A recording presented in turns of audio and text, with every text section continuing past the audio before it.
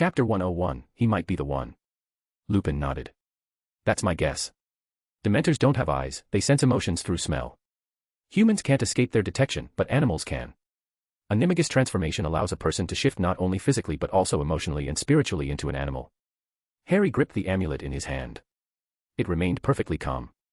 So, what's Black's animagus form? Lupin hesitated, his face clouded with reluctance.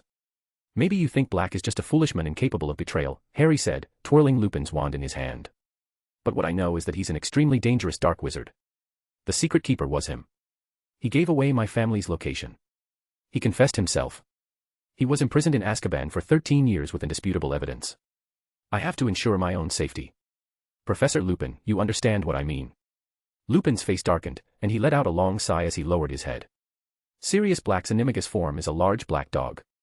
How fitting for a Dementor, Harry raised his eyebrow. Dementors fed on happiness. As Churchill once said, depression feels like a black dog that bites and won't let go. The black dog had long since become a universal metaphor for melancholy. Lupin gave a dry explanation, that's precisely why I didn't want Dumbledore to know. Thankfully, Harry, you still trust me on this matter. You know, being an unregistered animagus, it's enough to send someone to Azkaban. And if, just if, Sirius Black isn't the traitor, this alone would be enough to send him right back to Azkaban. And if he goes back, it's over. Completely over. You should know how the ministry works. 13 years have passed, everything is settled. Overturning a conviction would be a nightmare. It would expose their incompetence to the world. To them, even if he's innocent, Sirius Black must always remain guilty. Harry froze for a moment. He had never considered this aspect before. Lupin's explanation reminded him that animagus transformations had to be registered with the ministry. And what was the ministry like again? The only thing Harry recalled about them was Scrimgeour's 15 galleons. You all knew how to become animagi. Harry lowered his hand from the amulet. It had remained perfectly calm, detecting no ill will. Feeling slightly reassured, he handed Lupin's wand back to him. Lupin blinked before reaching out to take it. The three of them managed it. Memories began to surface. Lupin slumped back in his chair, tilting his head to stare at the ceiling, his tone tinged with nostalgia. When they found out I was a werewolf, they didn't shun me.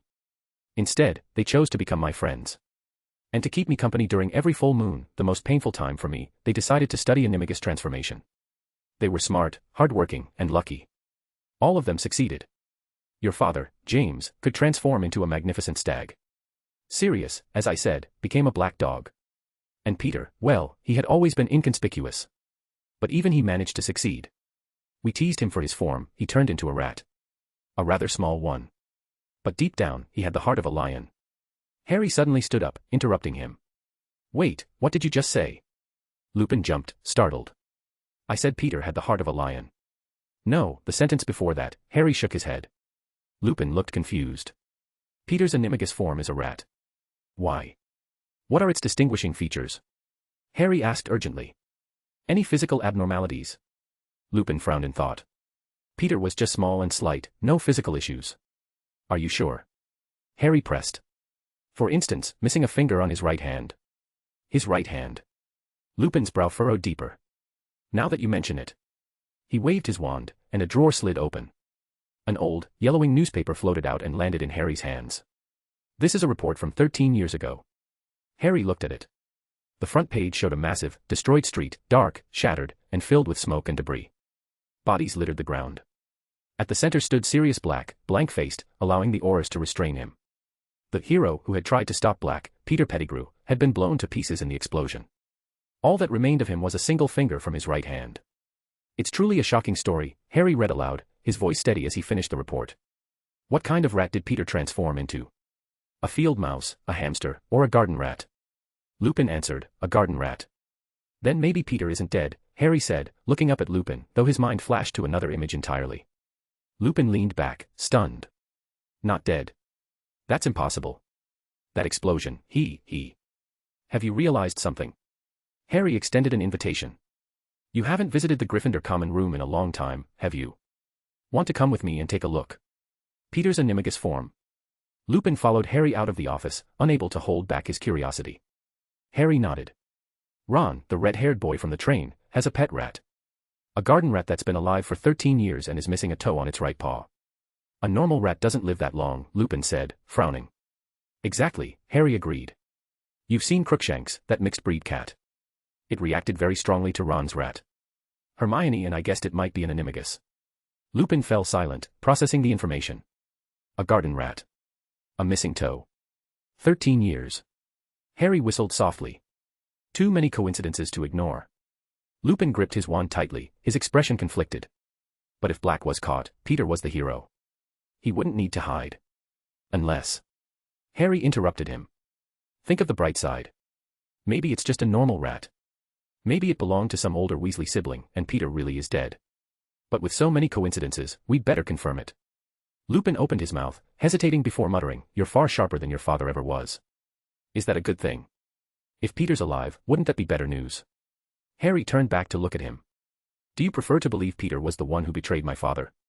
Lupin froze mid-step, unable to answer. It seems your little group had its favorites, Harry said with a faint smile. Lupin sighed deeply but remained silent. Was Black mute? Harry asked suddenly. Lupin shook his head. No, he was very eloquent, talked circles around people. Did the explosion blow up his mouth? Harry pressed. Lupin blinked, confused. No. Then something doesn't add up. Harry lifted his amulet, still calm and silent. If Sirius wasn't the traitor, he had a mouth and could speak. Why didn't he just say something? Because of the illegal animagus transformation. Harry cut him off. Even if it's illegal, a few months in Azkaban followed by registering the ability is still far better than 13 years in prison. Maybe he didn't have the brains for it, Lupin said after a long pause. Harry smirked. Exactly. How stupid would you have to be to not even defend yourself? Lupin had no answer to that. But if Sirius was the traitor and Ron's rat is Peter, why would Peter hide? Harry continued. On the train and during the welcoming feast, my amulet vibrated. That malice didn't come from you. I trust Ron and Hermione. The malice could only have come from the fifth individual, Scabbers. But why would he have malice toward me? If he really is Peter Pettigrew. Lupin had no answers. He followed Harry in silence all the way to the Gryffindor common room. Can you cast a disillusionment charm? Harry asked, stopping at the entrance. Lupin nodded and raised his wand. But why? Come with me, Harry explained. If Peter really is here, he'll sense something's wrong. If he hasn't escaped yet, it'll be easier to catch him if you're hidden. Lupin gave Harry a grateful look. In so many ways, Harry was just like James, except, thankfully, his mind worked more like Lily's. Lupin waved his wand, and his form slowly blended into the background. They climbed through the portrait hole. Only Ron was there, sprawled out by the fireplace with a book. Where's Hermione? Harry asked, looking around. She's gone to see Professor McGonagall, Ron replied, putting down the book. Something about her timetable. She signed up for all the electives, but some of them overlap. She's asking how to fix it. Harry reached into the sorting hat and pulled out a small vial of potion. Finding an excuse, he said, "Where's Scabbers?" I ran into Hagrid earlier, he said a blood-replenishing potion might help him. Ron didn't think twice about the oddity of meeting Hagrid on the way to the tower. He reached into his pocket, only to find it empty. His heart skipped a beat. Scabbers. Ron stood up quickly, rifling through his bag and robes, searching everywhere to no avail. Panic rising, he marched straight over to Crookshanks, who was snoozing by the fireplace. Grabbing the cat's mouth, he tried to pry it open. Did you eat him? Spit him out right now, you wicked cat. Crookshanks hissed, swiping at Ron's hand and leaving a shallow scratch. The two began to wrestle, Ron clearly losing without his wand. Crookshanks, Harry called calmly. Come here. I need to ask you something. The ginger cat froze mid-swipe, stepped delicately over Ron's shoulder, and strolled over to Harry with an air of dignity before hopping onto the table. Ron, seething with frustration, followed suit. He glared at Crookshanks, his face a mix of anger and despair. Power Stones. For 20 advanced chapters, patreon.com/michaeltranslates. Chapter 102, You Can't Beat a Cat. A fiery exchange of glances between Ron and Crookshanks seemed to spark real tension. Ron, you lost to a cat, Harry said, his gaze complex as he looked at Ron. I wasn't really serious about it. Ron rolled up his sleeves, trying to look fierce. It's just a cat. I didn't even use my wand. Harry, I swear, my spellcasting has improved a lot since I got my new wand. Really? Don't look at me like that, Bill even taught me. Crookshanks opened his mouth wide, letting out a sharp, disdainful caw-caw. Stupid little wizard. Invisible, Lupin observed the red-haired, freckle-faced boy. It reassured him, Gryffindor still felt like Gryffindor. Harry, on the other hand, was so decisive and careful that Lupin struggled to see any trace of James' recklessness in him. Crookshanks sniffed the air and suddenly arched his back, baring his teeth in the direction of Lupin. Easy now, he's one of us. Sit tight. Harry patted Crookshanks on the head. Crookshanks obediently lowered himself into a crouch again. Answer my question honestly, did you eat Scabbers? Harry asked. Crookshanks shook his head, swishing his tail lazily. Liar. Ron snorted. Crookshanks puffed up angrily, clearly ready for another round. You can't beat him. Crookshanks has no reason to lie to you, Harry said seriously, turning to Ron.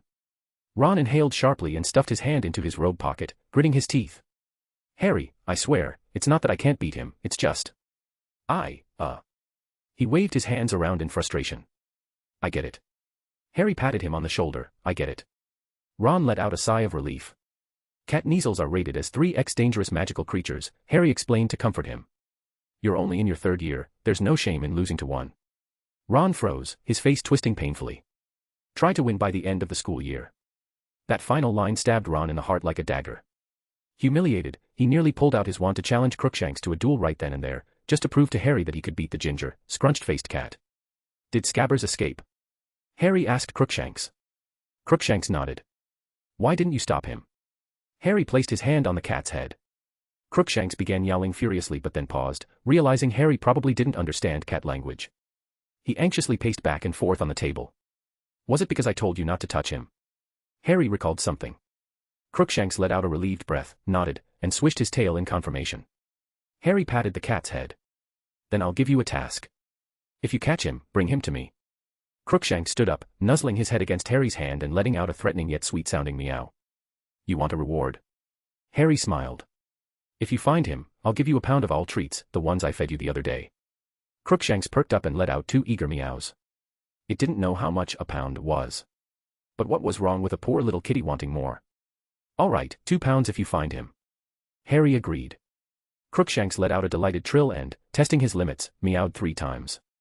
Harry remained silent, staring coldly at the cat without any emotion.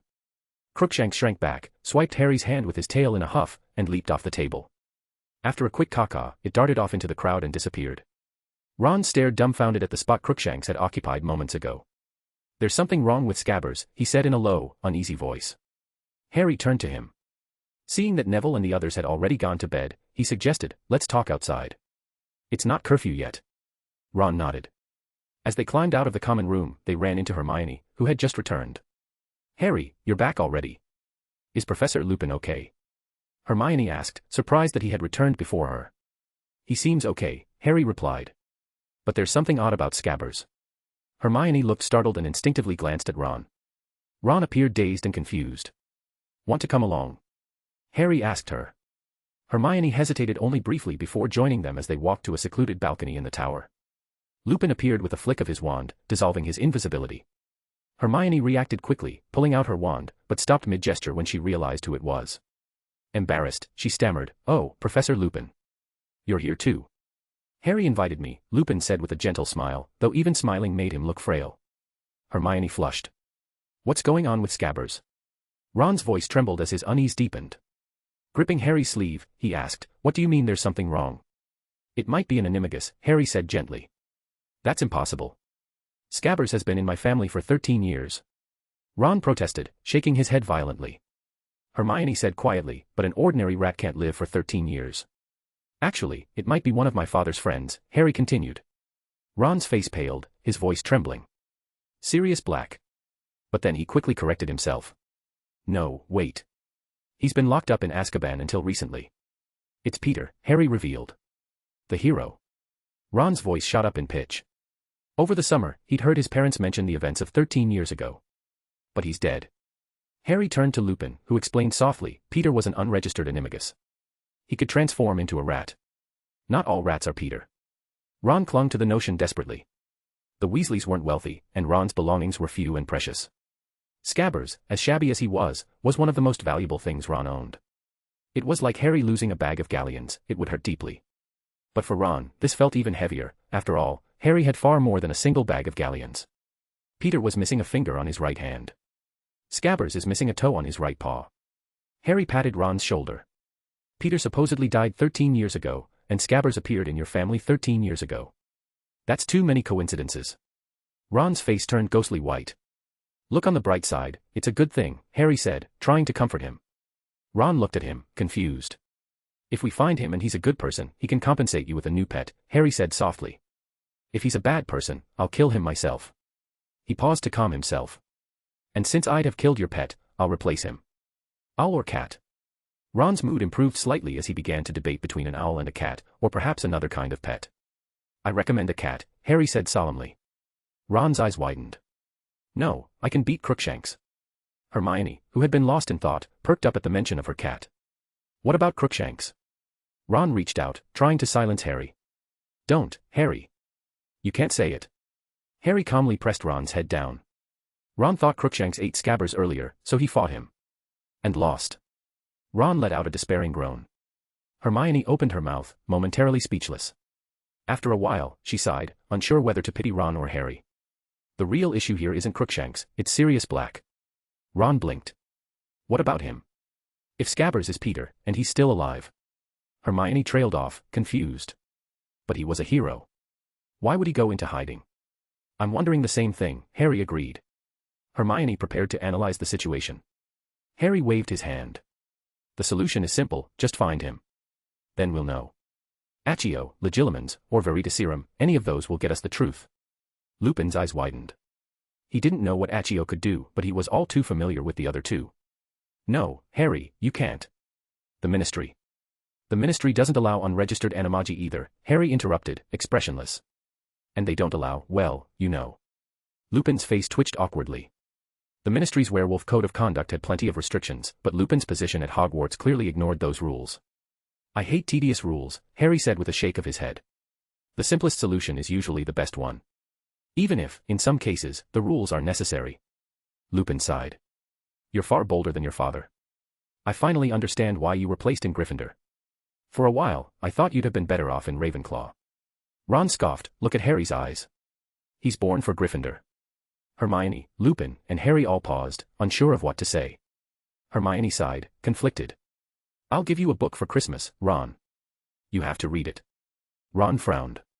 What? Harry is a natural Gryffindor. Yes, I am, Harry agreed with a nod. Want me to teach you some tricks to beat a Kneazle? I can beat Crookshanks.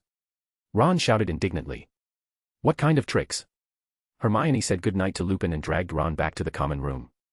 Lupin lingered, staring at the dark outline of the Forbidden Forest. The cold wind and occasional raindrops transported him back 20 years. Harry turned back, calling out to Lupin. Professor Lupin, half a month, no more. If Crookshanks or you don't find Scabbers by then, I'll have to tell Professor Dumbledore. Danger can't be allowed to linger. Half a month later, I'll visit you again.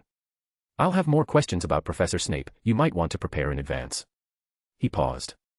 Although I don't trust house elves much. If you're confident, Professor, you could give them a try. Lupin felt a warmth in his chest and smiled faintly. I understand, Harry. Good night. See you in our first class. Power Stones. For 20 advanced chapters, patreon.com/michaeltranslates. Chapter 103, Trelawney's Prophecy. By the third year, with elective courses added, their workload had increased significantly. At breakfast, Ron received his timetable from Percy. He and Harry had chosen the same electives. Seeing the tightly packed schedule, Ron immediately frowned and groaned, oh no. Why are there so many classes today? It's only the first day of school. There were 3 classes in the morning. After a brief break at noon, there were another 3 in the afternoon. Hermione has it even worse than us, Harry said, finishing his milk and cutting a piece of pancake to eat.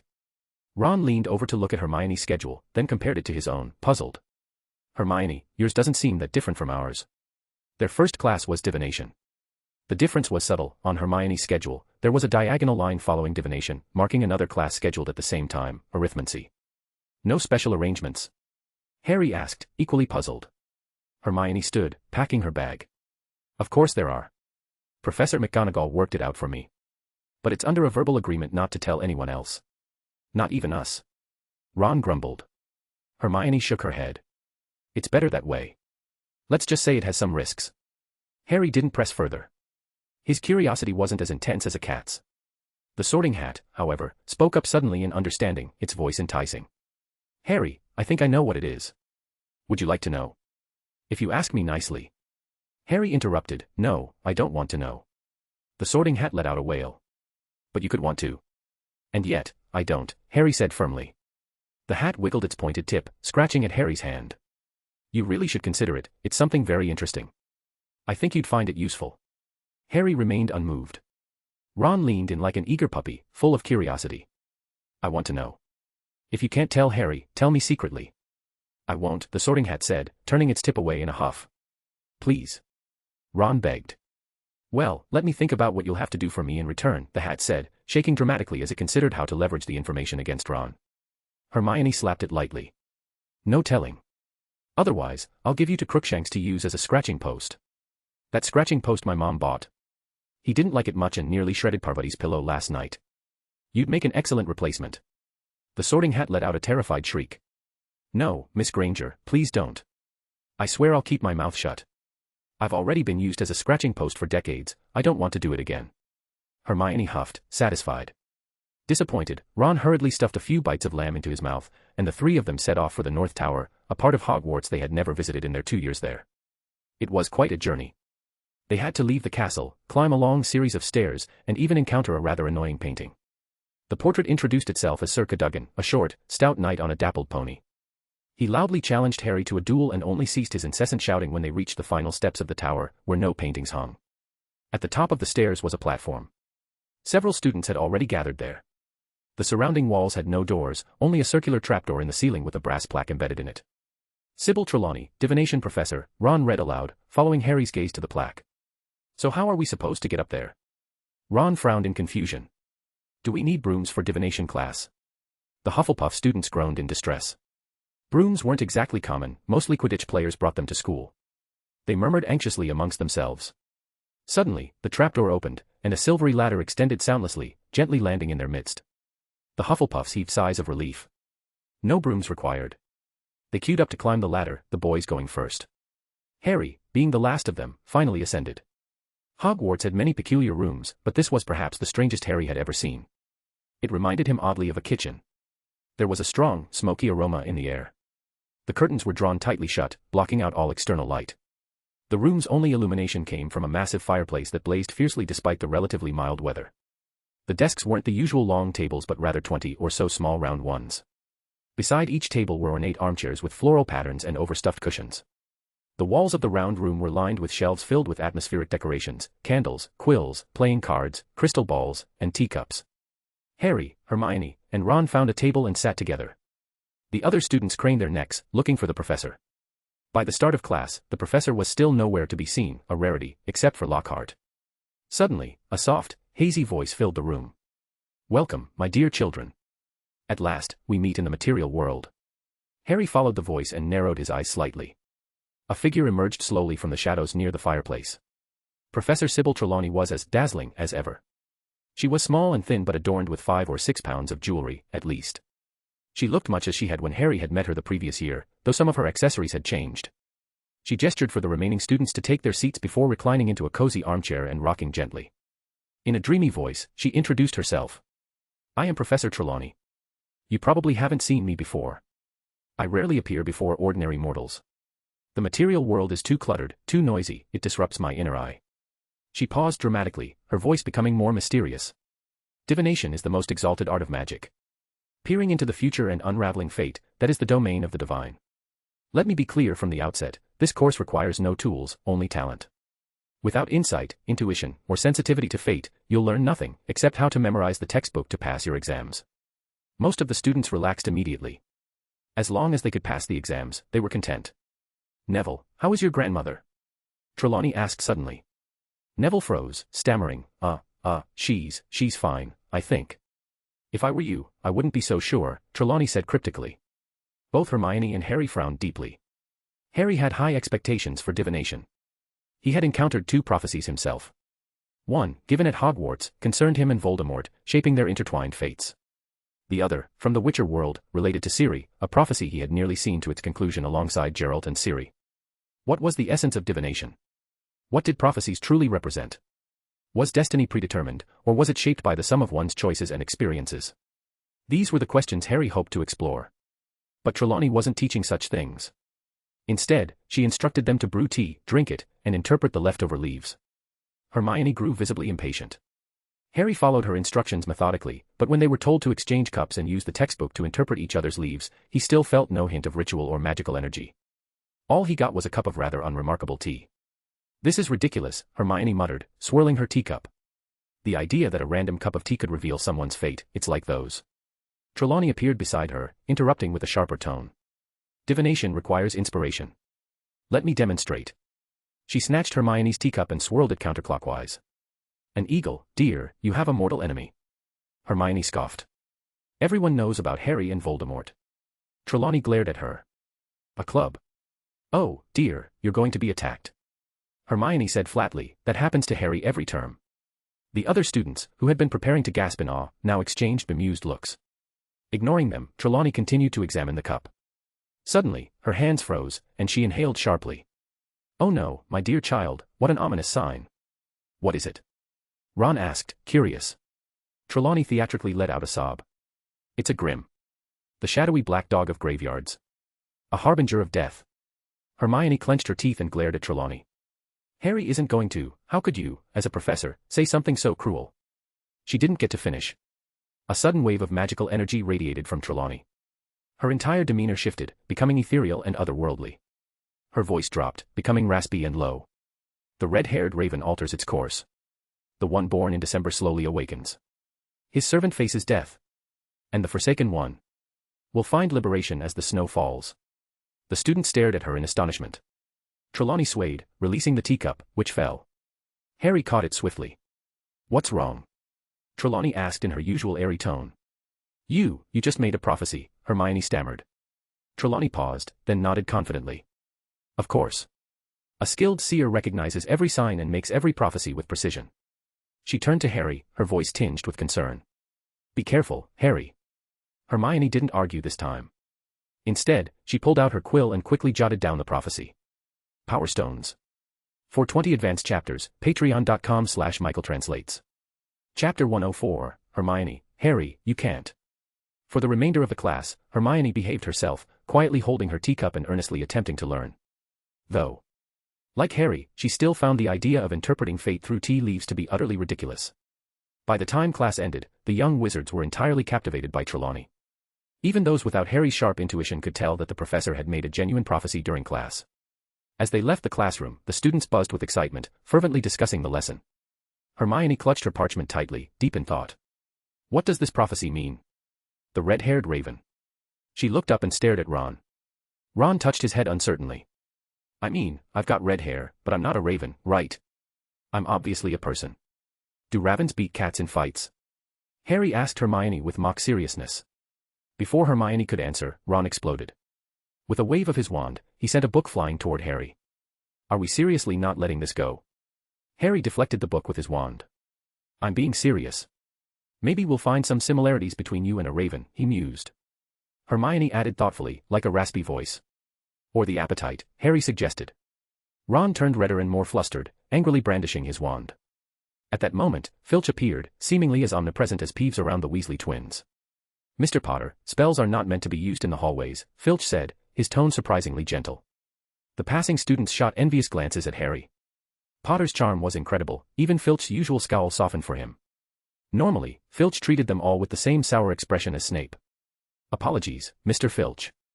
With a wave of his wand, Harry tidied up all the scattered books, arranging them neatly in the air behind them. Filch nodded, hesitated, and then said, and thank you.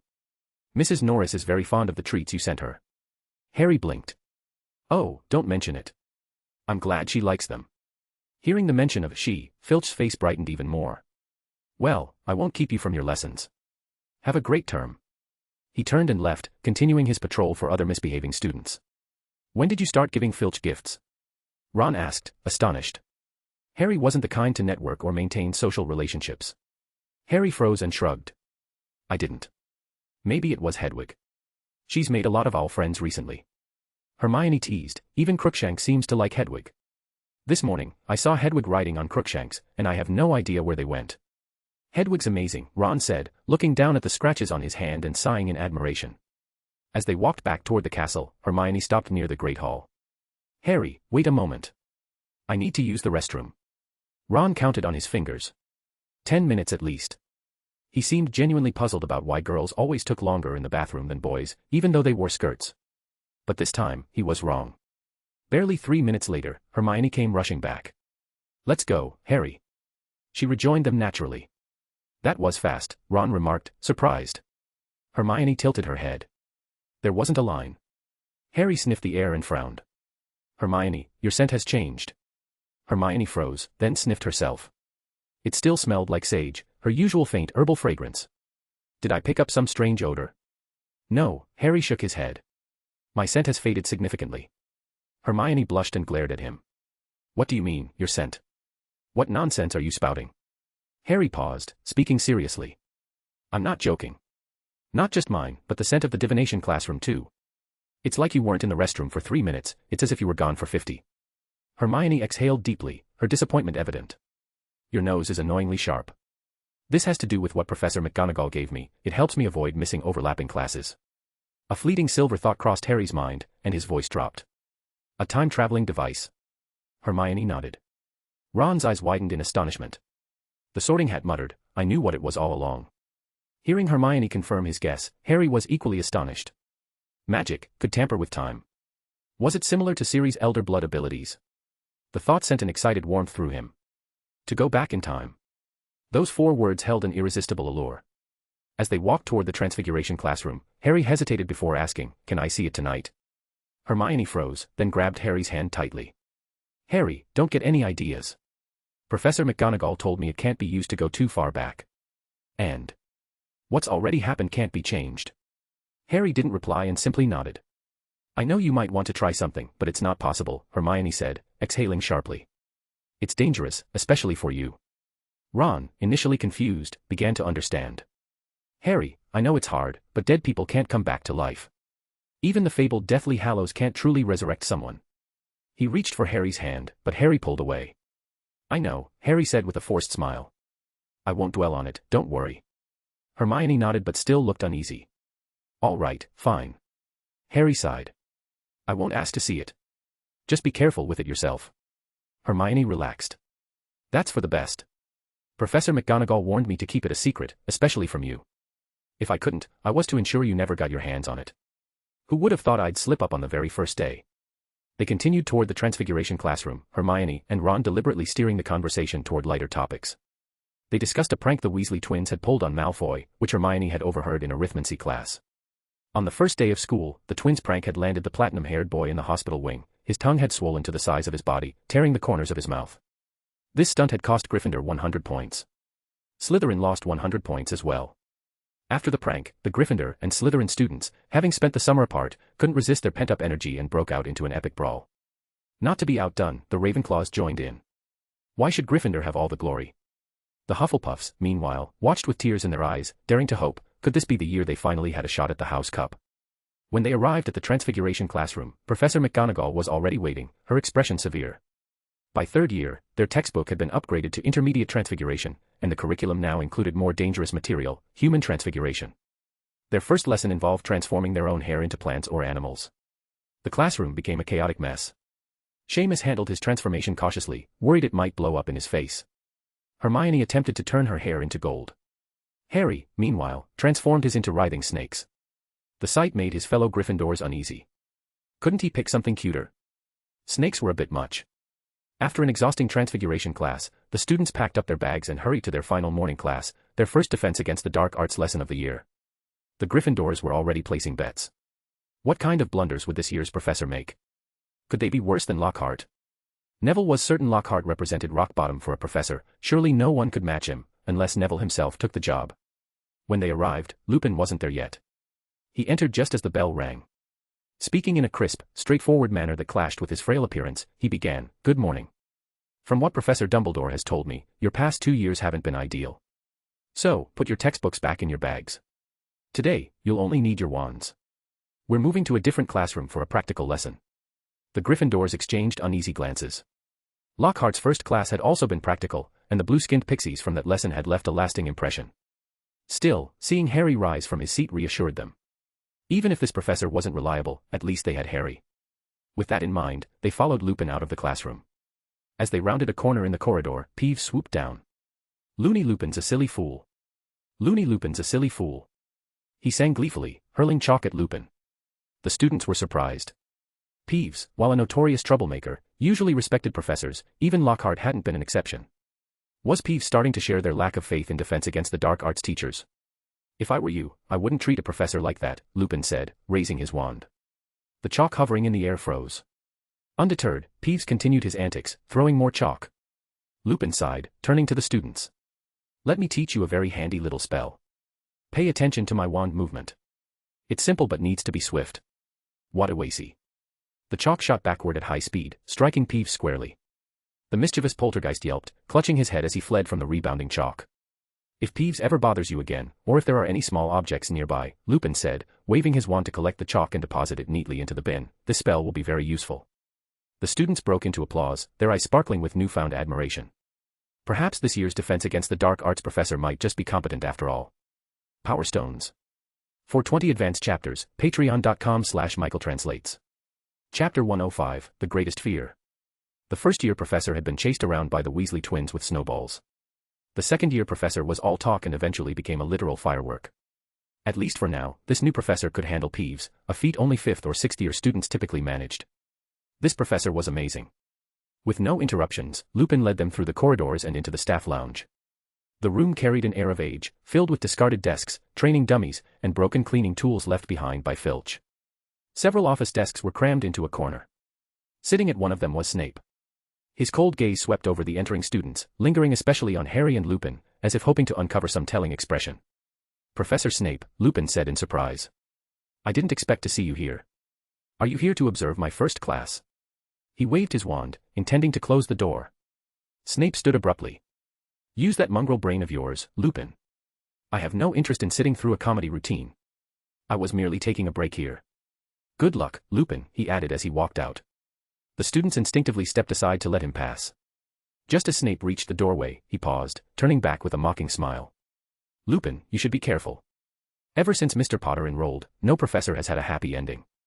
Quirrell was burned into a mindless husk, he's still at St. Mungo's. Lockhart exploded so spectacularly that it took a week for the house elves to clean up the mess. Mr. Potter has quite the sense of justice. Several students bristled in anger. They had finally gotten a professor who seemed competent, and Snape was cursing his tenure already. But his words also struck a nerve. Could this year turn out the same as before? Some students were genuinely worried. Would this professor eventually leave Hogwarts out of sheer frustration with Snape's venomous tongue? The last person Snape targeted so harshly had been Harry himself. But this didn't seem like that, right? Lupin appeared unfazed by Snape's ridicule. With practiced ease, he retorted, Thank you, but I hear you've always wanted this position. After all these years, your masochistic tendencies haven't changed, have they? Snape snorted and strode away, slamming the door shut with a wave of his wand. Masochistic. The students' eyes lit up at the intriguing word. They smelled gossip in the air and began chattering excitedly, occasionally glancing back at Harry. All right, settle down, Lupin called, beckoning them to follow him to the other end of the room. At the far wall stood several 2-meter-tall wardrobes. As Lupin approached, one of them began to tremble violently, emitting clattering noises as something inside struggled to burst free. The students recoiled nervously. They didn't want to leave class with more psychological scars. Don't be afraid, Lupin said, raising his hand. There's only a Boggart inside. The first question, what is a Boggart? Hermione's hand shot up. Miss Granger, Lupin said, calling on her. Hermione recited the textbook definition, a Boggart is a dark magical creature that feeds on fear. It transforms into whatever its target fears most, using this form to scare and feed on them. Excellent, Lupin said, waving his wand. 10 points to Gryffindor. The second question, where are Boggarts usually found? A Hufflepuff student raised their hand, eager to compete with Hermione. Mr. Macmillan, Lupin said. The Hufflepuff answered smoothly, they're usually found in dark, enclosed spaces. Very good. 10 points to Hufflepuff. Placing a hand on the wardrobe's door, Lupin addressed the class, today's lesson is one of the most important in defense against the dark arts, overcoming your own fear. Often, dark creatures aren't as terrifying as they seem. Even first-year students can defeat a troll. He glanced at Harry. Ron muttered, yeah, but that was Harry. The other students nodded in agreement. All right, Lupin said, shaking his head with a smile. In truth, if you achieve outstanding in transfiguration and charms by the end of this year, you'll be capable of handling a troll. The students exchanged glances, their expressions growing complicated. Back then, Harry had only been a first year, barely a month into school. The gap between Harry and others felt wider than the gap between humans and pigs. So why do so many upper-year students and even adult wizards struggle with trolls? Lupin posed the question and answered it himself. Fear. Fear and hesitation lead to failure. But you don't need to be afraid. Trust me. Besides, while Boggarts are classified as a 3x danger level creature, we have one significant advantage against it right now. Does anyone know what that is? Hermione stood on tiptoe, her hand waving eagerly in the air. But Lupin ignored her, scanning the room until his gaze landed on Neville, who looked like he wanted to speak but lacked the courage to raise his hand. Mr. Longbottom. Neville froze, his anxiety evident. I think you might know the answer, Lupin said gently, his tone soothing. Neville stammered, I. Take your time, Lupin encouraged. Say what you're thinking, bit by bit. There are a lot of us here, Neville finally blurted out, clenching his fists. The Boggart won't know what to turn into. Lupin clapped first. Excellent. Brilliantly said. 10 points to Gryffindor for Mr. Longbottom's insight. The Hufflepuffs and Gryffindors applauded enthusiastically for Neville, whose face turned bright red, tears welling up. But unlike his usual reactions in potions class, this time his emotions were vastly different. Lupin continued, this is why it's best to face a Boggart with a partner, it confuses the creature and causes it to falter. I once encountered a Boggart that tried to scare 2 people at once. It ended up turning into half a slug, which wasn't scary at all. Hermione murmured, half a slug. That's somehow worse than a whole slug. The spell for dealing with a Boggart is simple, Lupin explained. Repeat after me, ridiculous. Ridiculous, the students echoed. It requires no special wand movement or incantation technique.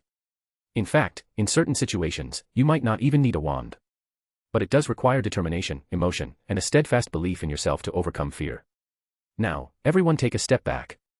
When I call your name, step forward and face the Boggart. Don't worry, I'm here, and so are your classmates. Nothing will go wrong. The students obediently stepped back. Mr. Longbottom, you're first. Neville froze. Lupin spoke kindly, don't be afraid. Think of the funniest thing you can imagine. When the Boggart comes out, hold on to that thought and say the spell. Neville nodded nervously. Are you ready? Lupin asked. Neville nodded again. Lupin opened the wardrobe. A menacing Snape stormed out, bearing down on Neville with fury, as if ready to unleash a scathing tirade. Neville fumbled with his wand. Go on, Neville. Lupin encouraged. Think of something funny. Neville shut his eyes, gritted his teeth, and shouted, ridiculous. Snape hesitated but kept advancing. You can do it. Lupin reassured him, raising his wand but continuing to cheer Neville on. Neville shook and shouted louder, ridiculous. With a pop, Snape suddenly had a ginger tabby cat clinging to his face, scratching him ferociously. The students burst out laughing. Ron gaped. Isn't that Crookshanks?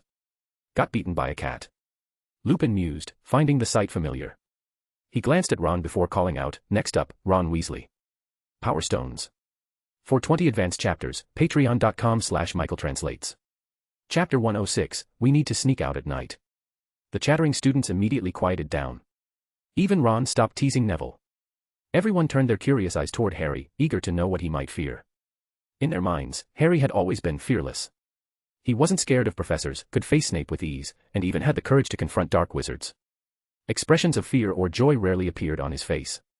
As some of the younger witches whispered in private, Harry embodied the idealized Lion King of Gryffindor they had imagined, a calm, brave figure.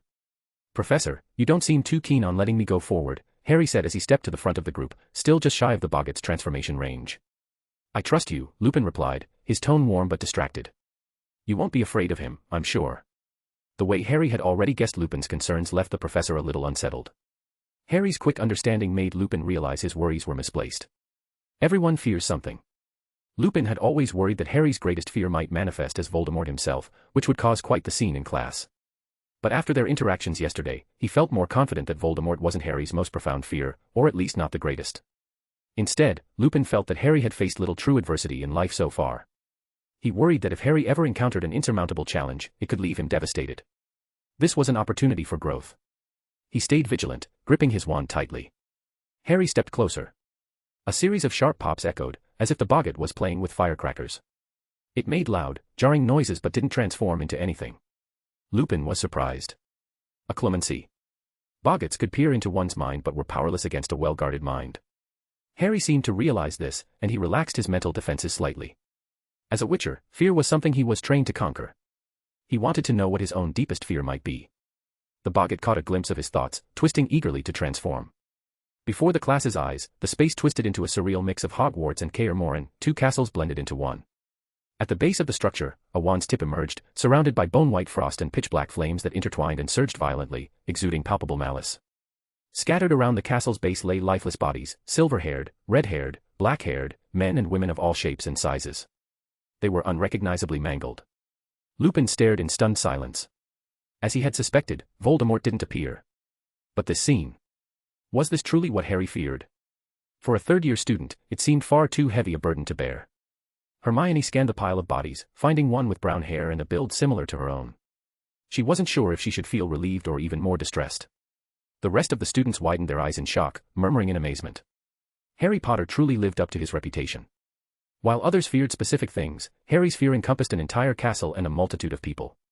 Ridiculous, Harry said evenly, raising his wand. The frost extinguished the flames, and the flames melted the frost, each annihilating the other. The corpses on the ground stood up, donned women's clothing, and began performing the dance of the little swans. Harry allowed himself a faint smile. Reactivating a clemency, he locked away his thoughts. The castle twisted and popped again as the Boggart desperately tried to breach Harry's ironclad defenses. After a few futile attempts, it emitted an enormous bang and exploded into a puff of green smoke before vanishing completely. Lupin clapped. That was impressive. But Harry, I was hoping to keep it around for another class. You've worn it out. Apologies, Professor, Harry replied seriously. I didn't mean to. Lupin waved dismissively. I'll find another one in the castle. Boggarts aren't exactly rare creatures. Well done, everyone, Lupin said, addressing the class. 10 points each to Gryffindor and Hufflepuff. The students erupted in cheers. They were beginning to genuinely like this professor, decisive, humorous, and generous with points, though not as excessive as Lockhart had been. Reflect on today's experience, Lupin said, his tone turning serious. Don't forget what you've learned. And for homework, write an essay on the importance of confidence and determination when casting spells. 5 inches. Additionally, a detailed report on Boggarts, including their habits and other methods to counter them besides the ridiculous spell. 4 inches. The students groaned in unison. Such a joyful lesson, and it had to end like this. You're third years now, but for defense against the dark arts, this is essentially your first year. You need to catch up. I've reviewed your records from the past 2 years, utterly abysmal. Their groans grew louder as they trudged out of the staff lounge. 9 inches of essays. This Professor Lupin was certainly full of surprises. Harry, are you really afraid of Hogwarts being destroyed? Ron asked once they were away from the crowd. That seems like something Dumbledore should worry about. No, Hermione interjected. Harry's not afraid of the castle itself being destroyed, he's afraid of losing the things he cherishes. Ron's face lit up with realization. So the red-haired short guy in the tree was supposed to be me. What kind of death is that? Harry hesitated. Maybe, the cat dragged you up there. Ron blinked in confusion. I had a nightmare last night, Harry explained. You went to challenge a cat, not Crookshanks, a duel, lost, and got hung in a tree to be turned into fish snacks. Ron ground his teeth. That's not even possible, Hermione said matter-of-factly, unwittingly backing Harry up. Harry adopted a contrite tone. What was that black fire? Ron asked, shifting the topic. I don't think I've seen or heard of magic like that before. Hermione looked curious as well. That's fiend fire, Harry replied. A dangerous dark magic spell. I encountered it when fighting Tom in the Chamber of Secrets. Hermione nodded thoughtfully. So, you're worried about that prophecy? She was a clever witch. The contrast of snow and black flames fit perfectly with one of the lines from the prophecy. She pulled out the parchment and read it aloud. We'll be freed when the snow falls. Ron's pupils dilated as the implication hit him. Does that mean the Dark Lord will return this winter? This term? Harry shook his head but said nothing. He recalled the Boggart's vision. That one, unmistakable wand tip. It was his own wand, cedar, 11 inches. He feared the Horcruxes. He also feared the wild hunt in the other world he had left behind. That legendary, invincible enemy could bring untold devastation to Geralt, Vesemir, Ciri, and everyone else he cared about. 2 of his greatest fears had merged into one horrific vision. Harry, Hermione said, looking at him with concern. Don't you finish your detentions before curfew? Harry nodded. Then let's plan a few nights each week to sneak out and use an empty classroom, Hermione suggested, counting on her fingers. Ron was about to look away. Ron, you're coming too, Hermione said sharply, using her wand to tilt his face back toward her. Ron's expression turned perplexed. Why?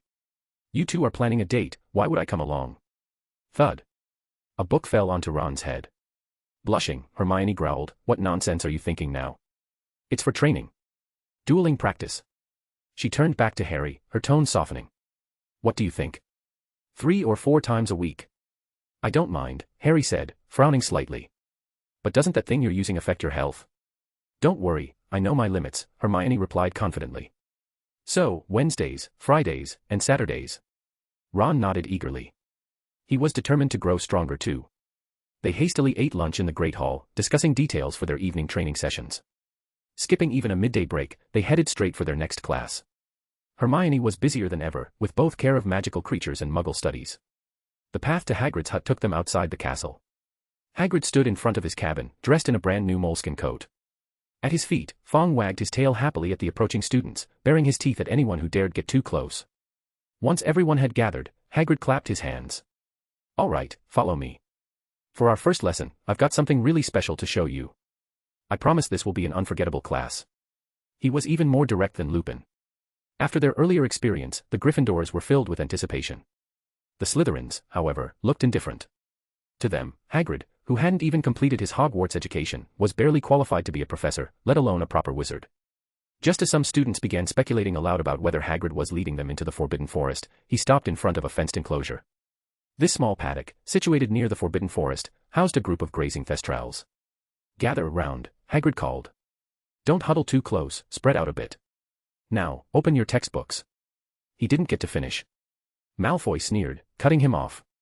How are we supposed to open them, Professor? You had us buy books that bite. Power Stones. For 20 advanced chapters, patreon.com/michaeltranslates. Chapter 107, Are you bragging about your mouth healing? Malfoy held up his securely bound textbook, shaking it disdainfully in his hand. Other students also retrieved their books from their bags. For once, Gryffindor and Slytherin were united in their approach, with everyone binding their books in creative ways. No one's opened their book. Hagrid looked baffled. This was not how he had envisioned the lesson. His eyes, pleading for help, instinctively sought out Harry. Pansy sneered, We're just students, not professors. Goyle nodded vigorously. Exactly. That thing nearly took my hand off last time, it's dangerous, Malfoy added with a mocking tone. Are you bragging that your mouth is healed now? Ron shot back, unable to resist. Malfoy's face darkened. His mouth still bore faint scars. The effects of the swelling toffee had only lasted an hour, and the injury was minor enough that Madame Pomfrey's spell and some divinity had quickly sent him back to class. Weasley, I'll be filing a complaint. Malfoy growled, raising a finger to point at him. Ron smirked. Your dad's no longer a governor. Who are you going to complain to? Is every governor your father? Malfoy whipped out his wand. Watch your mouth, Weasley. Ron feigned wiping his lips and grinned even wider. Thanks, but we both know whose mouth was dirtier. Malfoy raised his wand, ready to cast a spell. Hagrid frowned, flustered. No pointing wands at classmates. Otherwise, I'll have to take points from Slytherin. His tone was weak and unconvincing, devoid of any real authority. Ron picked up his book. Hey, Malfoy, look. Only someone with no brains would have trouble opening this book. Unlike the others, Ron's book was untied and lay obediently in his hand, perfectly calm. Hagrid's face lit up with relief. Hermione, however, face-palmed in exasperation. The Gryffindors were at a loss for words. While they understood Ron's point, his comment had managed to wound even his own team. Only someone without brains would shirk responsibility when they lack ability, acting as though it's someone else's fault, Harry interjected, smoothing things over. Ron froze for a moment before catching on.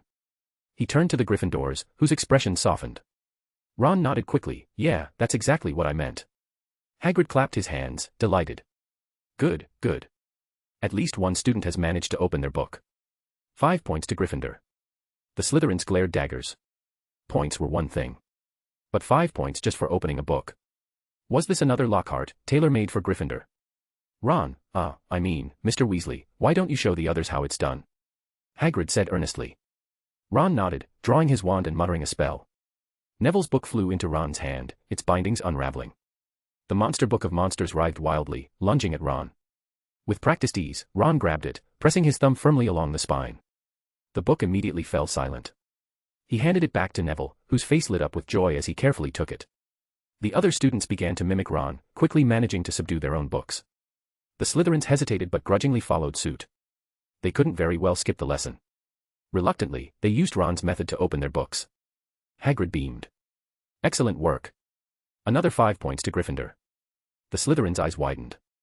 Oh, and 5 points to Slytherin as well, Hagrid added hastily, noticing their glares. It finally occurred to him that, as a professor, he needed to be fair. Hermione sighed, still covering her face. You lot stay put, Hagrid said, striding toward the Forbidden Forest. He disappeared among the trees before anyone could ask what he was doing. What do you think he's bringing back? Ron asked in a low voice. Harry thought for a moment. Probably thestrals. They live nearby, and they're a good fit for third years. He didn't get to finish. The sound of hurried, scattered footsteps echoed from a distance, sharp and light, like hoofbeats. Looking up, they saw a dozen creatures trotting toward them. They had the bodies of horses but the heads of eagles, complete with enormous, majestic wings. Each had a collar around its neck, attached to chains that Hagrid held firmly in his hands.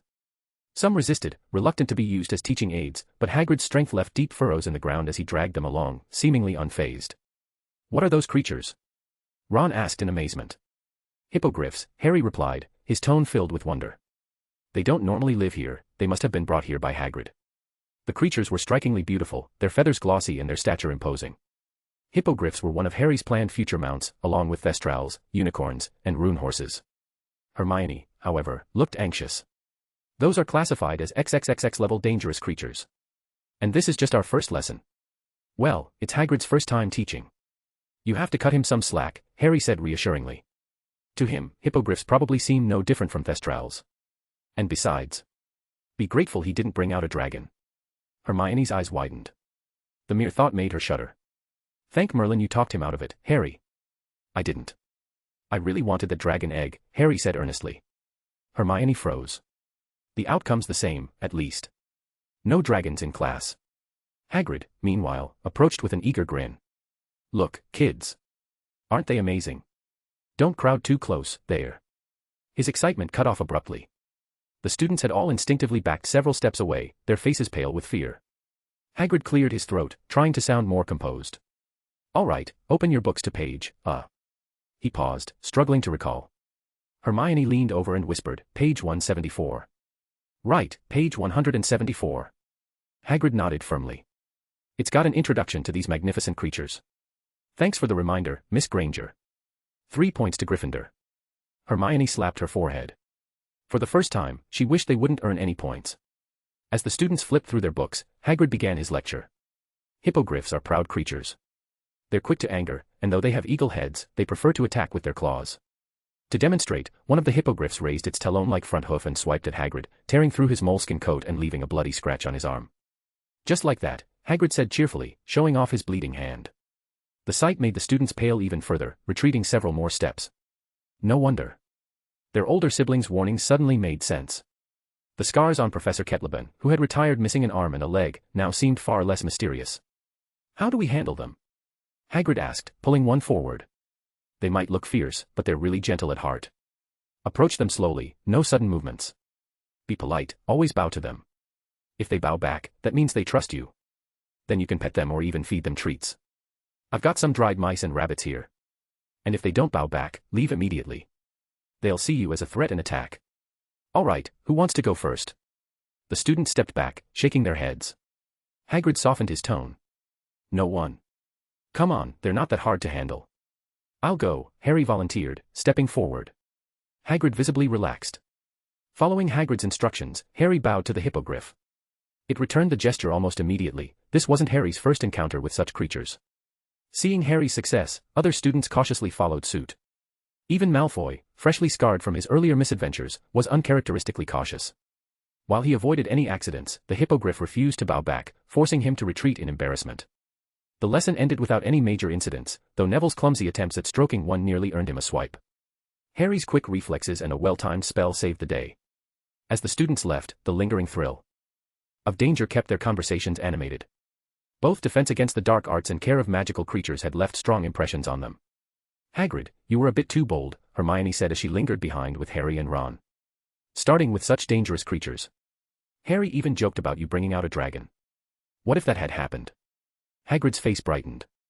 Harry, you really get me. I actually wanted to use Norbert. I even visited Newt Scamander over the summer to see if I could borrow him, but... Hagrid, you're serious? Hermione's eyes widened in shock. That would land you straight in Azkaban.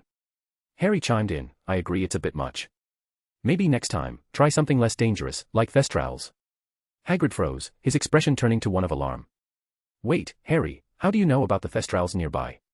Power Stones. For 20 advanced chapters, patreon.com/michaeltranslates. Chapter 108, He was born in December. I know the Forbidden Forest well, Harry replied casually. I've been there plenty of times over the last 2 years. Hagrid's voice shot up in surprise. Plenty of times. But I've never run into you during my patrols. Harry answered quietly, we've met plenty of times.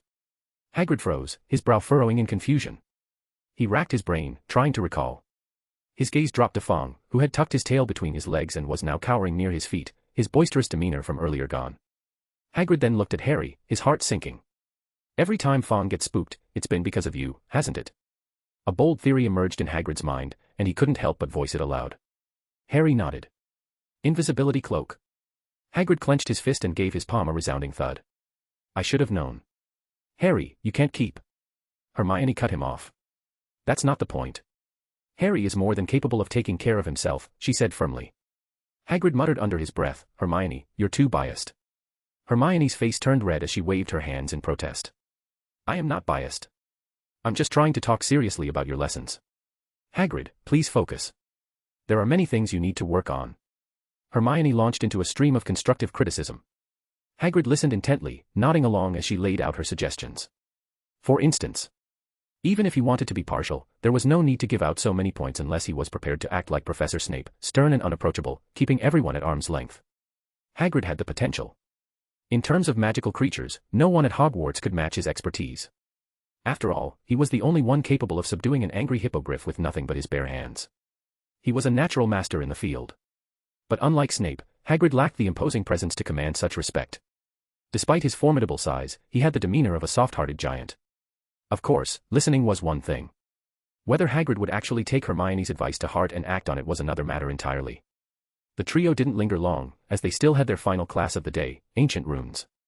Compared to Divination or Care of Magical Creatures, Ancient Runes was much more subdued. There was no need for wands, nor did they experience the enchantment of rune-based magic. Essentially, it was a language class, starting with the basics of learning the alphabet. In their first lesson, they covered 16 characters. Professor Bathsheba babbling announced that the lessons would remain like this for at least 3 weeks. Though the subject was dry, she assured them it would prove invaluable.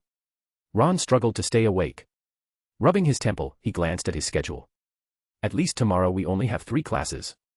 Our next runes lesson is on Thursday, oh no, it's right after potions. He sighed in despair, seeing 2 of his least favorite classes stacked together. Hermione corrected him impatiently, they're not back-to-back.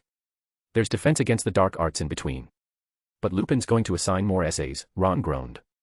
Hermione replied earnestly, at least we're catching up on what we missed the past 2 years. Ron sighed again as he followed them to the Great Hall for dinner.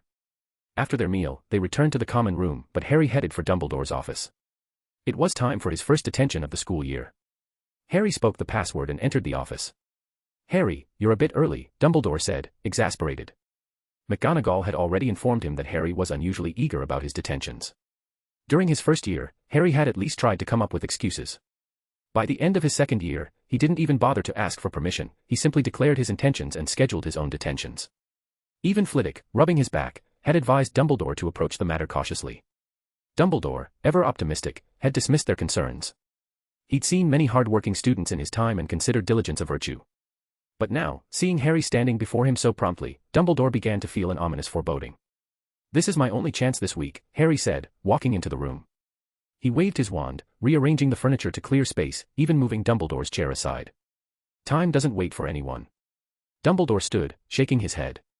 I know you're under a lot of pressure. That prophecy, yes, I've heard of it.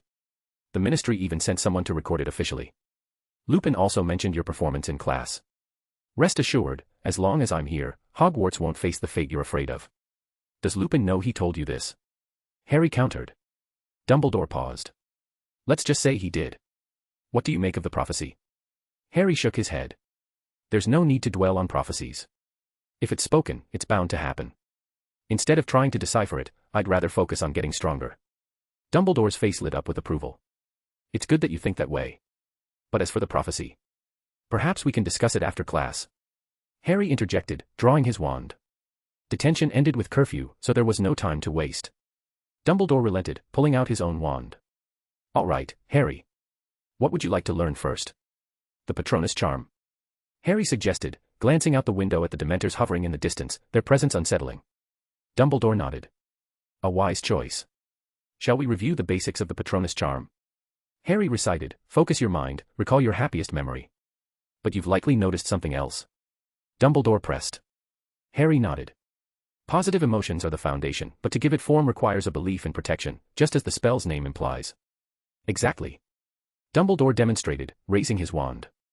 Without uttering a word, a silver phoenix materialized, landing beside Fawkes. The real Fawkes chirped affectionately at its counterpart.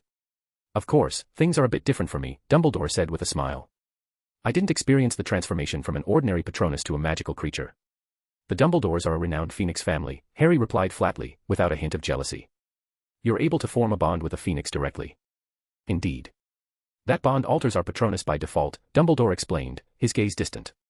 But a friend and I once researched this spell. We studied how to evolve a Patronus from a mundane animal into a magical creature. And Dumbledore chuckled. It's actually quite simple. Strong spells don't have to be complicated, Dumbledore said, shaking his head. Few are as intricate as animagus transformations. But achieving it is far from easy. The evening passed with Harry diligently practicing under Dumbledore's guidance. By curfew, Harry's casting had improved significantly, though the transformation he sought remained elusive. Let's call it a night, Dumbledore said, finally waving his wand to reset the room. As Harry drank the milk Dumbledore handed him, the headmaster remarked, that prophecy, you're aware, aren't you? Harry stayed silent, deep in thought. Tom Riddle, Dumbledore said softly, was born at the end of December. Harry's eyes widened, the words of the prophecy echoing in his mind. The one born in December shall slowly awaken. Power Stones. For 20 advanced chapters, patreon.com/michaeltranslates. Chapter 109, I already gave him a heads up. December 31st, the very last day of the year, Dumbledore said, gazing out the window. Rain battered against the glass, creating a blurred view, as if the room itself was steeped in a hazy atmosphere. Harry's voice was heavy. So, he'll return. When the snow falls. The prophecy stated that, he will be liberated. Clearly, this wouldn't be like the first year, where Voldemort appeared in the form of a shattered soul. Dumbledore sought to comfort him. Don't worry, Trelawney didn't specify this winter. And he paused for a moment. Prophecies often carry symbolic meanings. Perhaps the snow she mentioned isn't referring to winter at all. Harry's heart tightened. If the snow wasn't literal winter, could it be a metaphor for frost? But he was merely an ordinary witcher, there was no reason for that group to pursue him here. And with the timelines shifting unpredictably, he still couldn't discern their trajectory. What does the red-haired raven represent? Harry asked, clearly concerned. The Weasley family had already endured enough misfortune, he couldn't bear the thought of them being dragged into even more trouble. Dumbledore waved his hand, and a book floated into his grasp. Young people these days seldom read mythology. Have you heard of the Matroni, the Three Mothers? Harry shook his head.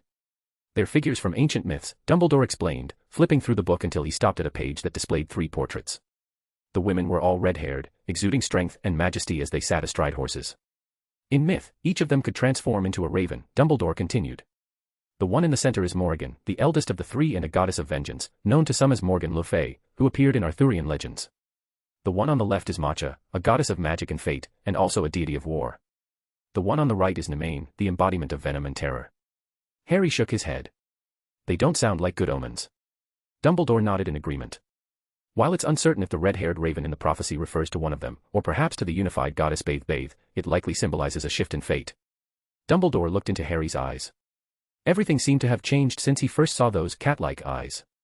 Have you consulted your clairvoyant old flame? Harry asked. She might have some insights. Dumbledore nodded, his tone vague.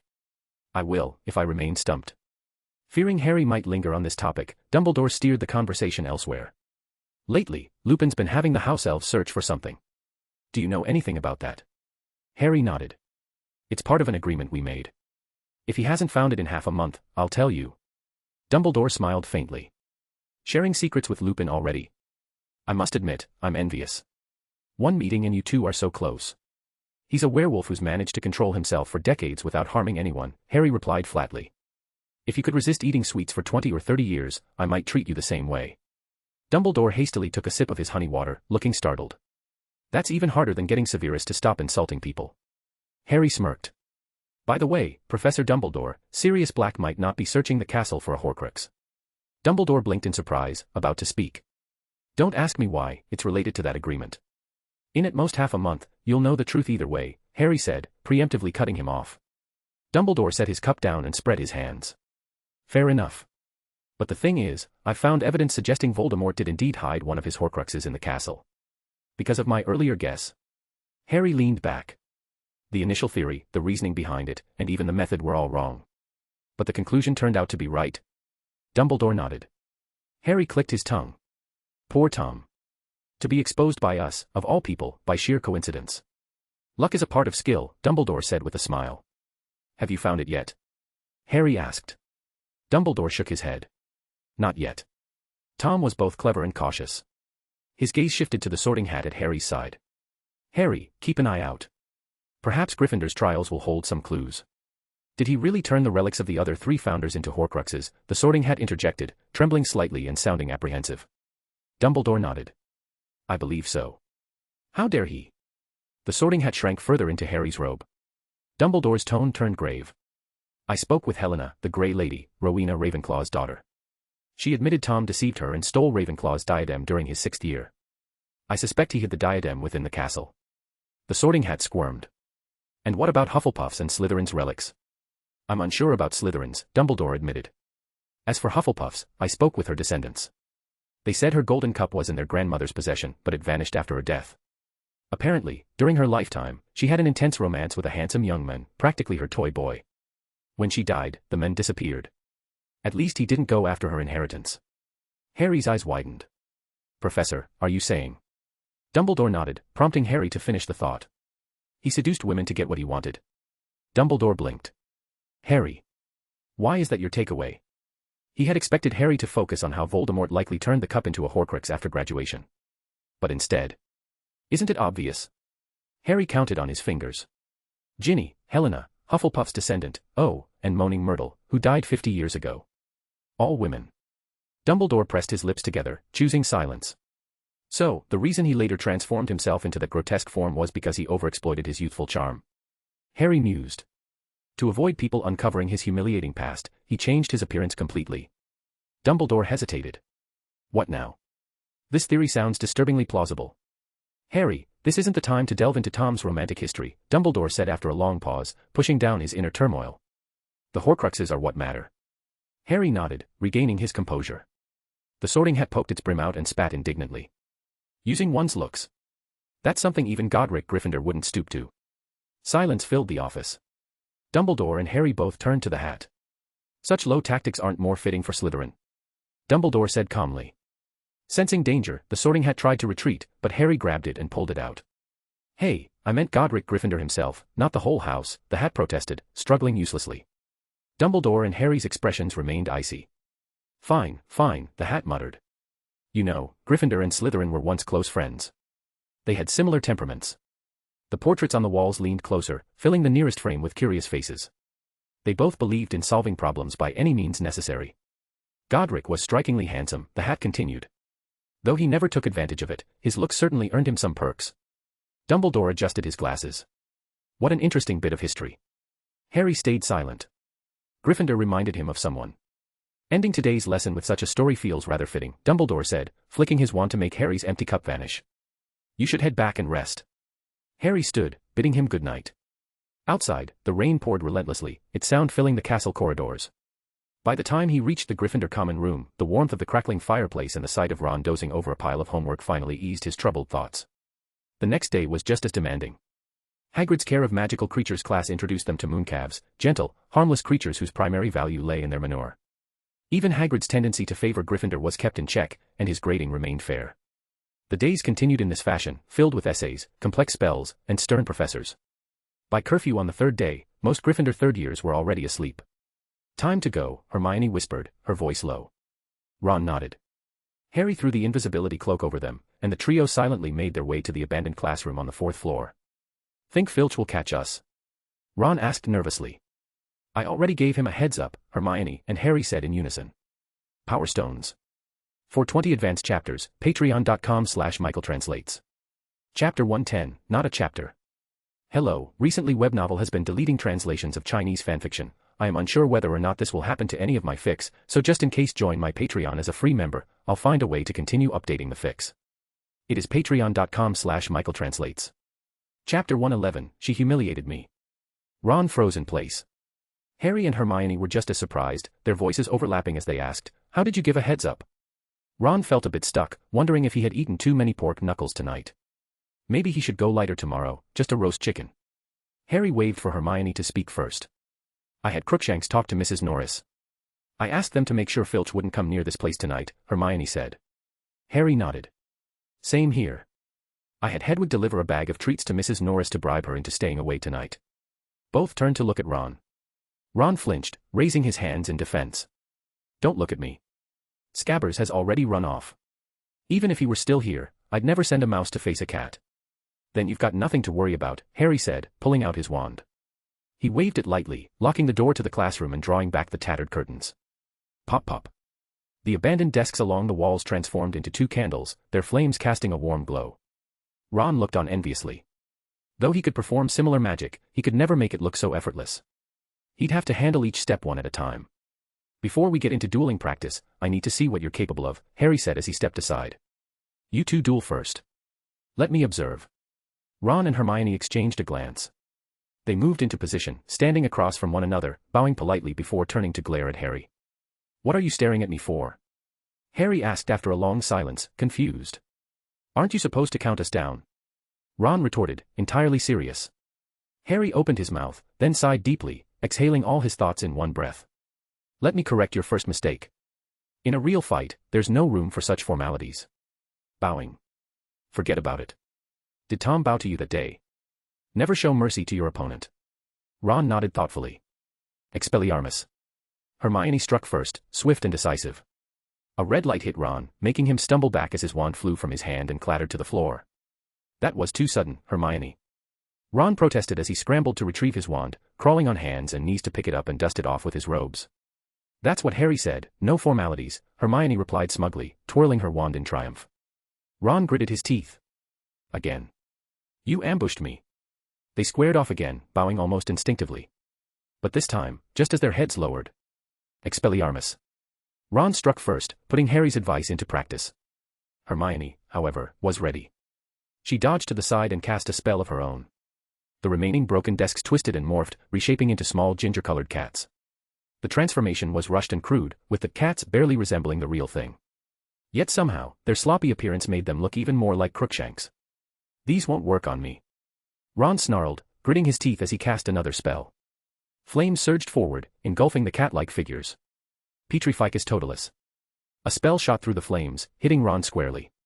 His furious expression froze in place as he was paralyzed. Harry waved his wand. The flames vanished, the cats reverted to desks, and Ron was released from the full body bind curse. Have you been practicing dueling on your own? Harry asked Hermione.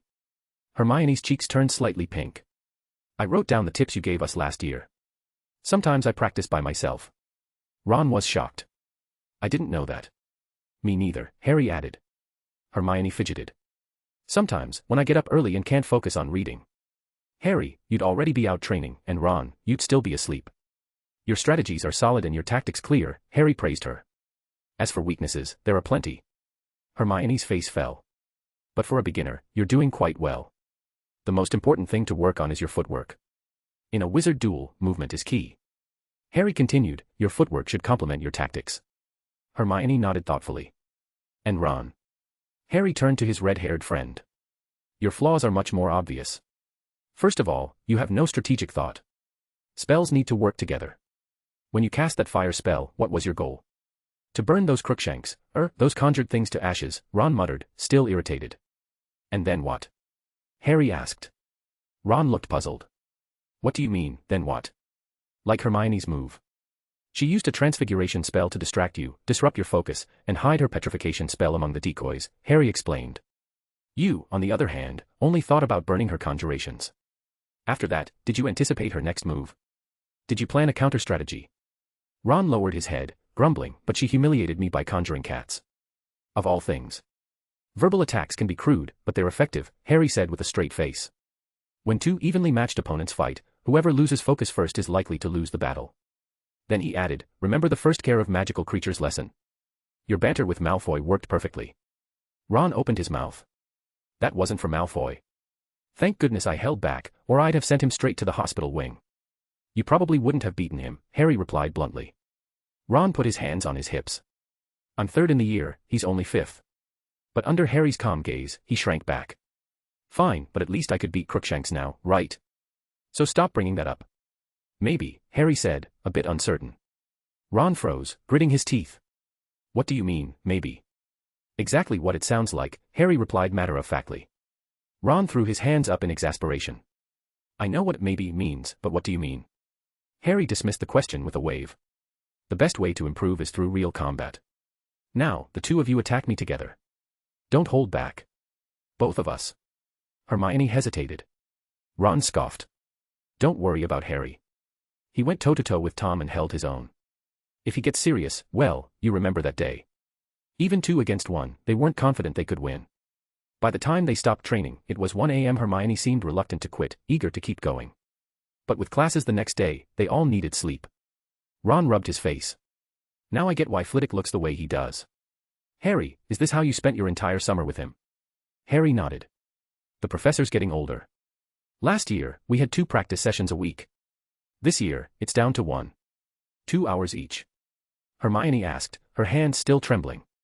Harry shook his head. Usually an entire day. Wow. Both of them were speechless with awe. Flitwick truly lived up to his reputation. They were already exhausted after just 2 hours. How could he manage an entire day? The next morning, at around 8 a.m., Ron finally dragged himself out of bed. His body ached all over, his legs and back sore beyond belief. When he emerged from his dormitory, he found Harry and Hermione already deep in discussion about spell theory. You two are up early, Ron grumbled, his tone aggrieved. You're up late, Hermione replied sternly. She flicked her wand, and a roll of parchment floated out of her bag. With a tap of her wand, she cast Geminio. The parchment duplicated itself and flew to Ron. What's this? Ron asked, puzzled, as he caught it. Notes from last night. Did you think Harry was just scolding us? He explained the importance of footwork and spell timing very clearly, Hermione said. Ron clutched the parchment tightly but groaned, I wish Professor Potter had just been scolding me. Then let Professor Potter give you another assignment, Harry said with a soft smile. By Sunday, I want a 5-inch essay on dueling techniques. Oh, no. Ron groaned louder. Hermione huffed. I'm doing it too. It was my idea. Ron stared at her in disbelief. How could someone volunteer for homework? Was this the power of being second in the year? Don't look so glum, Harry said, standing up. I've got good news. Ron eyed him warily. If you're going to tell me we're adding a 4th weekly training session, I don't want to hear it. It's about Saturday, Harry said cheerfully. Remember what I promised last year? Ron paused, thinking back. If I made it to 3rd place, you take me to the Forbidden Forest. Harry nodded. Saturday, I need to go. Gryffindor's map is outdated, magical creatures' territories and even the terrain have shifted. We need to redraw it. Are you coming? Ron's face lit up. Of course. I've been dying to go. Fred and George went when they were 2nd years and said it was amazing. It is, Harry agreed. Hermione, what about you? Hermione hesitated briefly, then reached into her robes and nodded. Count me in. The promise of exploring the Forbidden Forest put Ron in high spirits for the next few days. By Saturday, he was so excited that he even outperformed Hermione in their nighttime dueling practice. When the day arrived, the castle buzzed with joy as students celebrated their first break from heavy coursework. Fred and George led a group of Gryffindors in scheming ways to storm the Slytherin common room and rescue Draco Malfoy. Percy, pretending to have student council duties, quietly left the room, ensuring he didn't overhear anything. Meanwhile, Harry gave Hermione and Ron a 2-hour crash course on survival skills, what to carry and how to prepare for emergencies. Only after thoroughly stocking up on potions, ingredients, and supplies did they head out, sneaking toward the Forbidden Forest.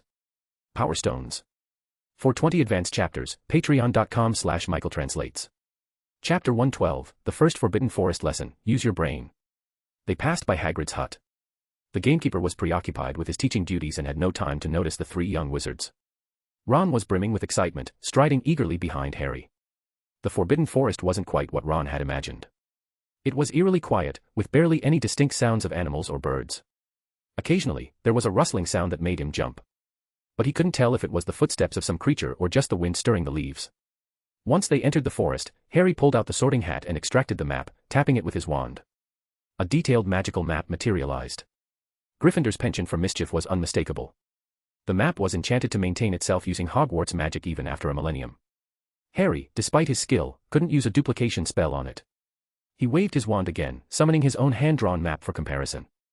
Harry, Dumbledore tried to get the map from me over the summer, the sorting hat said smugly. But I didn't give it to him. Don't you think I deserve some praise? That's thanks to the contract. What does it have to do with you? Harry retorted casually. 1,000 years ago, this area had been the domain of foxes. Now, rabbits had claimed it as their territory. With another wave of his wand, Harry summoned a fresh piece of parchment and began sketching the updated terrain. The Sorting Hat was indignant. But he's Dumbledore. If he really wanted to get to the point, Harry cut it off, his tone impatient. The Hat hesitated. What I meant was, recently, Fawkes brought me a magazine, Wizarding Weekly. They were featuring new hat designs, and I was wondering. Harry froze, staring at the hat. Are you in love? Which one caught your eye? I'll buy it for you, he offered, pausing briefly as a thought occurred. Although I haven't mastered the thought-imbuing charm yet. And I'm male, so if you don't mind. The Sorting Hat recoiled in horror. No. For Merlin's sake, Harry, what are you talking about? You sound just like Rowena. What? Ron leaned in, curious. What happened with Ravenclaw? She was kind-hearted, as was Helga. They worried I might feel lonely after they left and once asked if I wanted another hat for company, the Sorting Hat explained with a sigh. Were they matchmaking for you? Harry's tone was oddly amused. The Hat nodded solemnly. Even Godric entertained the idea. But I was resolute in my refusal, and they dropped it. Otherwise, I wouldn't be the one and only Sorting Hat today. Harry raised an eyebrow. Have you ever considered that if there were another hat, you wouldn't have spent decades as a scratching post for cats? The Hat froze in realization. It fell silent, deep in thought. Harry continued leading the way. Ron was thrilled. Barely an hour in, he'd already collected a tuft of unicorn hair, some dittany, and several sprigs of monkshood. At this rate, he might save enough to cover next year's book expenses for the entire family. The Sorting Hat finally snapped out of its daze. No, Harry. That's not the issue. That headmaster is long gone, and Dumbledore only has Fawkes now. It rarely bothers me. What I wanted to discuss was decoration. Harry interrupted, but Dumbledore is getting old. He'll retire in a few years. Then Professor McGonagall will succeed him as headmistress. The Hat wobbled its brim. Minerva is diligent and reliable, a qualified leader. But what does her succession have to do with anything? Ron chimed in, well, Professor McGonagall's animagus form is a cat. The Hat stiffened, its folds deepening.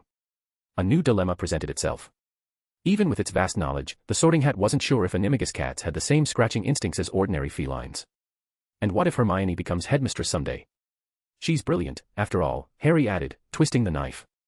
The Hat's creases grew deeper. It hesitated, struggling with its thoughts before finally sighing. Then I suppose I'll just accept it. Being a scratching post wasn't the worst. Thinking about those days, they were oddly joyful. Besides, Godric and the others are long gone. Regrets won't change anything now. Hermione seized the Hat. In that case, I'll take you back today. Crookshanks misses you. No, the Hat shrieked. Kind, merciful Miss Granger, please spare me. I was only joking. I don't truly enjoy that life. You mentioned wanting accessories. Hermione didn't let go. Which ones? I'll buy them for you, but you'll have to play with Crookshanks for a few days in return. The Hat hesitated before cautiously asking, really? Of course, Hermione replied. The Hat lightly tapped her hand with its brim. How many days for one accessory? A week. Hermione offered. The Hat shook its tip vigorously. 1 day.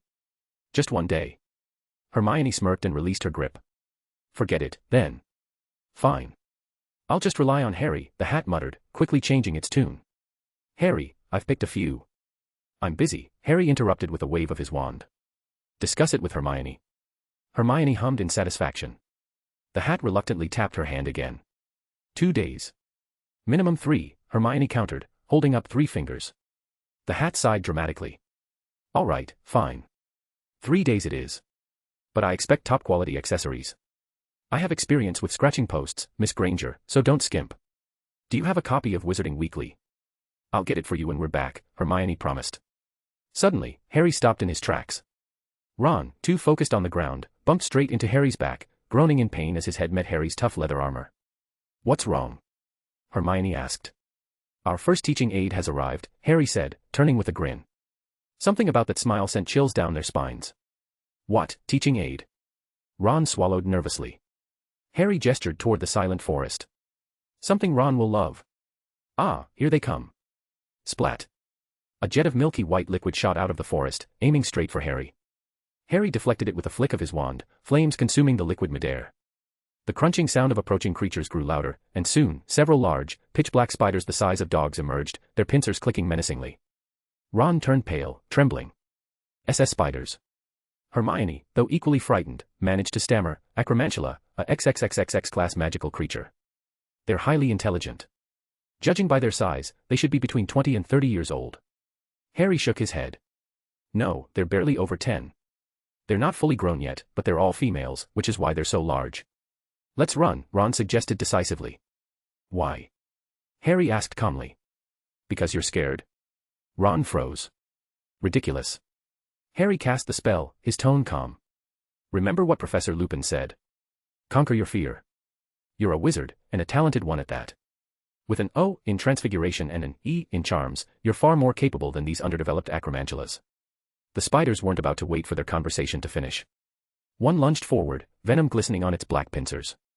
Boom. Harry blasted it away with a spell. See? They're easy to deal with. You can handle 3 of my spells, but they can't even take 1. You're much stronger. Ron sighed, exasperated. Harry, I know you mean well, but maybe skip the pep talks next time. With renewed determination, he cast a spell. Vines sprouted and ensnared a spider sneaking up on Harry, twisting until it tore the creature apart. Hermione joined in, casting Petrificus Totalis. However, the spider's natural resistance to magic meant her spells were less effective. Switching tactics, she used transfiguration instead. Yet the true danger of acromantulas lay not just in their XXXXX classification but in their overwhelming numbers. For every spider defeated, 10 or 20 more emerged from the shadows. As Ron and Hermione adapted, their spells grew faster and more precise. But no matter how quickly they dispatched the spiders, they couldn't keep up with the flood of reinforcements. Before long, they were surrounded. Exhausted and nearly out of magical energy, the forest floor was littered with acromantula corpses. Harry, I'm done, Hermione panted, her face flushed. I can't go on. Ron wasn't faring much better, though he had slightly more stamina left. Harry nodded, still smiling. He waved his wand. A fallen tree twisted and transformed into a massive serpent. With another tap of his wand, a small pinch of white powder flew from the sorting hat onto the snake. The scent spread, carried by the wind. The reaction was immediate. The spiders scattered, fleeing in terror. In moments, the area was cleared. Lesson 1 for today, Harry said, watching his 2 wide-eyed companions. Sometimes, the best solution isn't magic. Your brain is a powerful tool. Hermione's voice was dry. Oh, right. Basilisks are acromantula's natural enemies. You even gave us each a pouch of basilisk powder. Power Stones. For 20 advanced chapters, patreon.com/michaeltranslates. Chapter 113, The First Time. With a wave of his wand, Harry transformed the giant serpent back into the fallen log it once was, and the basilisk powder returned neatly to the sorting hat. These supplies are not meant to be carried around as extra weight, Harry patiently explained. You two looked great using magic to handle those spiders. But you need to think beyond just one fight. This is the Forbidden Forest, it's dangerous. After the acromantulas, who knows what other creatures might appear. You need to conserve your energy for potential follow-up attacks. Both Ron and Hermione nodded obediently. If there's an easier solution, always use it. Harry transfigured 2 scraps of parchment into small knives, floating one over to Ron. And always remember what you're carrying with you. Ron caught the knife with a puzzled expression. Harry, what's this for? Acromantula venom dries up quickly after they die, Harry explained, walking over to one of the spider corpses. He donned a pair of dragon hide gloves from the sorting hat and took out an empty glass vial. Be sure to protect yourself. Their venom is highly toxic. Watch my movements closely, cut open the head from the top, locate the venom sac, and pierce it carefully from below to collect the venom. As he spoke, he demonstrated the technique, collecting a small amount of deep purple liquid that pooled at the bottom of the vial. I made sure you both packed gloves and vials. Now get to it, but take your time, there's no rush, Harry instructed, turning to Ron. If you do get poisoned, I have antidotes ready. Ron hesitated, his revulsion for spiders evident in his grimace. Harry, do I have to touch these things? 1 pint of acromantula venom sells for 100 galleons, Hermione said in an airy tone, her words laced with subtle encouragement. Ron froze. After a cough and a moment of deliberation, he reluctantly pulled on his gloves and approached the nearest spider carcass. I suppose I should overcome my fear a little more. It's a great opportunity for personal growth. Despite his unease, Ron managed to collect the first vial of venom. As he moved to the next spider, he paused and looked back at Harry. What happens to all this venom? It's your and Hermione's spoils of war, Harry replied without hesitation. Since I handled the final phase and drove off the swarm, I'll take 1/10 of what I collect. The rest is yours to split evenly. Ron's jaw hung open, his thoughts swimming with images of glittering galleons. Half the total. Even if they only managed a pint, that would be 50 galleons. Motivated by the promise of gold, Ron worked faster and more efficiently. An hour later, they had processed all the spider corpses. Why is there so little? Ron stared at the combined yield of 2 vials, still far from a pint, and felt a twinge of disappointment. Harry shrugged. It can't be helped. If you want more, you'll need to capture a live acromantula for milking. 1 adult can produce about a pint of venom. Ron's eyes sparkled at the suggestion, and the spider carcasses on the ground suddenly seemed far less repulsive. Harry levitated a 3rd glass vial, carefully measured out 1/10 of the venom, and distributed the rest evenly between Ron and Hermione. This should be worth about 20 galleons, Ron muttered, clutching his vial carefully before hesitating. He then walked over to Harry and slipped the vial into the sorting hat. The hat let out a resigned sigh, as though it had grown used to being used for such purposes. It's probably worth a little more, Harry noted. We'll measure it properly when we get back. Planning to sell it to me? Ron hesitated, then watched as Hermione deposited her own vial into the hat. Gritting his teeth, he made up his mind. No, I'm giving it to you. I mean, I'm hopeless in potions anyway, and keeping someone else's spoils is a bad habit, Harry interrupted firmly. And besides, this is your first time. It deserves a good price. Ron spread his hands. Fine, half price. With a pained expression, he added, don't argue, I've learned so much from you, Harry. That knowledge is worth far more than this venom. Harry smiled and nodded in agreement. They stayed in the Forbidden Forest until dusk, even stopping for a quick lunch. Several unfortunate rabbits ended up as a delicious outdoor meal. To Ron and Hermione's astonishment, Harry managed to pull cumin, chili powder, and salt out of the sorting hat. As they left the forest, Ron and Hermione had barely begun reflecting on their eventful day when they ran into Hagrid. Harry! And Ron and Hermione. Hagrid called out in surprise. He was struggling to lead a Thestral back to his cabin, likely negotiating with it to have its herd participate in his next lesson for the 5th years. What's this, Hagrid? Ron asked, raising an eyebrow. Wrestling with thin air? Thestrals, right. Hermione guessed, recalling the unique invisible creatures vividly. Clever as ever, Hermione. In class, I'd give you points for that. But what brings you 3 out here? Ron cut him off, pulling a half-eaten roasted rabbit leg from his pocket and handing it to him. We roasted this ourselves. Want a taste? Hagrid popped the offering into his mouth, bones and all, chewing noisily. Tasty. But what brings you? Are Thestrals next on our lesson plan? Hermione interrupted, her curiosity piqued. Most students can't even see them, right? Hagrid shook his head. No, they're for the 5th years. There are other ways to observe them. You know, he began, launching into one of his tangents, Thestrals are fascinating creatures. Before he could fully dive into lecture mode, Harry cut in. Hagrid, we need to get back to the castle for dinner. Hagrid nodded reluctantly. Oh, all right. See you in Monday's class. The 3 waved politely and continued on their way.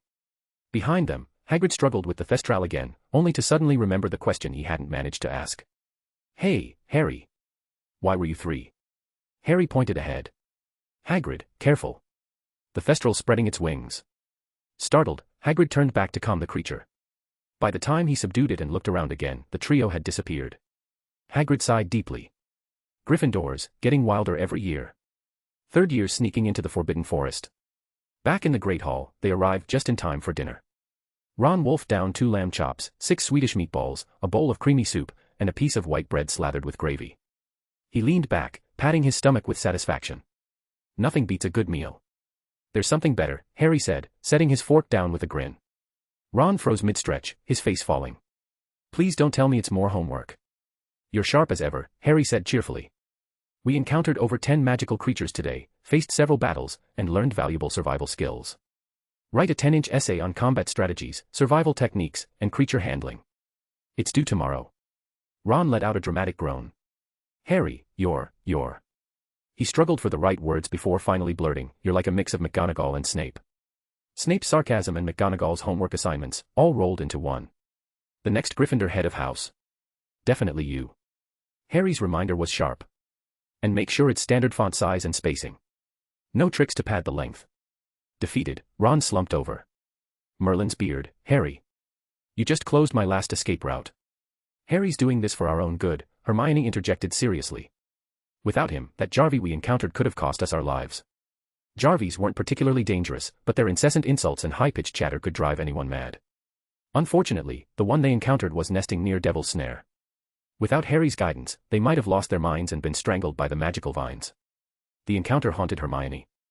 I know, Ron muttered, saluting mockingly. I'll diligently complete Professor Potter's assignment.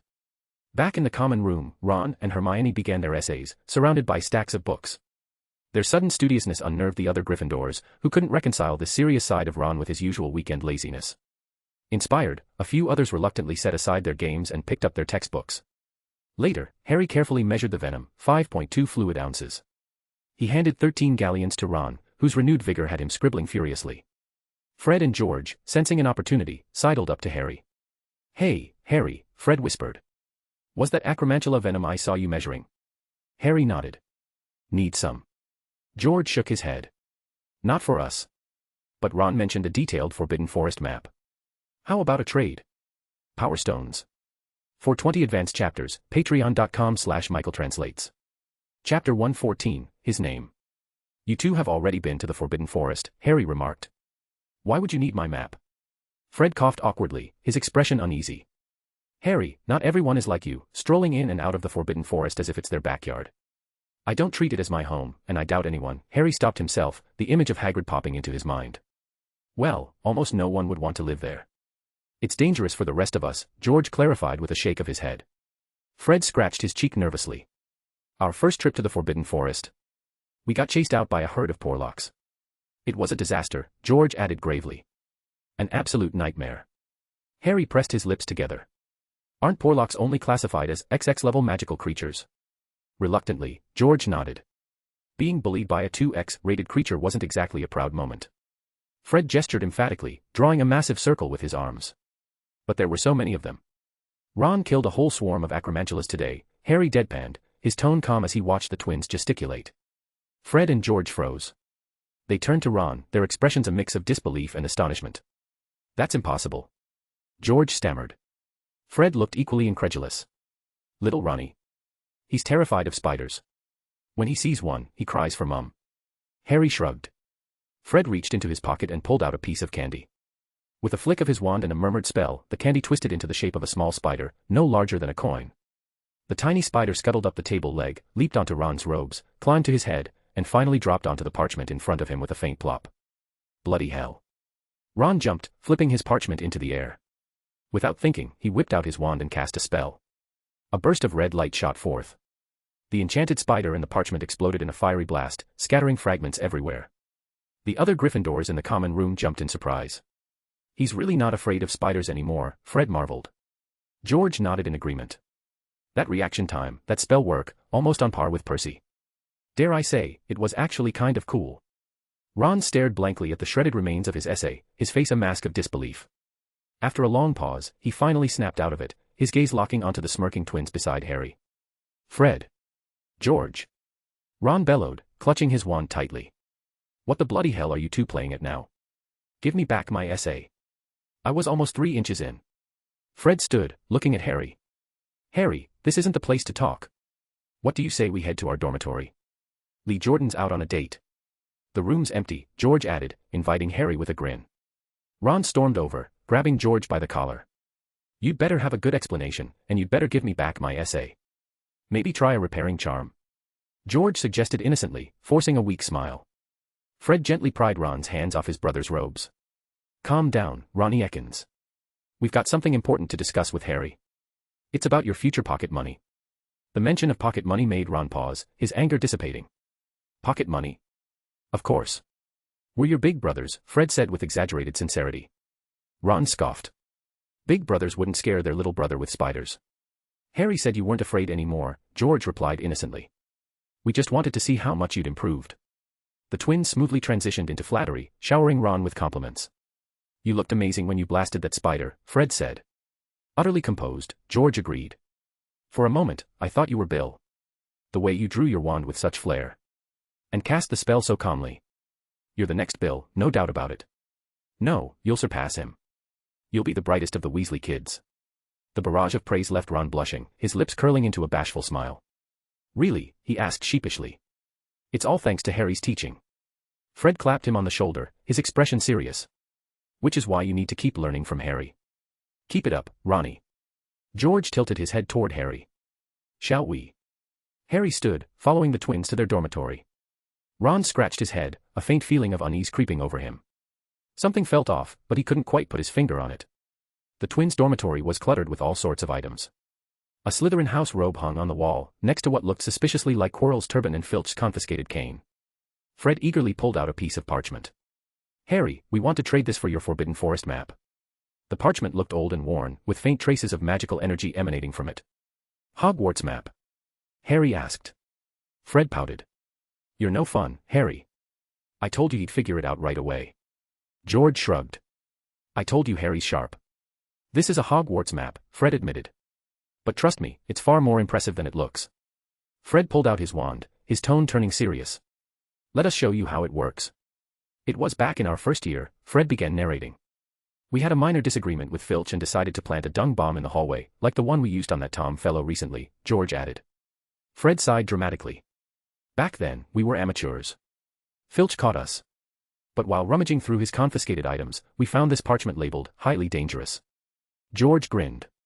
"Naturally, being Gryffindors, we couldn't resist. Fred tossed another dung bomb to distract Filch, and I swiped the parchment. It took us half a term to figure out how to use it," Fred continued, his wand hovering over the parchment. "But once we did, it was magical." With a solemn voice, he declared, "I solemnly swear that I am up to no good." A surge of magic flowed from his wand, connecting with the parchment. Fine lines of ink spread across the page, forming a detailed map of Hogwarts, including the grounds and Quidditch pitch. At the top of the map, green ink spelled out in elegant script: Moony, Wormtail, Padfoot, and Prongs. Purveyors of aids to magical mischief makers. Proudly present. The Marauder's map. Harry stared at it in awe. This wasn't just a map. It showed the current positions of people within the castle, represented by labeled dots. Dumbledore was in his office, stationary. McGonagall was briskly moving toward the Great Hall. Inside the hall, a crowd of Gryffindors and Slytherins mingled. Even pets and ghosts appeared. Filch was patrolling. Mrs. Norris, Crookshanks, and Hedwig were huddled together in an unused classroom on the 4th floor.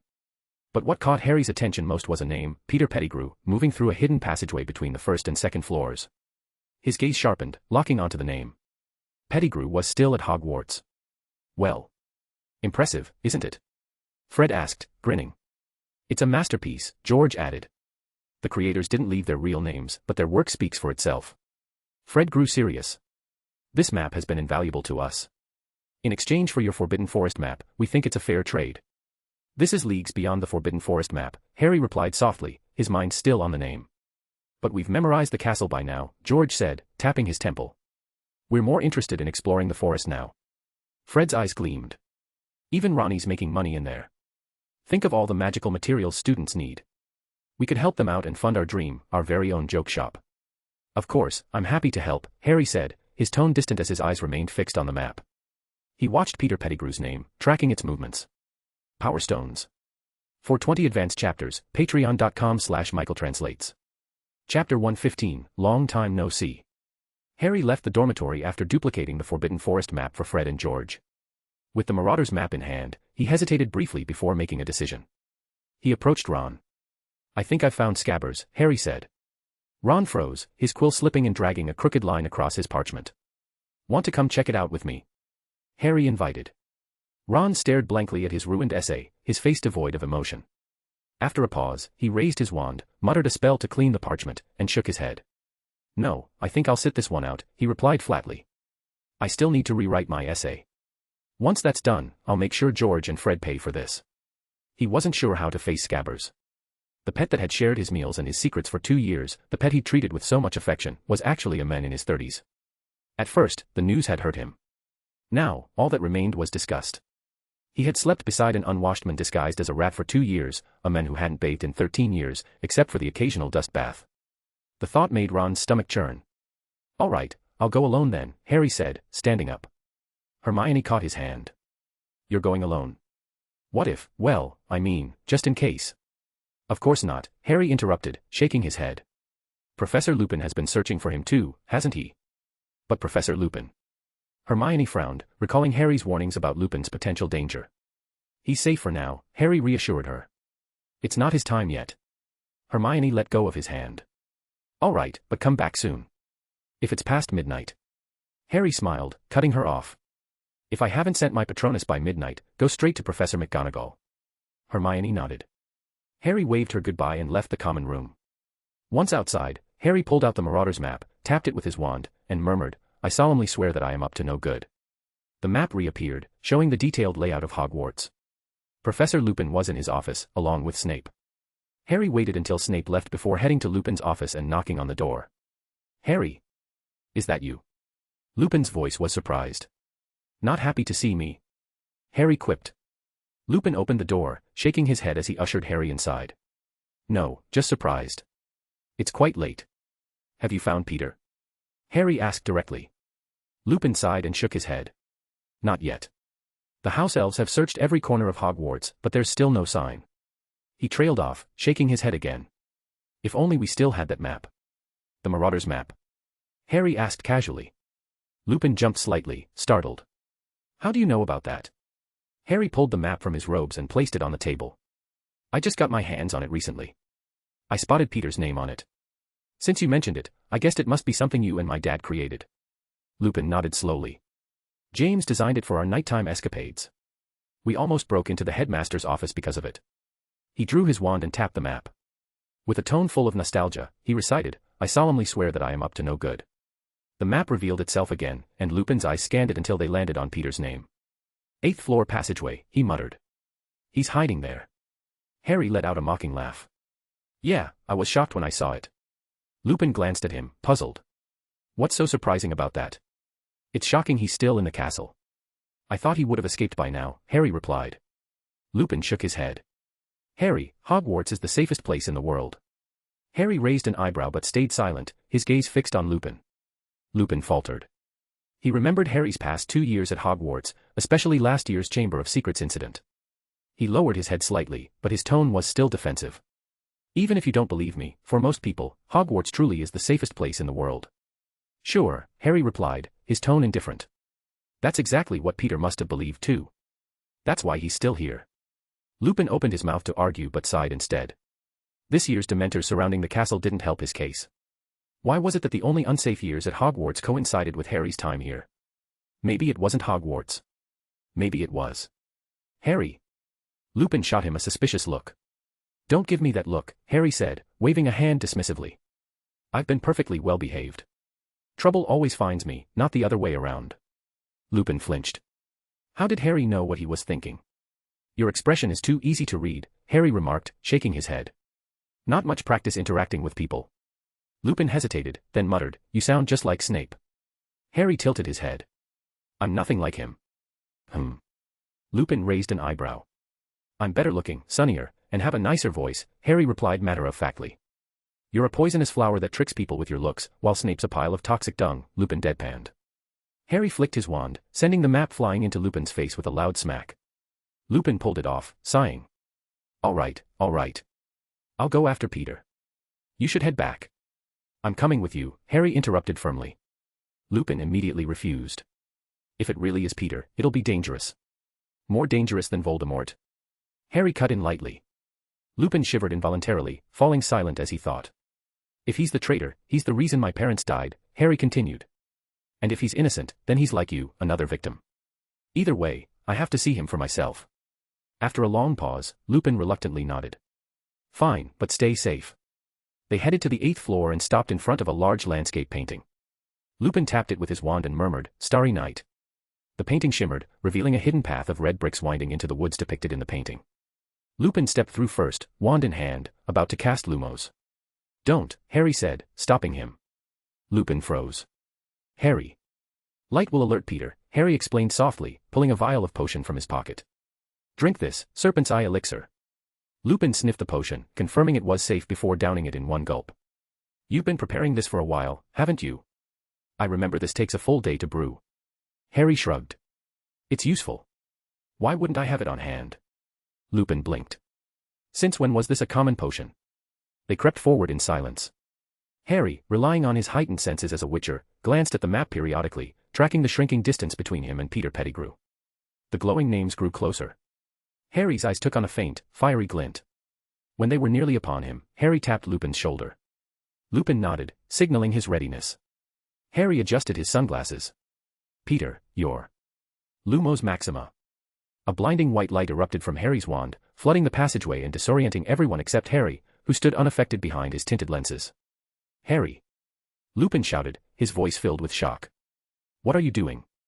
In the distance, a rat's angry squeaks echoed, its tone almost like a string of curses. Aren't we attacking together? Harry asked innocently. Professor, what are you doing? He's about to get away. While Lupin scrambled to recover, Harry flicked his wand. His robes transformed into a rope that shot out, binding the stunned, disoriented rat tightly. Put out the light. Lupin barked. Harry extinguished the spell with a casual nox. Lupin rubbed his eyes, muttering darkly as his vision returned. Just a regular Lumos this time, Harry offered cheerfully, casting a soft glow. Lupin flinched, ducking reflexively. It's fine, normal light, Harry reassured him, stifling a laugh. Lupin glared at him. Harry, you can't use Lumos like that. Harry shrugged, unapologetic. That's what the sunglasses were for. I didn't have any. Lupin snapped. Figured you'd understand the plan, Harry said, feigning innocence. Lupin sighed. It's my fault. We should have coordinated beforehand. He turned to the bound rat.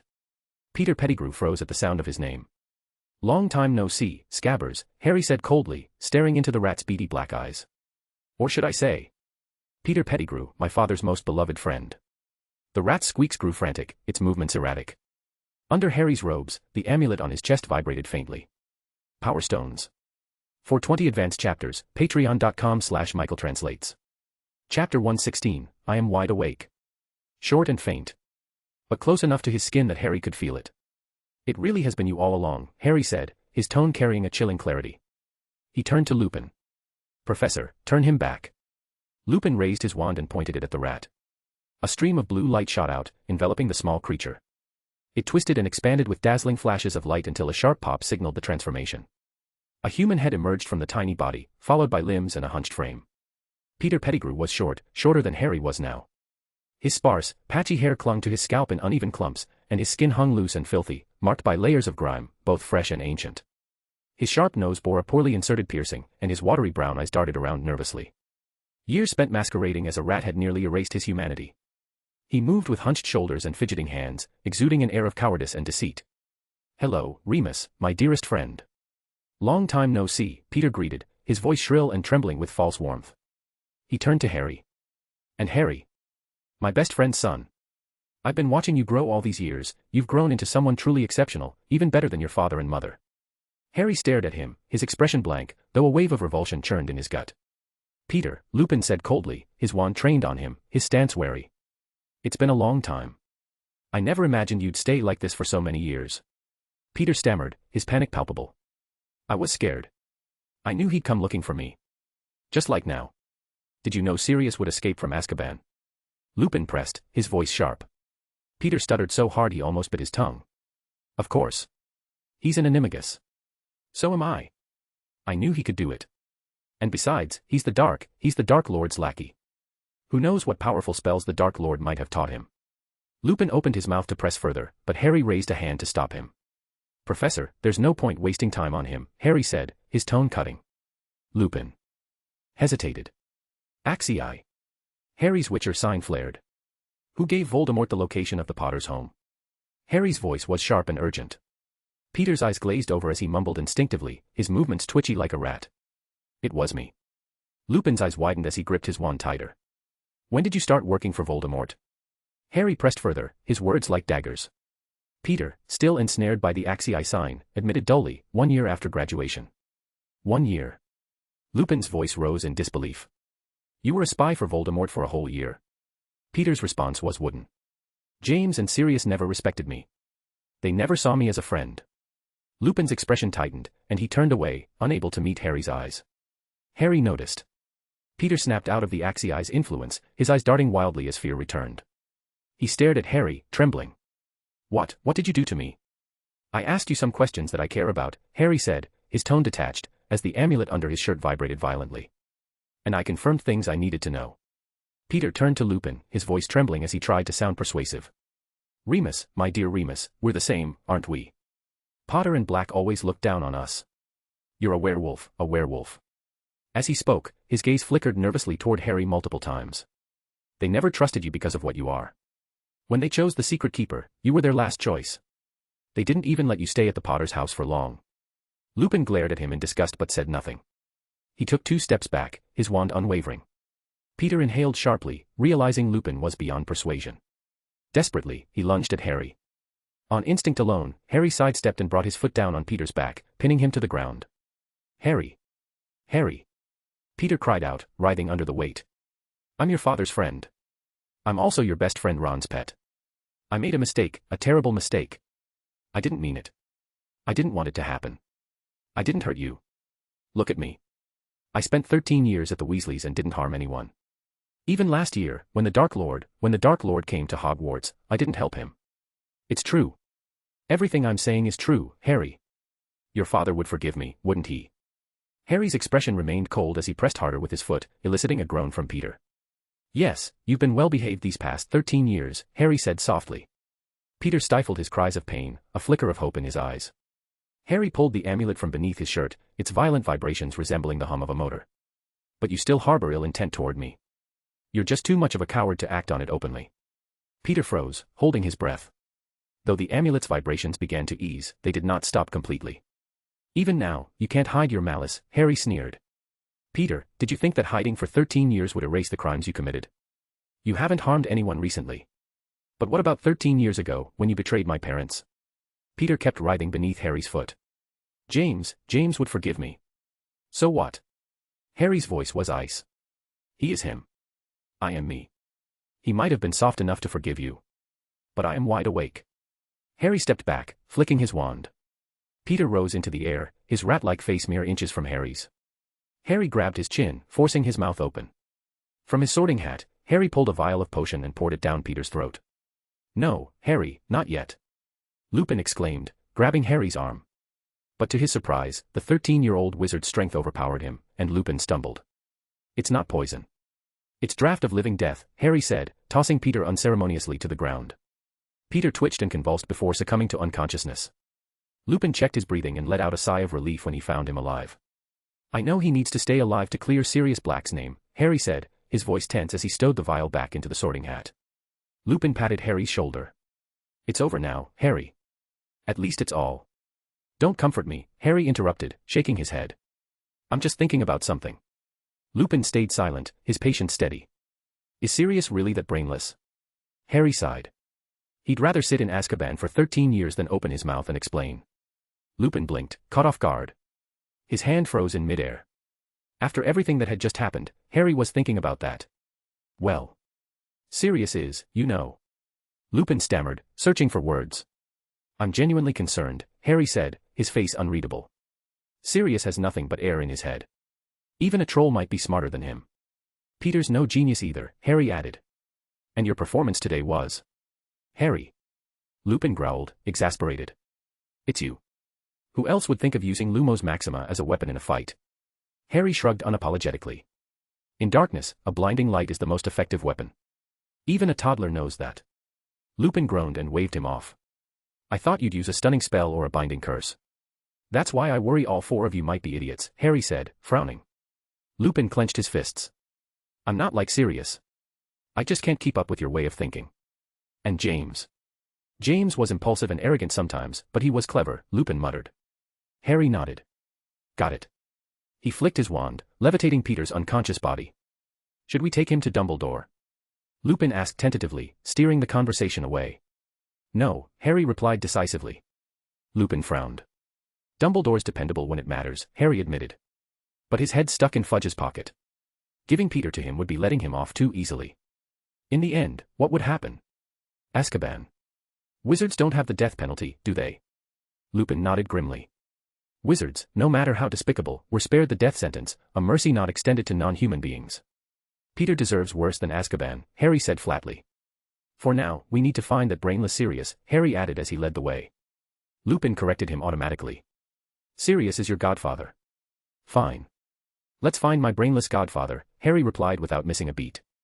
At the tunnel's entrance, Harry stopped and dropped Peter on the ground. Professor, could you secure him? Lupin obliged, conjuring ropes to bind Peter tightly before sealing him in a sack. As they prepared to leave, Harry's voice softened. Professor Lupin.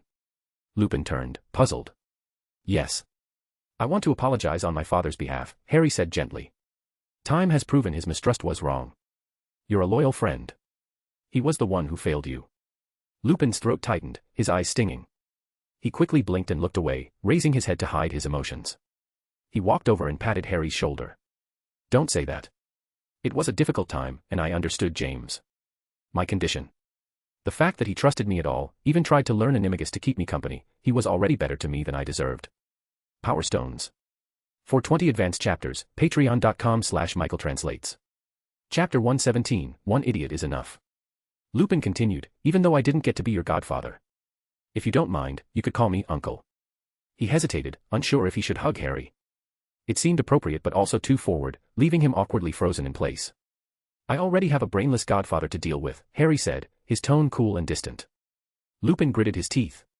Hey, I said I just couldn't keep up with your logic.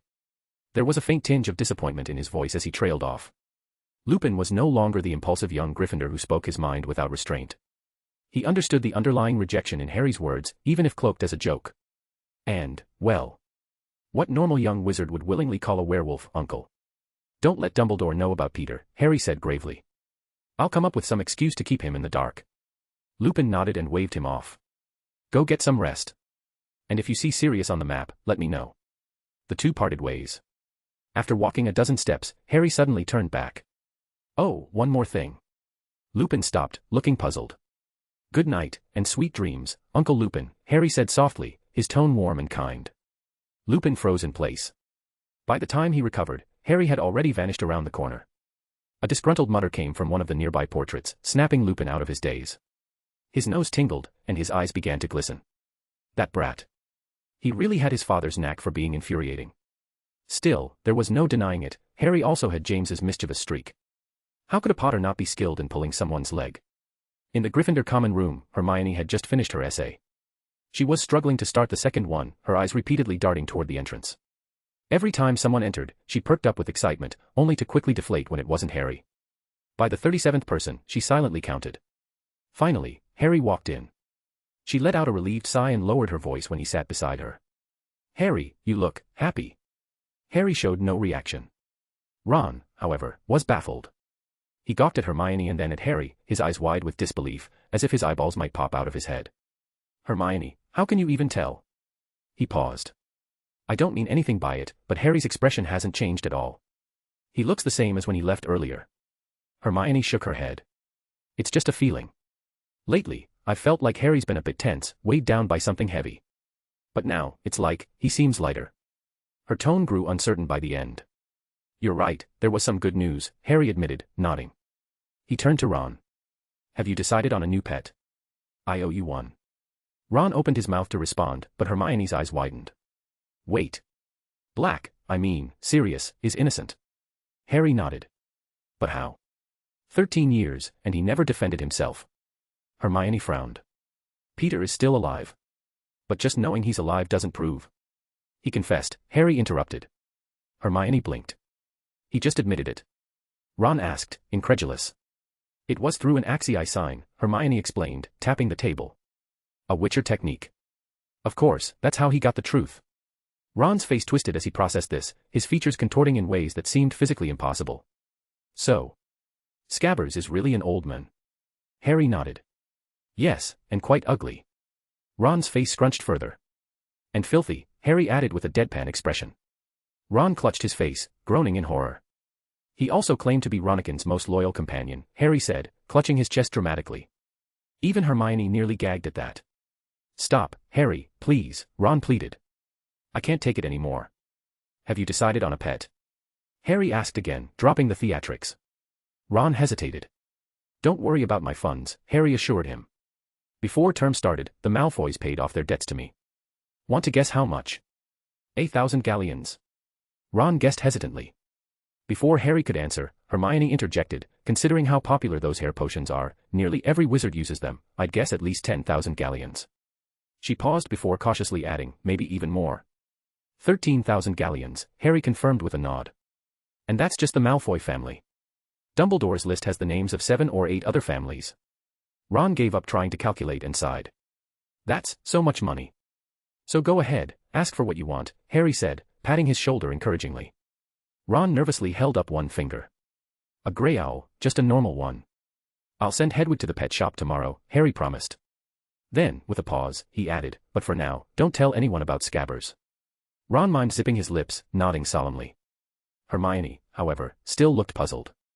Harry, I still don't understand. If Sirius is innocent, why would he stay in Azkaban for 13 years? Harry's face remained stoic. I confirmed it with Uncle Lupin, he's probably just stupid. Hermione froze, clearly not expecting that explanation. That kind of stupidity isn't ordinary, Harry continued. Maybe we can't fully comprehend it. Lupin was his classmate, so he'd know, but no sane person could describe that level of idiocy. Hermione sighed, though her gaze flickered with curiosity. Harry had just casually called Lupin uncle twice in a row. Was that why Harry seemed a bit happier tonight?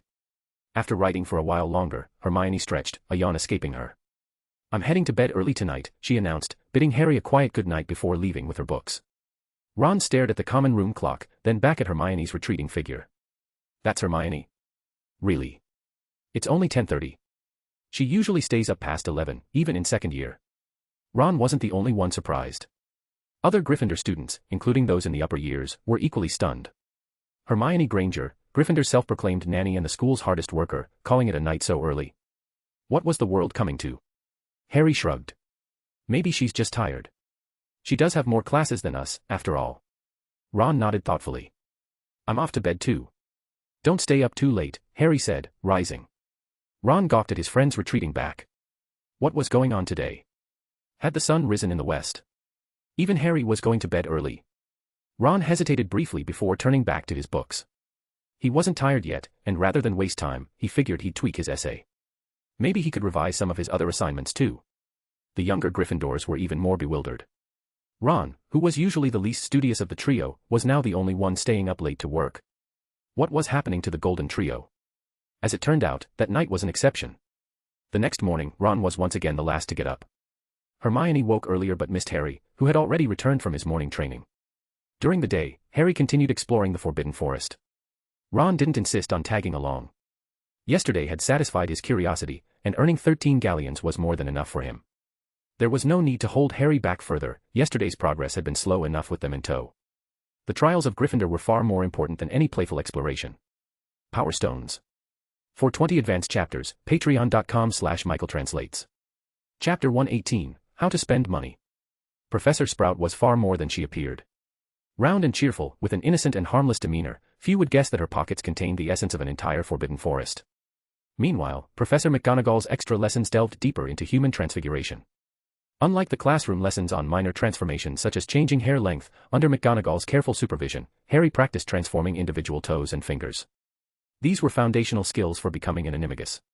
But compared to his progress in other detentions, Harry's advancement with the Patronus charm was nearly non-existent. Dumbledore kept emphasizing concepts like belief, emotion, and love, speaking with such heartfelt conviction that his face seemed to glow with bubbles of blissful sentiment. It left Harry feeling troubled. He didn't lack emotions or love, otherwise, he wouldn't have been able to summon a Patronus at all. But he found it challenging to fully grasp such abstract and idealistic notions, especially since emotions couldn't be physically sensed or measured. By October, Harry's schedule became even more packed, as did Hermione's. Her classes and assignments far outstripped those of any other student. Even after Ron's newfound diligence, he still couldn't compete with the other two, leaving him often appearing idle and carefree, despite the fact that Gryffindor's shared reference homework had grown from 2 sources to 3. Quidditch practice also resumed this month. Last year's season had been cut short due to the basilisk attacks, much to Oliver Wood's fury. That had been Gryffindor's best chance in years. This year, however, the team faced new challenges, with 2 chasers graduating at the end of the year. Fortunately, they still had Harry, a huge advantage. Wood threw himself into planning, determined to win the Quidditch Cup this year. But his meticulous training schedule was repeatedly disrupted by Harry's detentions and the Gryffindor trials. It drove him mad. Why was this young lion so busy? While the third-year students struggled under the weight of their additional classes, a glimmer of hope arrived to brighten their spirits. The first Hogsmeade weekend was announced, scheduled for the weekend before Halloween. Unlike Diagon Alley, Hogsmeade was an entirely magical village, a novel experience for many students. Even Ron, a pureblood wizard, had never visited before. In the past, Ron would have been both excited and anxious about spending money. But times had changed. Now, he was flush with cash. Excitedly, he rushed over to Fred and George, shaking his coin pouch to create a cheerful jingle of gold coins clinking together. "George, Fred, need a loan?" he asked, spreading his palm wide in a gesture of generosity. His tone was earnest, though he couldn't resist naming his price. "I'll lend you 5 galleons, just pay me back 6. Fred and George exchanged a pitying look, their faces filled with mock sympathy. Ron paused, confused. What's with those expressions? Dear little Ronnykins, you've been so focused on studying lately, George said, patting Ron on the shoulder, that you've clearly missed some things happening around you. Fred opened his robes, revealing a heavy coin pouch that clinked with every movement. It was clearly fuller than Ron's. He lowered his voice conspiratorially as he said, "We've actually been making quite a lot of money." He shook the pouch, letting its weight speak for itself. 3 galleons, 16 sickles, and 22 nuts. George chimed in, basically 4 galleons. Fred grinned. Our grand plan has officially begun. And this Christmas, we're getting Ginny a new hair clip, George added. Fred nodded. We're even planning to replace Scabbers with a new pet for you. Ron averted his gaze, visibly uncomfortable. But the pet will have to wait until next year, George sighed. There aren't many hard-working kids like you at Hogwarts. Ron's discomfort deepened. Why did that sound like an insult? Well, we've got a meeting with Hufflepuff. See you later, dear little Ron, Fred said, ruffling his hair. And if you'd like to lend us 5 galleons but only ask for 4 back, George teased, we'd be happy to borrow from you. Dream on. Ron huffed, stomping his foot as the twins laughed and walked off. They were busy. Aside from Slytherin, students from the other 3 houses made up a large portion of their customers. Ron returned to the table, muttering, what's gotten into Fred and George? Why are they suddenly so rich? He even suspected that his family had won some sort of prize and sent everyone extra pocket money, except for him, of course. It's the Forbidden Forest, Harry reminded him. They bought my map of it. Ron's thoughts turned to the bottle of acromantula venom they'd collected, and he felt a pang of jealousy. They're getting rich for free. Harry, you should have asked for a cut. It was a fair trade, Harry replied, shaking his head. And honestly, I came out slightly ahead. Ron gaped. But they're making endless galleons. It's not endless, Hermione corrected, shaking her head. They're mostly selling basic potion ingredients and magical creature materials. And they're in their 5th year, they'll graduate in 2 years at most. Ron looked puzzled. Hermione, how do you know all this? I've bought from them, Hermione admitted. Some potion ingredients aren't available in the student supply cabinets, and ordering from outside takes time. Lately, Hedwig's been off gallivanting with Crookshanks, so it's more convenient to buy from them. Ron stared, stunned. How had he not known this? Neville chimed in, it's really convenient. The quality's great too. Just last week, I bought a huge pile of mooncalf dung from them, so fresh. Oh, no. Ron interrupted, horrified. Why would you buy that stuff? Neville blushed. For fertilizer, Hermione explained. Mooncalf dung is excellent fertilizer. Harry sighed. I wanted to buy some too, but the Sorting Hat refused. Don't even think about it, the Sorting Hat protested loudly, practically leaping with indignation. I know you too well, Harry. Don't you dare stuff that filth inside me. Never. I'd rather jump off the tower and shatter into a million pieces. You're a hat. You can't die from a fall, Harry pointed out. I'm just expressing my determination, the Sorting Hat snapped, furious. Neville earnestly tried to educate the hat about the merits of mooncalf dung, while Harry handed it over to Neville, letting them argue among themselves. Ron gulped, unable to comprehend how Neville could be so nonchalant about such things. Finally, the day arrived. After Professor McGonagall carefully checked their signed permission forms, the 3rd years were allowed to leave Hogwarts for Hogsmeade. Late October had yet to bring snow, but the air carried the crisp chill of winter. Unlike his first visit, Harry now had both the time and mood to leisurely explore the village, mostly to accompany Ron. 13 galleons had felt like a fortune to Ron, but by the end of the day, he realized just how much it truly was. They wandered through Hogsmeade, buying gifts for every family member, including Fred and George, and still hadn't spent more than 5 galleons. At the 3 broomsticks, Ron even treated Harry and Hermione to drinks. Sitting by the window, Ron eyed the glass of Irish whiskey in Harry's hand, then looked at his own butterbeer. He hesitated. Should he order something more mature to look like an adult? You're not old enough to drink, Harry said, seeing through him. Percy would lecture me all night if he found out. Power Stones. For 20 advanced chapters, patreon.com/michaeltranslates. Chapter 119, Dumbledore, I'm dead. Ron protested indignantly, defending himself, Fred and George were drinking with you in 3rd year. And they had such a big bottle. He spread his arms dramatically, exaggerating the size. But they don't fear Percy, Harry replied calmly. If you're brave enough to talk back to Percy, it won't be a problem. Ron shrank back, saying nothing. His body language said it all. He wasn't reckless like Fred and George. The 3 broomsticks gradually filled with more young wizards, most of them older students, often paired up in couples. After finishing their drinks, Harry, Ron, and Hermione headed back to the castle. Even Ron felt staying in the pub for too long was a waste of time. Better to spend that time studying. That day was a festive one for the Hogwarts students. A bustling day of shopping in Hogsmeade was capped off with the much-anticipated Halloween feast in the evening. It seemed Dumbledore had gone out of his way to compensate for the frightful events of the previous year. This year, he had invited a ghostly band to perform during the feast. Their music began even before dinner, but their syrupy melodies left much to be desired. Neville frowned. The festive atmosphere reminded him of last Halloween, a harbinger of misfortune. Harry and his friends arrived just in time for the feast. As soon as they entered the Great Hall, Hermione frowned, noticing the overly exuberant ghost band in one corner. Who invited them? She asked, clearly unimpressed. She paused, then added, their style is excessively avant-garde. Who else but Dumbledore? Harry replied, glancing at the staff table. Sure enough, Dumbledore was grinning the widest, clearly enchanted by the music. He tapped his fingers in time with the beat, completely absorbed. Hermione groaned, massaging her temples. Ron mumbled, I actually think it sounds kind of good. Ron, you need to clean your ears, Fred interjected, walking over just in time to hear him. He sighed dramatically, as though deeply disappointed. You're too old for such poor taste. Ron bristled. What do you mean, poor taste? Normal people wouldn't enjoy this band, George chimed in, nodding in agreement. Ron looked around the hall, then pointed to Sir Nicholas, the resident Gryffindor ghost. He seems to be enjoying it. He's a ghost, Fred said flatly. Ron craned his neck and pointed to the staff table. Before he could speak, George preempted him, that's Dumbledore. You know. In many people's eyes, Dumbledore had always been a little eccentric. Ron pursed his lips, suddenly questioning his own judgment. Harry, we've got big news. Fred grabbed Harry and sat him down at the long table. Guess who we ran into in Hogsmeade? Fred's face was alight with excitement. Harry ventured a guess, a major customer. George shook his head. Nope. Guess again. You found a steady supplier? Harry tried once more. Fred still shook his head. Wrong again. Harry gave up.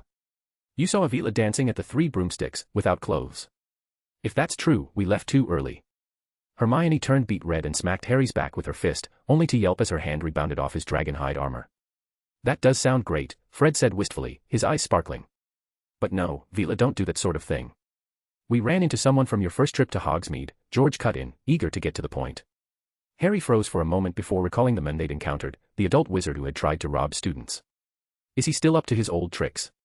Harry asked, surprised. Didn't he lose his hand? Fred shook his head. Of course not. He's begging in Hogsmeade now, but he recognized us. He showed up while we were buying supplies, George continued in a hushed tone, his expression serious. He even called for backup, trying to get revenge. It was a really dangerous situation. Fred added dramatically. We nearly lost all our money and materials, George said gravely. Guess what happened next? Fred asked. Harry feigned indifference. A group of Vila, unclothed, showed up. Fred cut him off. No, Harry. Not while Hermione's here. Hermione shot them all a withering glare. We wish that had happened. George exclaimed, slapping the table. But instead, a black dog saved us. It leapt out of nowhere and bit that guy's hand, Fred recounted, his eyes gleaming. It even snatched his wand. It was amazing, George said, his voice full of admiration. The dog only attacked the bad guys. And after doing a good deed, it even tugged on our robes, asking for food as a reward. A black dog. Harry interrupted. A pure black one. Exactly, George confirmed. We wanted to take it in as a pet, but it wouldn't let us. It ran off with its food. Harry sighed. What's wrong with you Weasleys? George and Fred looked momentarily confused. Ron turned away awkwardly, biting into a lamb chop to avoid the conversation. Harry pulled the Marauder's map from the sorting hat and spread it out on his lap. I solemnly swear I am up to no good, he murmured, tapping the map with his wand. The map unfurled, names filling the parchment. But Sirius Black wasn't among them. Lupin's name was also absent, though Peter Pettigrew remained stationary in Lupin's office. What's wrong? Fred asked curiously. Nothing, Harry replied, shaking his head. I was just checking if Snape or Lupin were here. It feels odd that they're missing. Fred and George perked up immediately, leaning in to inspect the map. Their initial enthusiasm quickly waned. Snape isn't here. Neither is Lupin. Do you think they went to Hogsmeade to fight? Fred speculated. No, Snape isn't the type to fight like that, George countered. He'd poison his opponent instead, much more elegant. But Lupin's an excellent defense against the dark arts professor, not like Lockhart, Fred argued. He'd see through any tricks. The conversation sparked a lively debate among the students, with Gryffindors and Ravenclaws alike joining in. The Ravenclaws analyzed the situation logically, considering potions, spells, and tactics, while the Gryffindors relied purely on intuition and bravado. That black dog, was it black? Hermione whispered to Harry. Harry nodded. Good thing he's innocent, Hermione mused. Otherwise, the Weasleys might have been in real trouble. Ron, still chewing on his lamb chop, leaned closer. Harry, if Snape and Lupin really fought, who'd win? Snape, Harry answered without hesitation. Lupin's good, but he's still not as strong. Ron looked disappointed. He'd been rooting for Lupin. Do you think Lupin's out looking for Black? Hermione asked, her voice hushed. Harry shook his head, glancing at the moonlight streaming through the windows. Not likely. We probably won't see him for a while. Hermione nodded thoughtfully, nibbling on a piece of bread. Halloween night was lively. The Hufflepuffs were emboldened, with first and second years sporting bizarre outfits courtesy of their older peers. Even a Hufflepuff ghost was involved, perched atop a student's head. The younger students ran to the staff table, shouting, "Trick or treat." The professors indulged them with sweets, creating a cheerful atmosphere, until Dumbledore offered a jar of cockroach clusters. The students scattered like frightened birds. The Gryffindors, however, skipped the treat phase and went straight to tricks. They set off fireworks purchased from Fred and George, which exploded into bursts of tomato sauce. One firework even hit Dumbledore, who dramatically clutched his chest and collapsed into his chair, playing dead. By curfew, the festivities wound down. Professor McGonagall herded the students back to their dormitories, though the Gryffindors sang loudly all the way back. But when they reached the entrance to the Gryffindor common room, a crowd had gathered. Percy pushed through, frowning. What's going on? Forgot the password. He paused, then waved his wand.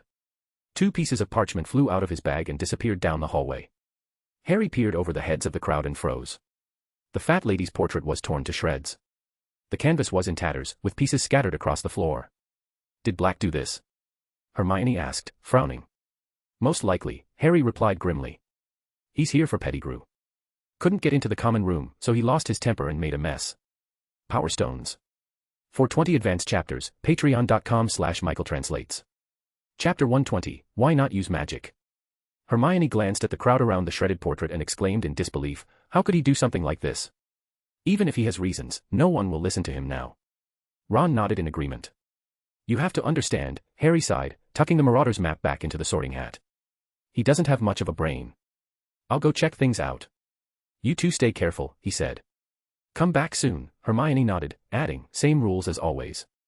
Harry grinned, appreciating her diligence, and left. There were 7 secret passageways between Hogwarts and Hogsmeade. Harry began inspecting them one by one. The first, which Fred and George had shown him during their first trip to Hogsmeade, had completely collapsed. No signs of a large dog forcing its way through. Next was the one behind the humpbacked one-eyed witch statue on the 3rd floor.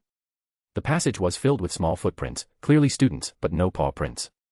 Out of the 6 passageways inside the castle, Harry checked 4 more in turn. None showed any signs of the black dog's presence.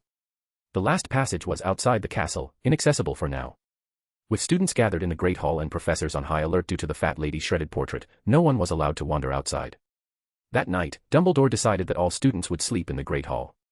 Professors searched tirelessly through the night. The situation was better than last year.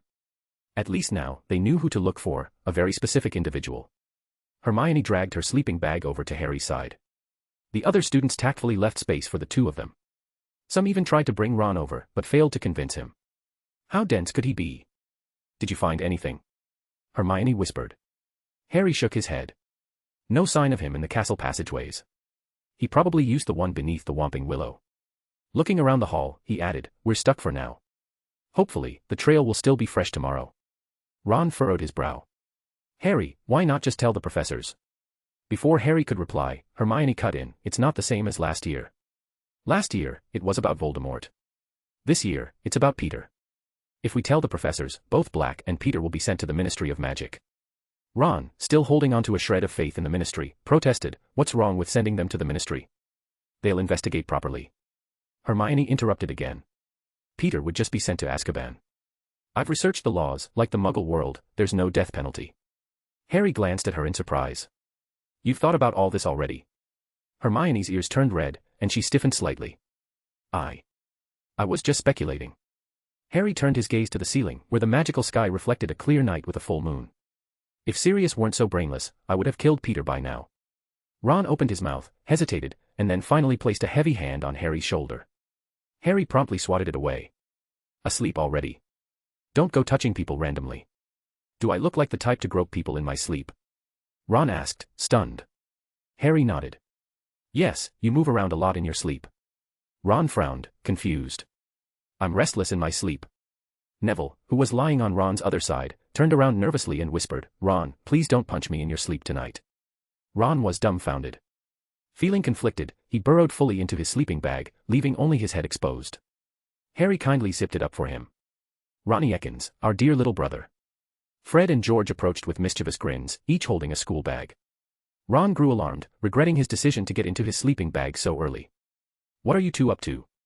A Halloween gift, Fred said softly, crouching beside him. George crouched on the other side, pulling out a quill and some ink. No, Fred. Stop. Ron shouted, struggling, his panic drawing the attention of nearby students and even some professors. The professors, however, didn't intervene. In such tense and fearful times, a bit of harmless mischief to lighten the mood was welcome. Ron was utterly helpless. Completely wrapped in his sleeping bag, he had no way to escape or defend himself. In the end, he stopped struggling, lying there in resigned despair. Fred and George's handiwork was impeccable. By the time they finished, Ron's face bore a detailed caricature of a boy who had just lost a fight with a cat. That night, sleep eluded many. Ron wasn't the only one unable to rest. The hall buzzed with chatter about Sirius Black and how he might have infiltrated the castle. The fat lady had already confirmed it, Black had indeed entered Hogwarts. Despite incidents in previous years, Hogwarts' reputation as the safest place still held weight. The castle's geography was advantageous, with the Black Lake on one side and the Forbidden Forest on the other. The only access points to the outside world were heavily guarded by Dementors. Not to mention, the castle itself was imbued with powerful magic, preventing anyone from operating in or out. So how had Black managed to enter? He wasn't a magical object, after all. The debates continued well into the early hours before dying down. The next day, Percy announced that students could return to the Gryffindor common room that night. Dumbledore had appointed a new guardian for the entrance, while the fat lady recovered from her ordeal. After breakfast, Harry ventured out. The passage beneath the Whomping Willow was tricky, it was well guarded by the tree's thrashing branches. But there was a simple way to subdue it, pressing a knot near the base of its trunk. Harry transformed a nearby rock into a cat with a flick of his wand. The cat darted through the swinging branches, hitting the knot and freezing the tree in place before reverting back to a rock. Approaching the now quiet tree, Harry saw fresh paw prints, clearly left the previous night. He entered the passage. Inside, the paw prints were even clearer. Harry used his wand to raise a layer of dust behind him, erasing his own footprints as he moved. The trail led to a filthy, broken-down house. The furniture was in shambles, windows and doors boarded up with wooden planks. Harry crouched by a nearby chair, examining claw marks on its surface. Werewolf claws. The marks are old, over 10 years. This must be where Lupin transformed when he was at Hogwarts. Looking around, Harry noticed more claw marks on the walls, some of which had been completely gouged through. An uncontrollable werewolf. Harry sighed, feeling a pang of sympathy. Following the paw prints further, he found they ended in the bathroom, near a small hole no higher than his ankle. The splintered wood around the hole was fresh, the color not yet dulled with age. Clearly, it had been made recently. Harry couldn't fit through the hole, so he turned back, carefully concealing his trail before leaving the house. Back in the Gryffindor common room, Hermione handed Harry a cup of hot chocolate. Any luck? She asked.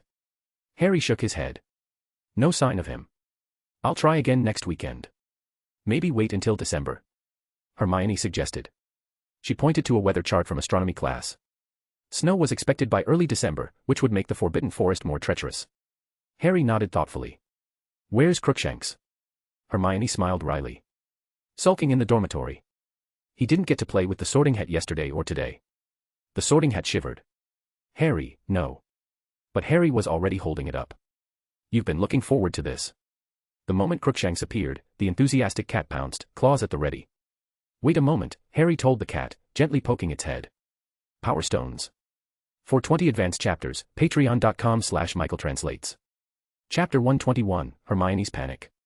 Crookshanks retracted its claws, crouched on the Sorting Hat, and let out an obedient yowl. Do me a favor, Harry said, waving his wand. The parchment on the table twisted and transformed into a palm-sized black dog. If you encounter a black dog like this, notify me immediately. Crookshanks meowed twice in response. Yes, just like last time. 2 pounds of food as a reward, Harry nodded. Crookshanks meowed again, its tone slightly indignant.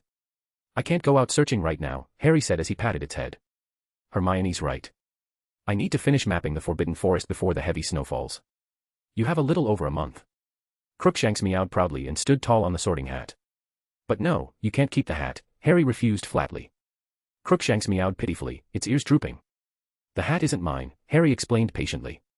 And I keep a lot of my belongings in it. Sometimes I need to use it. How about this? I'll let you play with it on Saturday nights, but that's it, he offered. Reluctantly, Crookshanks agreed, picking up the Sorting Hat in its mouth before hopping off the table. Don't take it out of the common room. If you want to play with Hedwig and the others, call them here, Harry added. Crookshanks paused mid-step, its body stiffening as it turned back to let out a begrudging meow. Then, it leapt through the common room exit. Hermione and Ron stood dumbfounded. When did you learn to speak, cat? Hermione asked, her voice tinged with disbelief. I don't, Harry replied with a shrug. But you. Hermione gestured between Harry and the exit, her words faltering as her cheeks and ears turned red. Did Harry understand cat language? That couldn't be. After all, she had whispered countless secrets to Crookshanks herself. Harry clarified, it's just easy to understand what it's trying to say. Really? You don't speak cat? Hermione asked, narrowing her eyes suspiciously. Truly, Harry replied earnestly, nodding. Though still doubtful, Hermione didn't press further. November arrived, and Harry's schedule grew even busier. Detentions, extra lessons, grueling Quidditch training sessions, and weekends spent exploring the Forbidden Forest to map new routes left little free time. Occasionally, he would encounter the Weasley twins in the forest. They were careful, staying near the edges of the forest and only gathering herbs and materials. Even though they could handle up to 10 acromantulas, they avoided provoking such dangerous creatures. Harry, on the other hand, delved deeper. The Forbidden Forest had changed drastically over the centuries. What once was forest was now swamp.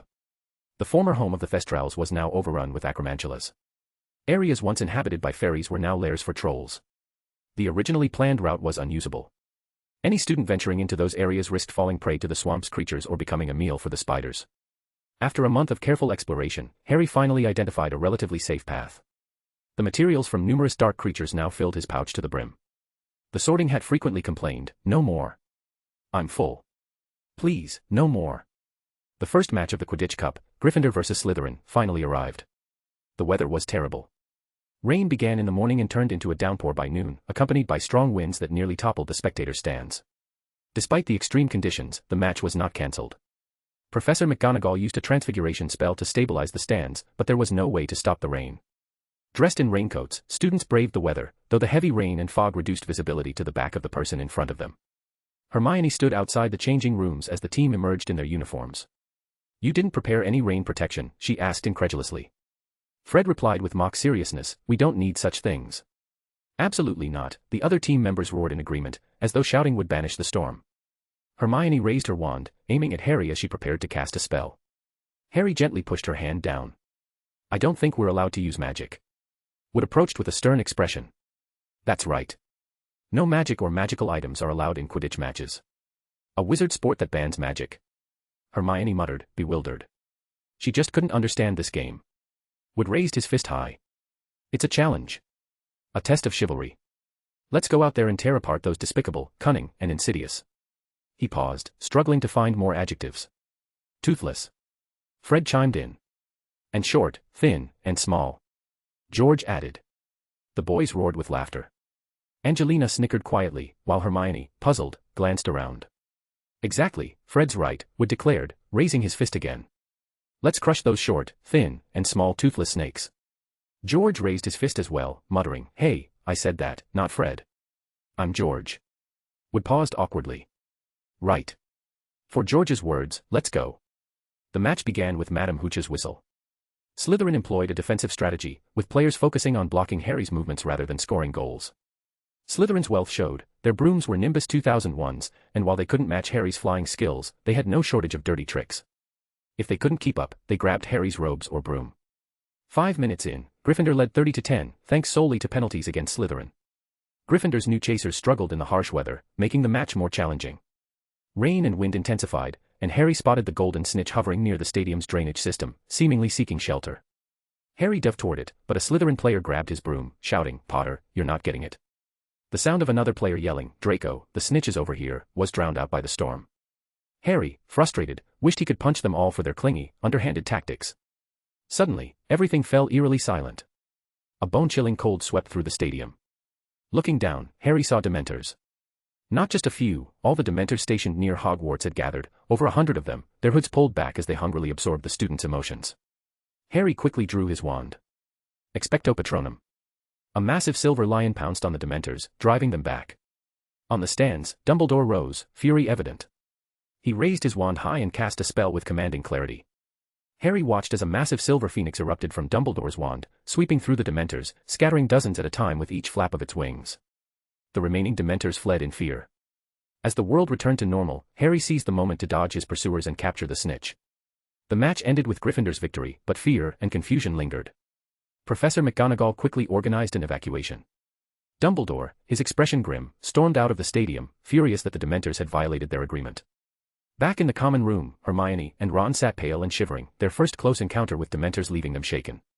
"Harry, are you okay?" Hermione asked, her voice trembling.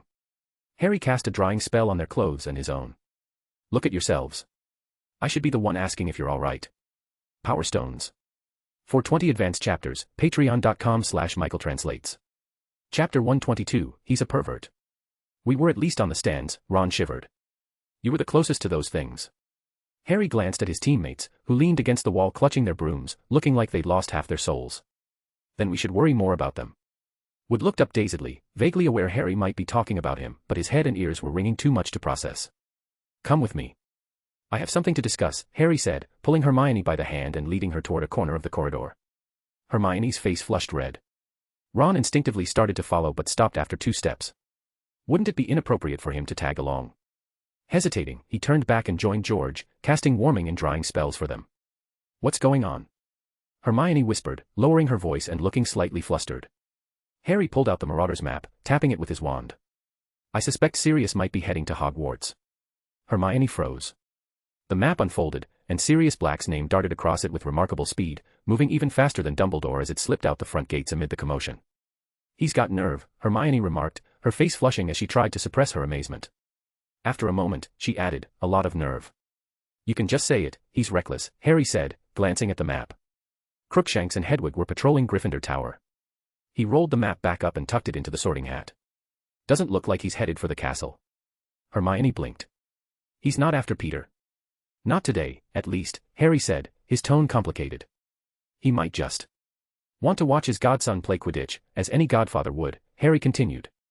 "You know, my dad was an excellent team player, too." Hermione nodded, suddenly understanding Sirius Black's motivations. Taking such a huge risk, Harry muttered, shaking his head. Hermione corrected him earnestly, "No, I think, to him, it was entirely worth it." Harry paused. "He endured Azkaban for 13 years, Hermione said softly. "All for your dad. And for you. Seeing you must give him the strength to keep going." Harry nodded. "I know.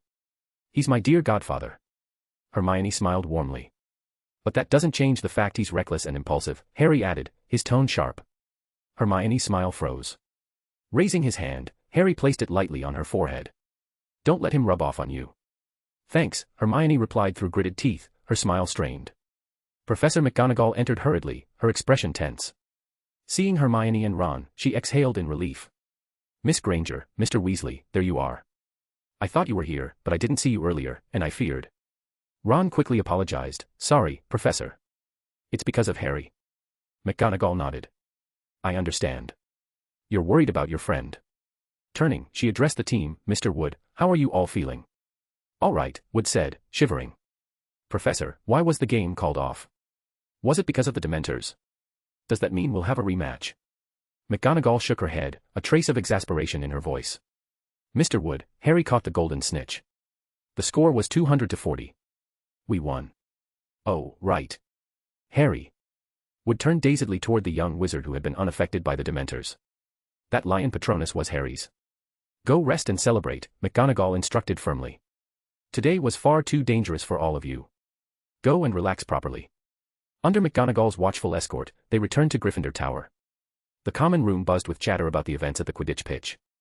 Once George and Fred downed several mugs of hot chocolate and recovered their spirits, they began shouting and laughing boisterously, shifting the conversation away from the unsettling Dementors and back to their victory over Slytherin. Wood reluctantly surrendered several bottles of whiskey, and the Gryffindor students drank heartily into the night. Percy disapproved, muttering that while celebrations were fine, such rowdiness was inappropriate, especially with Sirius Black still on the loose. What if he took the opportunity to raid their den of lions? Despite his complaints, Percy only had 2 drinks before planting himself at the common room entrance, standing guard with tense vigilance. Harry, meanwhile, limited himself to half a bottle before stepping away. As the others grew increasingly tipsy, Percy began carrying them back to their dormitories one by one. Taking advantage of the momentary chaos, Harry, Hermione, and Ron slipped out of the common room and headed toward the abandoned classroom on the 4th floor. The night's dueling lesson began as usual. Before Professor Potter could start, Hermione raised her hand with an urgent question. Can we learn the Patronus charm? Of course, Harry replied, moving to the window and gazing into the stormy night. The Dementors are just outside the school, and they're restless. The rain and wind were so heavy that he could barely see anything, but Harry didn't need a clear view to understand Dumbledore's predicament. The headmaster's restraint, bound by old agreements, made it impossible for him to drive the Dementors away. Ron, recalling the icy terror he'd felt at the pitch, paled once more, his heart clenching. The Patronus charm is straightforward, Harry began, patiently repeating the lessons he'd received from Snape and Dumbledore, breaking them down further and adding his own insights. It's essentially similar to the ridiculous charm, he explained. Emotion is key. Now, close your eyes and recall your happiest memory.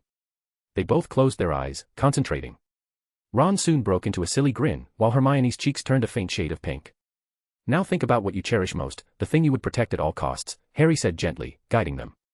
Ron's brow furrowed deeply, while Hermione's expression briefly flickered with panic. All right. Now, say the incantation, expecto patronum, Harry instructed softly. Both spoke the spell simultaneously. Ron's focus wavered, and his wand produced a faint wisp of silvery mist.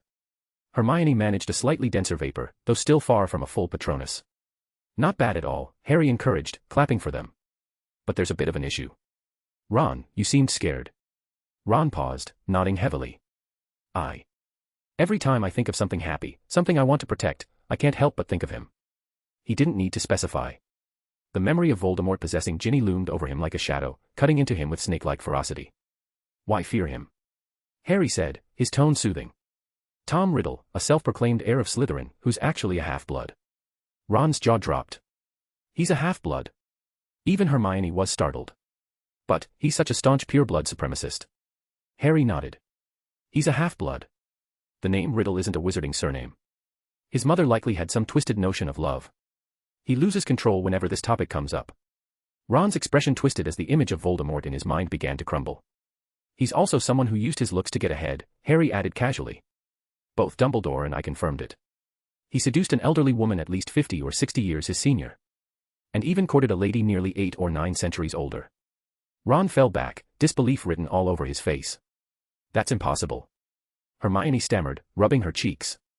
I've never heard of any witch living for 8 or 9 centuries. The oldest I know of is Madame LeMay. Harry corrected her with a shake of his head. Not Madame LeMay. It was a ghost. Ron swallowed hard. Somehow, that didn't make it any better. And during his school years, one of his favorite hobbies was sneaking into girls' bathrooms, Harry continued breezily. Ron's jaw clenched as the terrifying image in his mind distorted further. He only bullies those weaker than him, Harry said firmly. Look at the targets of his dark artifacts, a first-year girl, then Lockhart, who couldn't even match you in a duel. And even his name's magic only frightens those weaker than him. It has no effect on stronger wizards. Looking directly into Ron's eyes, Harry asked, would you be afraid of a pervert who hides in girls' bathrooms? Ron's mental image of Voldemort cracked further. Shaking his head, he replied hesitantly, I don't think I would. Good, Harry said. Then let's try again. This time, Ron's wand emitted a denser, more substantial silver mist. See? He's just a pervert, Ron muttered, his voice steadier. A pervert who sneaks into girls' bathrooms. As he spoke, something inside him seemed to snap, the chains of fear breaking at last. Harry turned to Hermione. I just need more conviction, she said resolutely. Closing her eyes, she tried again, her wand releasing an even thicker silvery mist. Power Stones. For 20 advanced chapters, patreon.com/michaeltranslates. Chapter 123, it's really long. Ron was dumbstruck. Harry had given him an entire pep talk before he'd seen any progress. But Hermione. All it took for her was a moment of self-reflection to improve so significantly. Is this the power of the second-ranked student in our year? Hermione couldn't suppress her satisfaction, her lips curling into a grin. Hermione, how did you do it? Ron couldn't help but ask, his tone filled with envy. It's all about the power of emotion, Hermione replied, waving off his question with rare modesty. Just like Harry said, infuse it with emotion and conviction.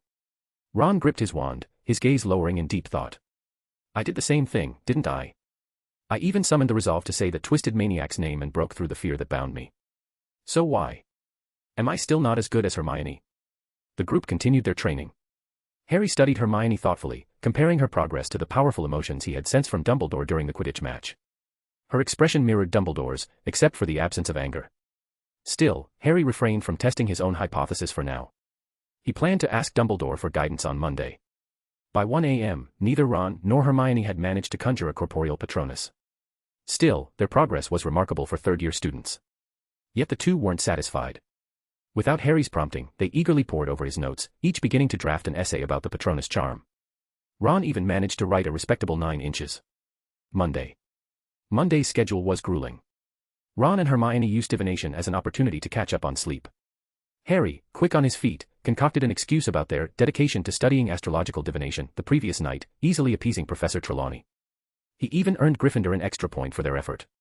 Following the exhausting Transfiguration class, the Gryffindor students trudged toward the Defense Against the Dark Arts classroom, their spirits lifted by chatter about their favorite subject. Defense Against the Dark Arts was the only thing keeping them going through the dreary morning. Last week, Professor Lupin had hinted that their next lesson would involve encountering an intriguing magical creature. The students had spent the entire weekend speculating about what it might be. But as they entered the classroom, their excitement evaporated. It was indeed a type of dark creature they hadn't encountered before. But standing in front of them wasn't Lupin. Instead, it was Professor Snape, clad in his usual black robes, his greasy hair looking like it hadn't been washed in weeks. The bell rang, signaling the start of class. Snape scanned the room, his tone cold and impassive. Excellent. Not a single one of you is late, not even the reckless, brainless Gryffindors. The Gryffindor students gritted their teeth in collective annoyance. Where's Professor Lupin? One brave student ventured, raising their hand. Snape let out a low, humorless chuckle. He's unwell and needs rest. Do remember this, he's a sickly man, prone to falling ill at least once a month. And one more thing. I would have thought, Mr. Thomas, that you knew I do not appreciate interruptions during my lessons. 5 points from Gryffindor. Ignoring Thomas's resentful glare, Snape continued, I've reviewed Lupin's syllabus. What a waste of time. Red caps, grindillos. Spending class time on creatures a first year could handle. Laughable. With a flick of his wand, the textbook in front of him flipped to the final chapters. Turn to the last chapter, all of you. Today, we'll cover how to identify and kill a particularly dangerous and foolish dark creature, werewolves. The students froze. Hermione turned her head toward Harry, alarmed. Harry met her gaze and gave a subtle nod. Hermione exhaled in relief and settled into her seat to listen. Snape, despite his scathing remarks and bias, was undeniably a competent teacher. If one ignored the spite laced into his every word, his lesson was nearly as engaging as Lupin's. When the bell rang, signaling the end of class, Snape stopped mid-sentence, rapping the desk sharply. For your homework, each of you will write an essay. Your topic, how to identify a werewolf in its human form and methods for killing it. Minimum of 20 inches. Due next Monday. He paused, his voice dropping to a dangerous tone. And let me remind you, Gryffindors especially. This essay must be your own work. Professors can tell when your papers are plagiarized. With a dramatic swish of his robes, Snape swept out of the room. The classroom erupted into groans and complaints. 20 inches. That's nearly half a meter. How does he expect us to write that much? Normally, they might plead with their professors for leniency, but with Snape, none of them dared muster the courage. Ron, too, was distraught.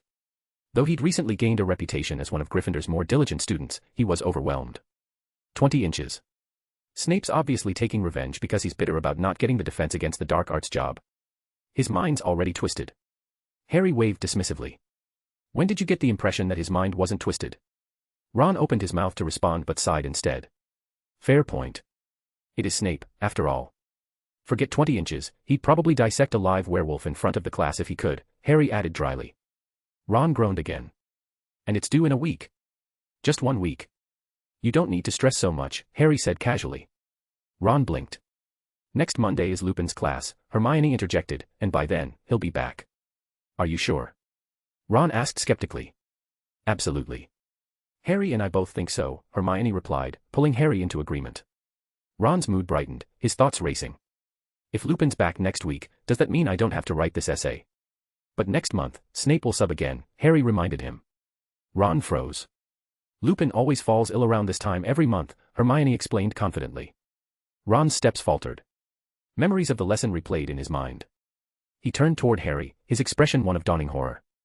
Before he could speak, Harry and Hermione both nodded. Ron's jaw dropped, words failing him. I've known for a while, Harry said simply.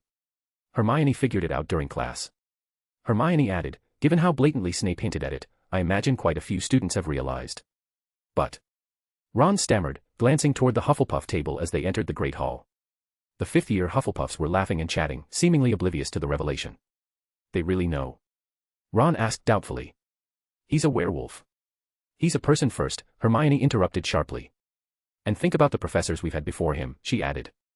Quirrell, possessed by Voldemort. Lockhart, a fraud manipulated by a dark artifact. Lupin's a werewolf, Harry said calmly as they sat down. But he's also safe. When he's at his most dangerous, he knows to stay away. And he's a great teacher, Hermione emphasized. Who knows if the next one will be as good? Ron hesitated before nodding. Probably not. By Friday, Lupin was back, to the Gryffindor's delight. Seamus immediately set his half-written essay alight, and others followed suit, tearing their parchment into celebratory confetti. Ron, however, carefully preserved his work. You never know, he murmured. Meanwhile, Harry's progress with the Patronus charm remained frustratingly stagnant. He could feel his Patronus evolving, on the verge of transformation, but the final breakthrough eluded him. By December, as the first snow fell, he found himself no closer. That Saturday morning, as they ate breakfast in the Great Hall, a group of exhausted owls arrived, dropping a long, thin package in front of Harry. The owls hooted wearily, looking expectantly at Harry. Looking for Hedwig? Harry guessed. The owls bobbed their heads eagerly. She's still sleeping in the dormitory, Harry replied. One owl tentatively pecked his hand. I'm out of treats. Go find her, Harry said apologetically. With a flurry of feathers, the owls departed, leaving behind the mysterious package on the table. Power Stones. For 20 advanced chapters, patreon.com/michaeltranslates. Chapter 124, Sirius, I don't want to listen. It looks like a broomstick, Ron said, poking at the long, wrapped package. It doesn't just look like one, it is, Harry replied flatly, waving his wand. A detection spell swept across the package from end to end. No malicious feedback surfaced, so he deemed it safe and picked it up, leaning it against the table. But who would send you a broomstick? Ron asked, his confusion deepening. Harry's face remained expressionless. Who else could it be? He really has some nerve, Hermione said, her own face as unreadable as a mask. Ron furrowed his brows, thinking for a moment. It's him, isn't it? Harry nodded. But you already have a broomstick. Ron's gaze lingered on the package, still baffled. Finishing his cream soup, Harry conjured a napkin with a wave of his wand and wiped his mouth. 13 years of failing his duties as a godfather, leaving his godson to live a lonely, miserable life, especially when this particular godfather has absolutely no sense of logic. He's capable of doing anything. Once Ron finished eating, they carried the package back to the dormitory. Seamus and Dean were outside having a snowball fight, while Neville was serving detention with Professor Sprout, who, in her boundless energy, seemed to have filled her schedule with keeping several star students busy. Ron rubbed his hands together, eager to open the package. A new broomstick. It's gotta be better than your current one. But there weren't many brooms better than a Nimbus 2001 available in the market. Harry grabbed Ron by the shoulder, pulling him back. Don't be in such a rush, it might be cursed. Ron froze. I agree, Hermione said. Even if Sirius Black is the most likely sender, it's not impossible that someone else with a grudge against Harry sent it instead. Ron took 2 cautious steps back. Harry cast a protective charm over them, layering it with the Quint sign, before setting the package on the floor. He marked the ground with an Ard sign, keeping the broom at the center of its effects. They retreated to the doorway as Harry transfigured a chair into a human-like shape and sent it to carefully unwrap the package. Nothing suspicious happened. Inside was just a broomstick and a card. It's a firebolt. Ron exclaimed in excitement, instantly recognizing the broom and staring at it with envy. With another flick of Harry's wand, the card flew into his hand. Written on it in a hurried scrawl was a short message, your flying skills deserve a better broomstick. The handwriting was messy and rushed, with faint traces of all droppings, stale sausage grease, and a few obvious smudges of alcohol. Harry's nose tingled, an ache stirring in his chest. So, it really is from Sirius? Hermione asked cautiously. Harry nodded. It's him. After a pause, he added, no wonder we couldn't find him before. He must have gone back to the Black family home during this time. Sirius, your godfather, sure doesn't hold back, Ron said as he tiptoed closer to the broom, his eyes filled with longing. Harry waved him off. Go ahead, it's safe. Ron dashed forward, cradling the firebolt and setting it on his bed with reverence. Sitting cross-legged on the floor, he summoned a towel with his wand and carefully wiped away any dust from the broom. This is the best broomstick there is. Ron's voice was filled with awe. It's used in professional leagues, and at Hogwarts, it's practically unbeatable. With this, even Malfoy could become the best seeker here. Ron continued to gush about the firebolt, oblivious to the fact that Harry and Hermione had already moved to Harry's bed and unrolled the Marauder's map. At the edge of the Forbidden Forest, 3 figures caught their attention: Sirius Black, Crookshanks, and Hedwig. Nearby, Ron's new owl, Pigwidgeon, was flying urgently toward the tower. The snow was heavy that day. Sirius, now in his human form, crouched beneath a tree, speaking earnestly to Crookshanks. "Hey, I know you, you're that clever cat belonging to Harry's little girlfriend, right?" Crookshanks let out a sharp meow. Sirius leaned closer, lowering his voice. "Don't get mad, I mean no harm. You're a smart cat. You saw right away that I'm not just any dog." He paused suddenly, realizing how strange this sounded. Crookshanks meowed again, this time in irritation. Sirius hurriedly backtracked. "Sorry, I misunderstood. Let's just move on, can you do me a favor?" Crookshanks sat down gracefully, curling his tail around his paws. "Great." Sirius breathed a sigh of relief, lying on his stomach in the snow. "You've seen that red-haired Weasley kid's pet, right? That filthy, sneaky little rat." Crookshanks tilted his head, meowing in confusion. "You haven't." Sirius froze. Crookshanks shook his head. "Then that rotten rat must have sensed something." Sirius clenched his fists and slammed them into the snow, sending powdery flakes flying everywhere. Crookshanks growled softly, shaking off the snow that landed on his fur. "Sorry, thinking about that creature just drives me mad." Sirius gritted his teeth before continuing. "If you haven't seen it, can you do me another favor? Can you sneak out the Gryffindor common room password for me?" Crookshanks meowed sharply. "You're refusing?" Sirius asked, uncertain. Crookshanks shook his head and meowed again. "So, you agree?" Sirius asked, his face lighting up with hope. But Crookshanks shook his head once more and meowed twice. Sirius was baffled. "Not yes, not no, are you playing games with me?" Crookshanks sighed dramatically, then called out to Hedwig, who swooped down from a branch and dropped a few all treats at his paws. Crookshanks gestured at the treats, then at himself. "Oh, I get it, you want payment?" Sirius asked, realization dawning. Crookshanks nodded enthusiastically. "Fine. If you help me with this, I'll cover all your food for life," Sirius declared without hesitation. Crookshanks froze, stunned. A lifetime of food. For a moment, he considered recalling Pigwidgeon, regretting having sent it to fetch Harry. A lifetime supply of food, and from someone who didn't seem to mean any harm. Hedwig puffed out her chest, cooing importantly. Crookshanks cooed back twice, and Hedwig responded with another coo. Crookshanks quickly changed his mind. Hedwig mentioned that the owl treats made by Harry's aunt were impossible to find anywhere else. Sirius' promises were worthless. To Crookshanks, Sirius now seemed just as deceitful as the rat he sought to kill. "Right, and you too," Sirius said, turning to Hedwig. "I'll cover your food too, in exchange for the common room password. I won't harm Harry or that red-haired Weasley kid. I just need to deal with that rat. Please, trust me." A new voice interrupted him. "Trust you? Are you so desperate now that you're begging animals to believe in you?" Sirius froze. That was a human voice. The invisibility cloak was swept away, revealing Harry's face. Pigwidgeon perched on Harry's shoulder, chirping triumphantly. An owl." Sirius stared at the small bird, realization dawning. It hadn't flown away out of fear but had gone to inform Harry. But his attention quickly shifted to Harry's face, a face so much like James Potter's. "James, no, Harry." Sirius' voice wavered with emotion before turning to panic. "How did you find me?" "I've been looking for you," Harry replied. "But you couldn't have known I'm an animagus," Sirius said, stopping mid-sentence. "It was Lupin, wasn't it?" "Lupin told you?" Harry nodded. "Yes, Uncle Lupin told me." Sirius flinched at the word uncle, his expression pained. He smiled bitterly and shook his head. "So, you're here to capture me? To avenge your father?" Harry opened his mouth to respond, but Sirius cut him off, crawling forward desperately. "I can't face you yet, I still have things I need to do. Please, Harry, believe me. Don't tell Dumbledore about this. I swear I won't hurt you."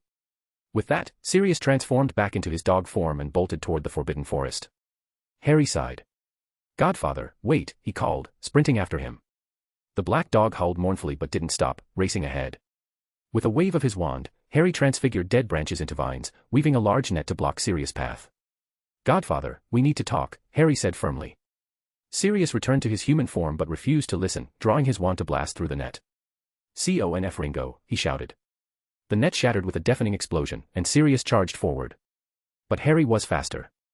With another spell, he uprooted trees to form barriers, finally ensnaring Sirius in thick vines. Panting, Sirius was dragged back to Harry. Just kill me, Sirius said, closing his eyes in anguish. Avenge your father. Harry sighed deeply. My dear Godfather. Sirius froze, his eyes snapping open. Uncle Lupin said you were stupid, and I agreed, Harry said, his tone tinged with exasperation. But I didn't realize you'd be this foolish. Power Stones. For 20 advanced chapters, patreon.com/michaeltranslates. Chapter 125, You're Snape. Sirius glared sharply, his voice brimming with venom. You're Snape, aren't you? Drank polyjuice potion to look like Harry. You filthy scumbag, disgusting little greaseball, a slimy, rat-like creature. You've dared to transform into James's child. Oh, is this because you couldn't win over Lily? Your twisted heart now plans to take it out on Harry. Vile, lowly, despicable. The insults flowed out of him like a torrent, his fiery gaze directed at Harry as though it could pierce through him. He struggled against the bindings, hatred burning in his eyes. My dear Godfather, calm down, Harry said with a shake of his head. With the relationship you share with Professor Snape, do you really think he'd call you Godfather? Sirius froze, his tirade cut short. That made sense.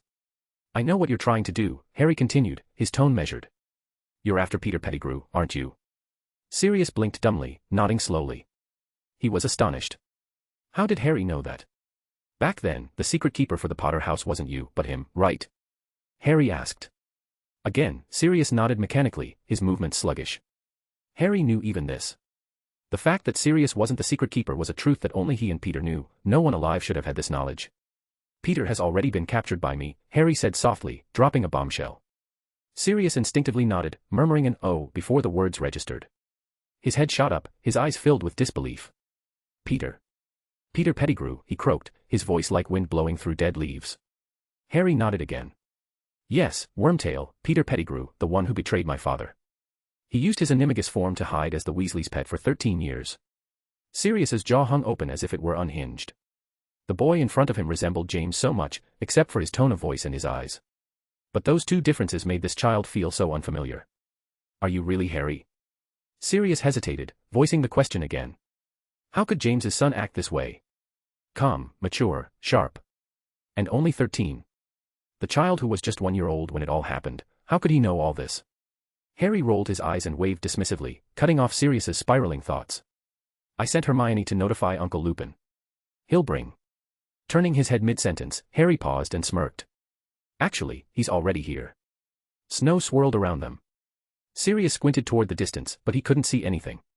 Deciding to trust Harry, he waited quietly. With a flick of his wand, Harry transfigured a branch into a blanket and draped it over Sirius. This should help keep you warm. Oh, thanks, Sirius muttered, mumbling his gratitude. This kindness was enough to convince him that this wasn't Snape in disguise. Snape wouldn't have been so considerate. Harry stayed silent, and soon Lupin arrived, accompanied by Hermione and Ron. Behind them, a large floating sack swayed gently. What's going on here? Lupin asked, staring in surprise at Sirius, who was still restrained. The scene he had imagined, an emotional reunion between Godfather and Godson, was nowhere to be seen. In fact, he had intentionally slowed his pace to give them time to bond. He wasn't listening, so I had to make him listen, Harry explained succinctly. Sirius peeked out from under the blanket and pleaded, Harry, let me down, please. I promise I won't run anymore, really, I won't. Harry waved his wand, releasing the bindings. Sirius fell heavily onto the snow but quickly got to his feet. Long time no see, Sirius, Lupin greeted warmly. Sirius, however, stared past him at the sack. Is Peter in there? Lupin nodded and flicked his wand. The sack opened, revealing a limp, unconscious Pettigrew. Let me kill him. Sirius snarled, raising his wand. His eyes blazed with hatred. That filthy traitor. Before he could utter a curse, a snowball smacked him square in the face. More branches shot out, binding his hands once again. Calm down, my dear Godfather, Harry said softly. If there's revenge to be taken, it's mine to exact. Only if I die do you get to step in. Don't say such cursed things. Sirius blurted, his voice panicked. Harry's expression softened as he looked at him. Now that you've seen Peter, are you convinced? Or are you still going to accuse me of being Professor Snape under polyjuice potion? Lupin's eyes widened, and Hermione looked equally incredulous. The way you insult people, it's too much like that slimy git, Sirius muttered, turning his head away sheepishly. Harry shook his head. I have a question for you. Sirius hesitated but then met Harry's gaze. Ask anything, Harry. I'll tell you the truth, I won't hide anything from you. Why, for 13 years, didn't you tell anyone the truth? Harry asked, his tone neutral. Sirius lowered his head, sighing deeply. Harry, I failed you. I failed James and Lily. Their deaths were because of me. Your name, Harry interrupted. Sirius blinked. Harry gestured for him to answer. Your name. Sirius Black, Sirius replied instinctively. Harry nodded. Good. I was worried you'd forgotten your name and started calling yourself Peter Pettigrew or Tom Riddle instead. Tom Riddle? Sirius asked, confused. Voldemort, Harry clarified. Everyone but Ron shuddered, though Hermione clearly struggled to keep her reaction in check. Voldemort killed my parents. Peter betrayed them. Don't take the blame for something you didn't do, Harry said firmly, jabbing his wand lightly against Sirius's chest. Unless you want to take credit for their crimes. Sirius's eyes filled with tears, spilling down his cheeks. But I suggested James switch to Peter as the secret keeper. If it weren't for me insisting, none of this would have happened. Really? Harry tilted his head, looking at the floating Peter. But if Peter hadn't betrayed his friends, wouldn't none of this have happened either? Don't dismiss the only good idea you've ever had. Pettigrew's eyelids twitched. Stop pretending to sleep, Peter, Harry said, flicking his wand. A snowball hit Peter squarely on the face. Peter flinched awake, trembling. He opened his mouth to speak, but Harry quickly silenced him with another spell. Now is family reunion time, Harry said coolly. Unwelcome interruptions aren't allowed. The phrase, family reunion, struck a nerve in Sirius, who began sobbing uncontrollably. After a while, he choked out, Harry, can you untie my hands?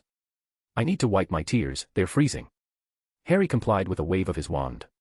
Freed, Sirius brushed the ice crystals from his face. Have you ever thought, Harry began, that if you'd told Dumbledore the truth earlier, Peter would have been dead 13 years ago? Sirius froze, his mind scrambling to recall his reasoning from back then. Harry sighed, rubbing his temples. Wonderful, my dear Godfather. I never thought I'd say this, but I'm starting to agree with Professor Snape. No, Harry, you can't possibly, he's pure evil. Sirius roared indignantly. Lupin placed a comforting hand on Harry's shoulder. Sirius is an exception, Harry. Think of Hermione or Ron, both are brilliant and capable Gryffindors. Sirius growled lowly, muttering under his breath. Out of all the Gryffindors present, why was he excluded from the compliment? What's the plan now? Lupin asked, steering the conversation back. Kill Peter, of course. Sirius snapped. That treacherous rat deserves to be torn apart. I meant clearing your name, Lupin clarified patiently. That's simple, a memory will suffice, Harry answered calmly, pressing his wand to Peter's temple. A silver strand of memory was drawn out and stored in a vial. What is that? Ron asked, swallowing nervously. Memory extraction, Sirius said, startled. Harry, how do you know this spell? Professor Snape taught me, Harry replied nonchalantly. Sirius froze, then scowled. He grabbed a snowball and hurled it at Crookshanks, who narrowly dodged and retaliated with a sharp swipe to Sirius's face, leaving a scratch. I knew you weren't a good dog, Crookshanks seemed to say with its glare. Harry placed the memory vial inside the sorting hat. This should be enough. Are you sure? Lupin asked hesitantly. Harry's smile was bright and confident. Of course. A memory, the almost dead hero, and a godfather ready for Veritasirum at any time. Sirius hesitated. Harry, can you drop the almost dead part? Fine. A godfather ready for Veritasirum, Harry amended with a shrug. Sirius hung his head. I guess almost dead it is. Lupin's voice softened. Your smile is just like your mother's. Hand me your wand, Godfather, Harry instructed. Sirius complied without hesitation. Harry released all of Peter's restraints. Peter collapsed at Harry's feet and immediately groveled. Harry, I was your father's best friend. You can't kill me, if you must, turn me over to the ministry instead. Harry handed Peter the wand, his voice icy. 13 years. Do you still remember how to cast a spell? Power Stones. For 20 advanced chapters, patreon.com/michaeltranslates. Chapter 126, Peter's Death. The wand was sleek and black, its glossy surface gleaming faintly. Made from blackthorn wood with a dragon heartstring core, it measured 11 1/3 inches. The wand had been meticulously cared for by its previous owner, but new bite marks marred its otherwise pristine surface, lowering its value. Peter trembled, his hand weakly letting go as the wand fell, sinking tip-first into the snow. Don't act like this. You were a Gryffindor, for heaven's sake, Harry said coldly, his expression void of emotion. His tone was utterly detached. A black wizard with the blood of dozens on your hands. Peter threw himself into the snow, sobbing uncontrollably as he begged Harry for mercy. Your pretense won't work, Harry said, frowning in irritation. His voice carried a faint edge of impatience. Looking like this, who besides Sirius would still believe your act? Tears flowed freely from the rat-like man's eyes as he whimpered apologies, his voice drenched with feigned regret. But his demeanor betrayed no hint of genuine remorse. The aura emanating from him was thick and revolting, like the muck of a fetid swamp, clinging and nauseating. Harry pulled out his protective talisman. It trembled violently, its hum loud enough to overshadow the howling wind and snow. "Look at me," Harry demanded, his tone sharp. Peter instinctively raised his head. "You can't even hide your malice. So why bother pretending?" Harry said evenly. His voice carried a strange calm as he tilted his head slightly. "Many say I look a lot like my father, James Potter. Why don't you think of me as him? You betrayed a friend, yet used someone else's hand to kill them. Doesn't that make you uncomfortable? Wouldn't it have been more fitting to kill the friend you betrayed with your own hands?" Harry paused before continuing, his words icy. "I assure you, only I will face you. Neither Uncle Lupin, my godfather, Hermione, nor Ron will interfere." Peter hesitated but eventually picked up the wand and struggled to his feet. His eyes, brimming with resentment and hate, locked onto Harry. "Potter, I know you're capable," Peter began, taking a deep breath. His hunched shoulders rose as he puffed himself up. "But you'll regret this. A real fight isn't the same as facing magical creatures or dueling professors. You're not a magical creature," Harry quipped, a mocking smile tugging at his lips. "A rat that can turn into a man, an amazing little bald-headed beast." Peter gritted his teeth in frustration. Harry walked over to Hermione and handed her his own wand. "Hermione, can I borrow yours?" Hermione blinked in surprise, momentarily confused, but then pulled her wand from her robes and handed it over.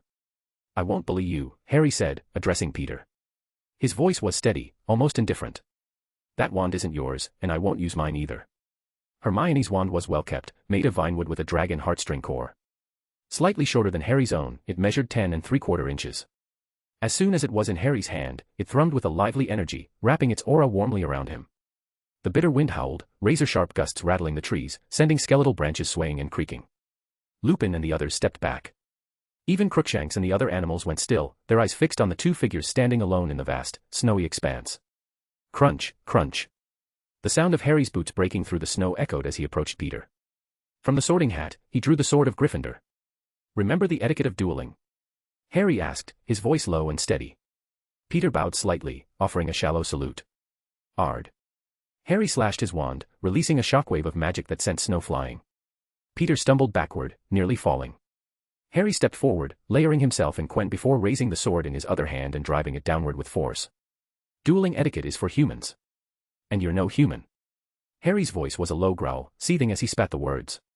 The sword thirsted for blood. Peter, ever the rat, contorted himself to shift into his animagus form just in time to avoid the blow. In an instant, he reverted to his human shape and raised his wand, aiming it at Harry's chest. Harry's boot connected with Peter's side, driving into his kidneys with a heavy thud. Peter screamed, the pain cutting his incantation short. Another strike of the sword came down. Bombarda. An explosive shockwave erupted. Harry's protective Quen glowed brilliantly, shielding him as the force pushed him back. Peter scrambled, attempting to burrow into the snow. Thud, thud. The snowy terrain came alive. Harry's robe morphed into metallic vines, sharp and unyielding, which speared through Peter's legs. Blood spattered, staining the white landscape red. Peter's agonized screech pierced the air. The vines tightened, dragging him back, leaving a bloody trail in the snow. From beneath the snowdrift, an army of rats emerged, their mouths grotesquely large, gnashing as they swarmed toward Harry. Ard. The magic sigil pulsed outward, sending the rats flying. Snow and dirt churned as Harry yanked the vines again, only to find their grip had loosened. A wave of panicked rodents scurried in all directions. Scanning the chaos, Harry quickly spotted Peter. With a flick of his wand, his robe transformed into a massive cage, slamming down. The rat yelped, twisting back into human form as the cage crashed over him. He desperately waved his wand.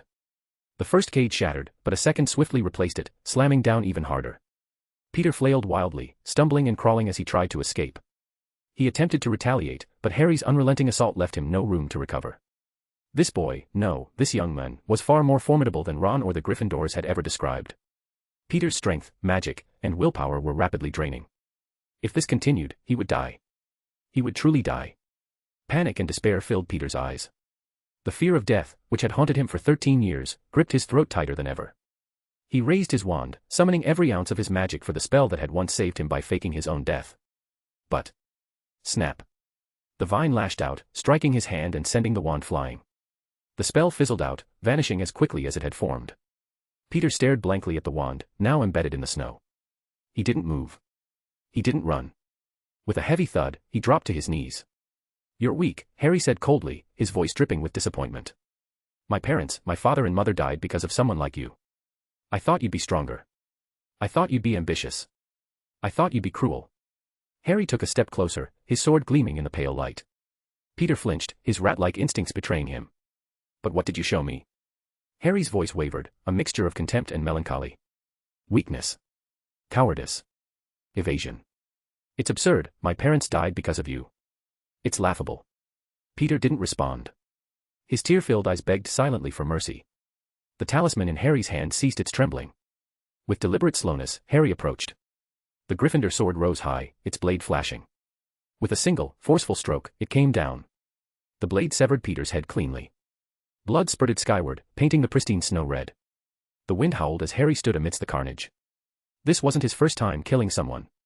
But it was the first time that killing left him feeling hollow. Revenge. Was it really that simple? Harry. Sirius crawled over, his movements clumsy. He tripped over his own feet and fell before Harry, his face stained with blood. "It's okay," Sirius said softly, his voice trembling. "Peter was a traitor, not a person. Now he's finally dead." Harry turned, shaking his head. "There's no need to comfort me, Godfather. I'm fine. It doesn't feel like revenge. Peter's dead, just like that." Power Stones. For 20 advanced chapters, patreon.com/michaeltranslates. Chapter 127, The Silver Griffin. Scrimgeour's gaze shifted between Harry, Sirius, and the surrounding professors and students. His hand moved toward his robe pocket as his eyes locked onto Sirius Black.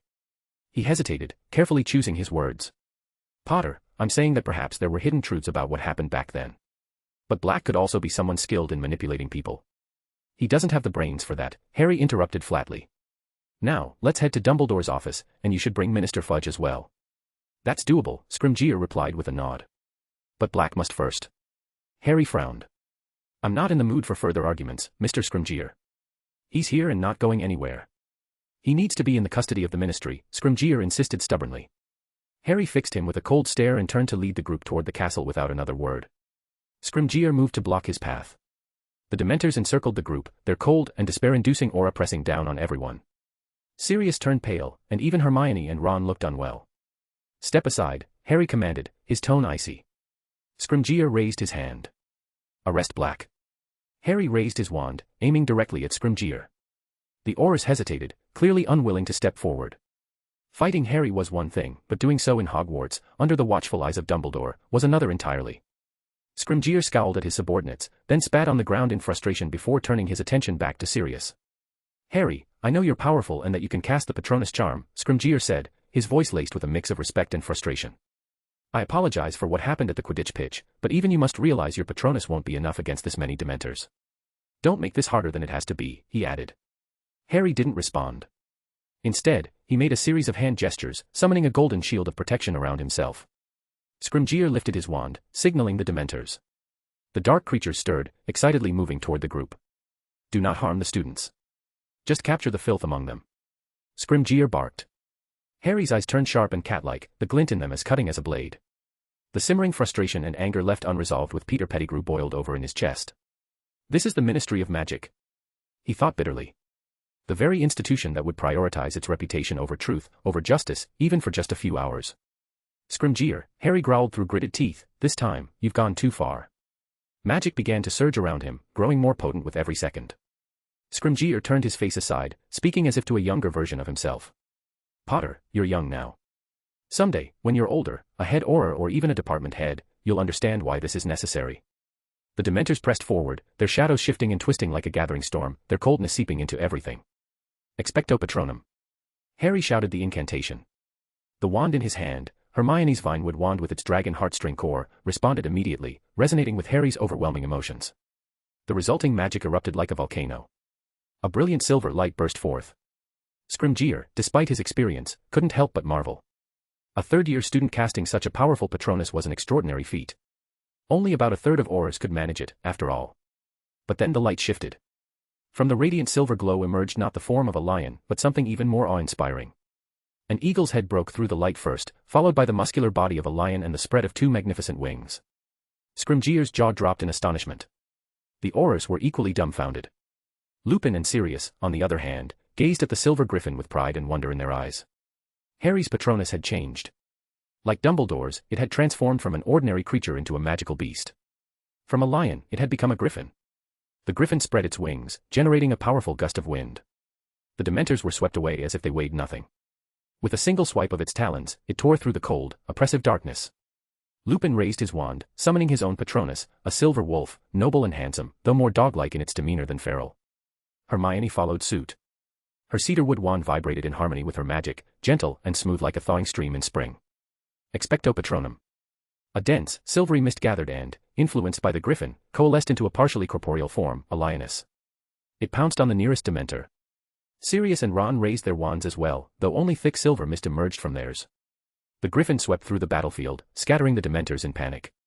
In mere moments, the dark creatures fled. Only the Aurors remained. The griffin returned, striding to Harry's side. It folded its wings and lay down, its hawk-like eyes fixed intently on Scrimgeour. "Now then, Mr. Scrimgeour," Harry said calmly, his tone as still as the windless snow. "Shall we proceed to see Dumbledore?" Scrimgeour took an uneasy step back, inhaling deeply before nodding. "Of course, Mr. Potter." "Good." Harry sheathed his wand and slid the sword of Gryffindor back into the sorting hat. Walking up to Scrimgeour, Harry suddenly delivered a swift punch to the man's gut. Scrimgeour doubled over, clutching his stomach as he sank to the ground, his eyes watering from the pain. The Aurors tensed, but none dared to intervene. "That was for making me angry," Harry said, helping Scrimgeour back to his feet. His face was stern. Scrimgeour grimaced, his voice strained. "Mr. Potter, I understand you're upset, but could you have gone a bit easier?" "If I'd used more force, you wouldn't be standing," Harry replied evenly. Scrimgeour's face turned a shade greener. After several moments, he straightened himself with effort and followed Harry toward the castle. The Aurors pretended not to notice, whistling nonchalantly as they patrolled the area. They entered the headmaster's office, where Dumbledore greeted them with a raised eyebrow. Sirius Black. Dumbledore adjusted his glasses, clearly surprised. "Harry, is this what you and Lupin have been keeping secret all this time?" "You should have told me," he continued. "He's still rather dangerous." "He's perfectly safe," Harry interrupted. "You were his headmaster. You should know that." "Well, at least you've still got your wits about you, unlike my dear godfather." Sirius nearly barked indignantly. "Hey, Harry. I was in the top 10 of my year." The room fell silent, everyone staring blankly at Sirius. "Top 10 is nothing to boast about," Lupin said, patting his shoulder sympathetically. "Everyone here was consistently in the top 5. Sirius glanced around, his eyes settling on Ron. "I was 5th in first year and 3rd in second year," Ron said, offering a shy smile. Sirius gawked at him, utterly flabbergasted. "Impossible. He looks so ordinary." "If you've ever fallen to 8th or 9th, or heaven forbid, out of the top 10, Lupin added, "it's best not to argue." He conjured a chair for Sirius. "Sit down and rest, you've been through a lot." Sirius slumped into the chair, thoroughly defeated. Crookshanks leapt into his lap, curling up for a nap. Dumbledore observed the scene thoughtfully. Harry waved his wand, and the sack he'd been carrying fell to the floor. "Actually, Professor, my godfather isn't the secret Lupin and I were keeping. This is." With a flick of his wand, the sack's bindings unraveled.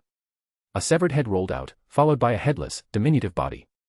Scrimgeour stared at the grisly sight, his eyes wide. "Potter, is that Peter Pettigrew?" Dumbledore asked, equally astonished. "Pettigrew." Scrimgeour's voice wavered. "The hero Pettigrew." Harry nodded. "But, he died 13 years ago," Scrimgeour stammered. "In that explosion, leaving only one finger," Dumbledore interjected, stroking his beard. "Yes, that's what we all thought. But clearly, this tells a different story. Harry, would you care to explain?" Dumbledore conjured chairs for everyone, inviting them to sit. With a wave of his wand, he served drinks, syrup for himself and butterbeer for Harry. 13 years ago, the secret keeper for my parents' home wasn't my godfather," Harry began calmly. "It was Pettigrew. He betrayed my parents, and my godfather chased him down. Pettigrew used a blasting curse to fake his death." Harry paused, then added dryly, "and my godfather, whose brain isn't always his strongest asset, decided to take the blame." "Harry." Sirius protested weakly. Harry sighed. "Fine. For reasons we all understand, he blamed himself for my parents' deaths. He didn't defend himself and was imprisoned in Azkaban, bearing the guilt for 13 years. Sirius drained his glass of whiskey and looked expectantly at Dumbledore, who refilled it with a flick of his wand. Pettigrew, meanwhile, Harry continued, hid in the Weasley family, living as their pet rat. He lived with them for 13 years, moving from Bill to Percy to Ron. Ron buried his face in his hands. Earlier this year, when Fudge brought a newspaper to Azkaban, Sirius saw a photo of the Weasley family on the front page. That's when he saw Pettigrew, their pet rat, and broke out of Azkaban. Power Stones. For 20 advanced chapters, patreon.com/michaeltranslates. Chapter 128, The Wise and Noble Minister Fudge. Dumbledore studied Peter's severed head for a moment. Sirius knew all of this. They were once close classmates. But Harry, how did you find out? I have a brain, Harry said flatly.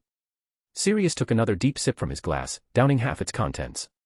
During the summer, Ron mentioned Scabbers, that's Peter in his rat form, and he mentioned its age, Harry explained. 13 years. Hermione and I started suspecting something then. Later, I pressed Lupin and learned that they were all unregistered animagi. Scrimgeour's eyes widened, and his hand instinctively moved toward his wand. 3 unregistered animagi. What a career-defining catch. But he quickly adjusted his thoughts. 2 of them were dead, and the third had far bigger charges against him than just being an unregistered animagus. Harry continued, Peter being a rat matched up with everything about Scabbers. Lupin and I caught him and kept him locked in the office. Professor Dumbledore, the secret I mentioned to you before was this. Dumbledore smiled. You did say you'd tell me in 2 weeks. It's been nearly 3 months. If I had told you earlier, you might have trusted the Ministry, Harry replied, shaking his head. Scrimgeour gritted his teeth. The Ministry is always trustworthy. Harry let out a derisive laugh. Sirius also shook his head, while Lupin, though more reserved, clearly shared the sentiment. And how did Peter die? Dumbledore asked, sitting straighter and adjusting his glasses. His sapphire blue eyes behind the reflective lenses locked onto Harry. I killed him, Harry replied directly. Dumbledore froze for a moment before exhaling heavily. His posture slackened. I half expected you to concoct some elaborate excuse. Killing someone is never a light matter. But avenging your parents, well, that's a different matter altogether. Harry tilted his head slightly. Professor, you surprise me. I thought you might lecture me. Dumbledore looked back at Peter's head, nodding slowly. Ordinarily, I would oppose using violence to solve problems. I believe in letting the Ministry handle things. But this case is different. And you, Harry, are different. Dumbledore's expression grew heavy, as if burdened by old memories. Harry noticed but chose not to comment. Scrimgeour, on the other hand, was visibly uncomfortable. On the one hand, nothing could be more legitimate than a son avenging his parents. But on the other hand, Harry had bypassed the Ministry and killed someone. Mr. Potter, Scrimgeour began hesitantly, glancing at Dumbledore as though seeking support. Harry cut him off sharply. The Ministry can frame it this way. I discovered Peter's conspiracy, he attacked me, and I was forced to defend myself. Unfortunately, he died in the process. He paused briefly before adding, the traces of battle you saw earlier were the aftermath of my fight with Peter. Scrimgeour swallowed his initial response and shifted his approach. How can we verify that what you're saying is true? And not just a fabrication by Black or Lupin? He hesitated before adding, I must remind you that your Uncle Lupin is a werewolf. Harry interrupted, his tone sharp and impatient. I'm aware, and I've already said, I have a brain. Scrimgeour blinked in astonishment. A werewolf. The kind of dark magical creature that could turn others with a single bite. He glanced toward Hermione and Ron, expecting shock or fear. But neither seemed surprised. Hermione simply observed quietly, while Ron played with his owl. Lupin sighed softly, showing no visible reaction. He was used to this kind of prejudice. Harry retrieved a small vial from the sorting hat and levitated it to Dumbledore's desk with a flick of his wand. Before I killed Peter, I extracted this from his mind. Scrimgeour hesitated. You mean before you were forced to defend yourself, right? Harry turned to him, his eyes cold and piercing. Scrimgeour quickly looked away, muttering, fine, fine. Let's go with that. Is that a memory? Dumbledore asked, surprised. Harry nodded. It seems I must inform Minister Fudge, Dumbledore said, waving his wand to draft a letter on a piece of parchment. Fawkes, I'll need your help. Fawkes let out a disgruntled squawk, glaring at Hedwig, who was perched comfortably on Crookshanks. Hedwig flew to Harry's shoulder, cooing softly. Fawkes squawked louder in irritation but ultimately hopped onto the desk. After delivering a sharp peck to Dumbledore's hand in protest, the Phoenix grudgingly picked up the letter and soared out the window. Less than 30 minutes later, Fudge burst into the office. His voice arrived ahead of him. Dumbledore. What kind of trouble have you stirred up now? Sirius Black confessed. How can you possibly? His words cut off abruptly as his gaze landed on the severed head. The flush from his brisk climb up the stairs drained instantly, leaving him pale. He stumbled backward, bumping into a cabinet. Professor, is this some new hobby of yours? Fudge asked shakily, pulling out a handkerchief to dab his sweat. That is Peter Pettigrew, Dumbledore said calmly. Fudge's expression hardened. Another student victim. But in your letter, you said Black was innocent. Dumbledore tapped the desk. That is Peter Pettigrew. Fudge froze, the name triggering a distant memory. After a moment, his eyes widened. Peter Pettigrew. You're joking. He's... Harry interrupted. Minister, perhaps you should sit down. This will take some explaining. Fudge sat reluctantly as Harry recounted the events from start to finish. When Harry concluded, Fudge was visibly agitated, his brow furrowed deeply. Potter, Fudge finally said, you've given the ministry quite the mess. For 13 years, Black has been declared guilty. That's a settled matter. Now you're telling me he's innocent. Merlin's beard. Fudge buried his face in his hands. He could already picture the headlines in the Daily Prophet, mocking the ministry's incompetence. His approval ratings would plummet, and calls for his resignation would surely follow. Minister, Harry said calmly, leaning forward with his hands folded. Sirius Black being exonerated could actually be a boon for you. Fudge blinked, startled. How so? The ministry's incompetence is a well-known fact, Harry began. Fudge's eyes narrowed, his face darkening. Scrimgeour looked equally displeased. But under your wise and noble leadership, Harry continued smoothly, you've been working tirelessly since 1990 to reform the ministry, turning it into an efficient and just institution. Fudge had opened his mouth to argue but paused, intrigued by the sudden shift in tone. And what better way to prove that than by correcting the mistakes of the past? Under your guidance, the ministry has uncovered the truth behind a long-buried case, exposing the failures of previous administrations. You'll be the hero who righted the wrongs, who restored the honor of Sirius Black, the last heir of the noble house of Black. All while unmasking Peter Pettigrew, the true traitor and murderer of my parents. And let's not forget, Harry added, that Pettigrew was killed while attempting to harm me, justified self-defense. Harry leaned back, watching Fudge's expression shift. The minister's eyes gleamed as the implication sank in. A narrative that painted him as the hero of the hour, completely sidelining Dumbledore. You're absolutely right, Potter, Fudge declared, standing and puffing out his chest. The ministry exists to serve justice and protect the innocent. He turned to Scrimgeour. Rufus, retrieve Pettigrew's body and the vial of evidence. Scrimgeour nodded stiffly. Yes, Minister. Fudge's gaze shifted. Where's Black? A heavy thud sounded beside him. I'm here, Sirius muttered, rubbing his head where he'd just bumped into the wall. Fudge turned, offering Sirius a warm smile. Rest assured, Mr. Black, the ministry will see that your name is cleared. Power Stones. For 20 advanced chapters, patreon.com/michaeltranslates. Chapter 129, Stories of the Fathers. Sirius said nothing, letting out a cold snort as he focused on massaging Crookshanks. Fudge forced an awkward smile. If it's possible, Mr. Black, could you come with us to the ministry? Sirius looked up, his gaze sharp. I believe Mr. Black would benefit from staying in a more suitable environment, Dumbledore interjected. He will remain at Hogwarts, and I will personally keep an eye on him. Fudge swallowed hard, not daring to push further. Instead, he turned to Harry. And you, Mr. Potter? Since you acted in self-defense to kill Peter, I think we still need. Scrimgeour was frantically signaling Fudge with his eyes. Fudge either didn't notice or couldn't understand. I'm afraid that won't be possible, Dumbledore said firmly, shaking his head. Tonight, Mr. Potter has detention with Professor Sprout. Then tomorrow? Fudge persisted, unwilling to leave empty-handed with only a corpse and a vial of memories. Actually, Dumbledore began, Mr. Potter has been far from well-behaved this term. Out of 7 days a week, he spends 2 in Quidditch practice, and the remaining 5 under detention with various professors. Sirius looked at Harry in disbelief. Wow, how does he manage that? But this felt right. James's son should surpass his father, even in this. Fudge was equally stunned. He'd never heard of a student spending 5 days a week in detention. Stammering, he nodded stiffly. Well, then, I suppose the ministry shouldn't disturb such a busy young wizard. Professor Dumbledore, I'll return to investigate further.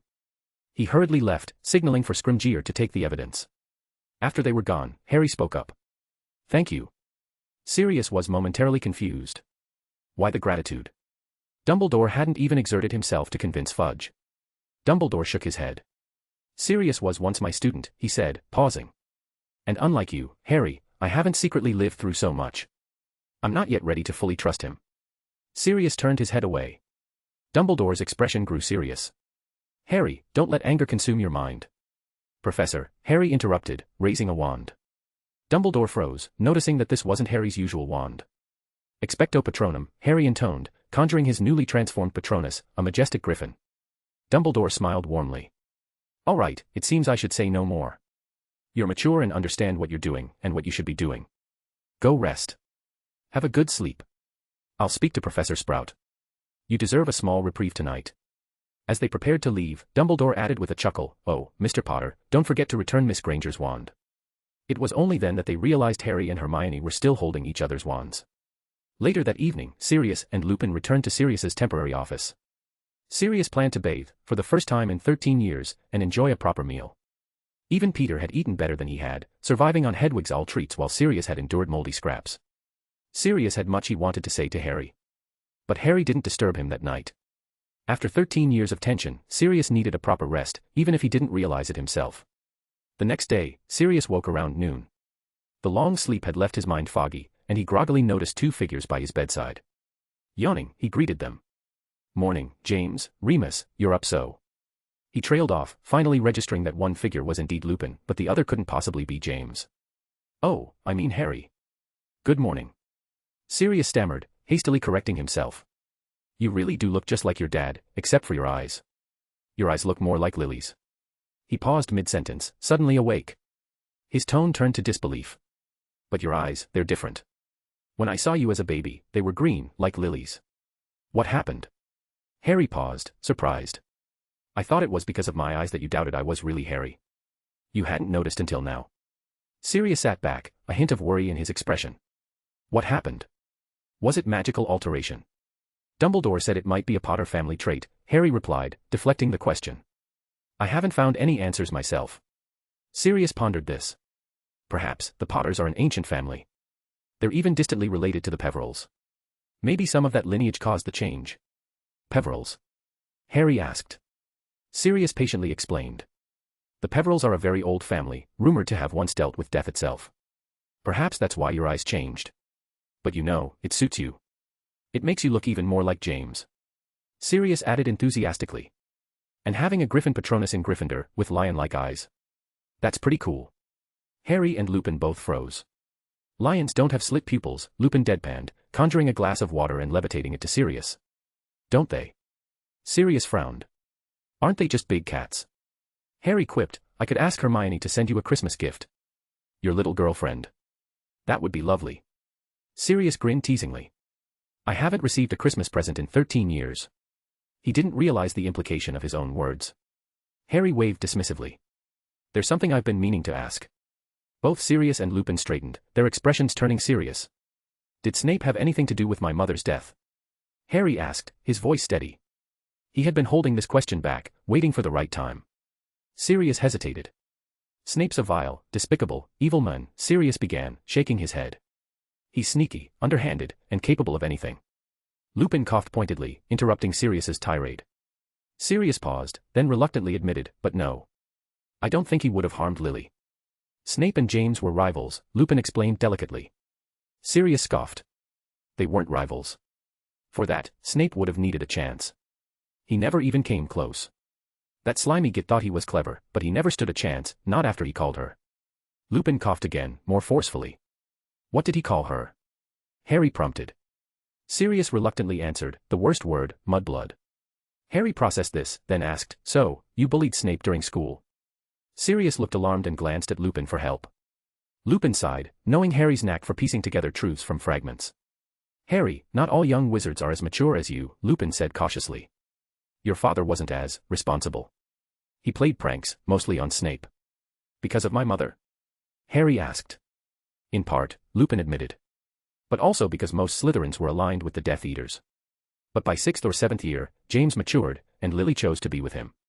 And after that, he stopped bothering Snape." Harry pressed. Lupin's expression stiffened. "Snape was an exception," he said carefully. "But Lily wouldn't have known about that." Harry's face remained neutral, but his voice was cold. "So my father didn't just bully Snape, he targeted others as well?" Lupin froze, unsure how to answer. "Just harmless pranks." Sirius interjected lightly. "Like you, just some harmless fun." Lupin buried his face in his hands, wishing he could silence Sirius. "I don't prank people," Harry said flatly. Sirius blinked. "Then how do you end up in detention 5 days a week?" "Those are lessons," Harry explained. "The professors just disguise them as detention so their favoritism isn't too obvious." Sirius's expression twisted in disbelief. "So, you really don't prank people?" "Never," Harry confirmed. Lupin sighed, muttering, "Sirius, Harry's personality is far more like Lily's, and so is his intellect. Power stones. For 20 advanced chapters, patreon.com/michaeltranslates. Chapter 130, Can You Beat a Cat? Like Lily, meddling in everything? Sirius asked, his tone peculiar. He struggled to imagine James sternly stopping him from pranking someone. No, like Lily, being intelligent, Lupin said with a sigh, his voice tinged with exasperation. He paused briefly, carefully choosing his words as he turned to Harry.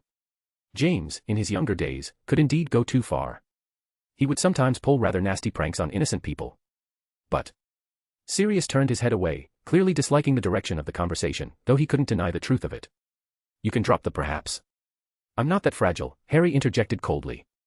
Lupin raised a hand and placed it gently on Harry's shoulder. James had his flaws, but he was a good man. And he loved me, Harry continued. He was a wonderful father. Lupin exhaled in relief.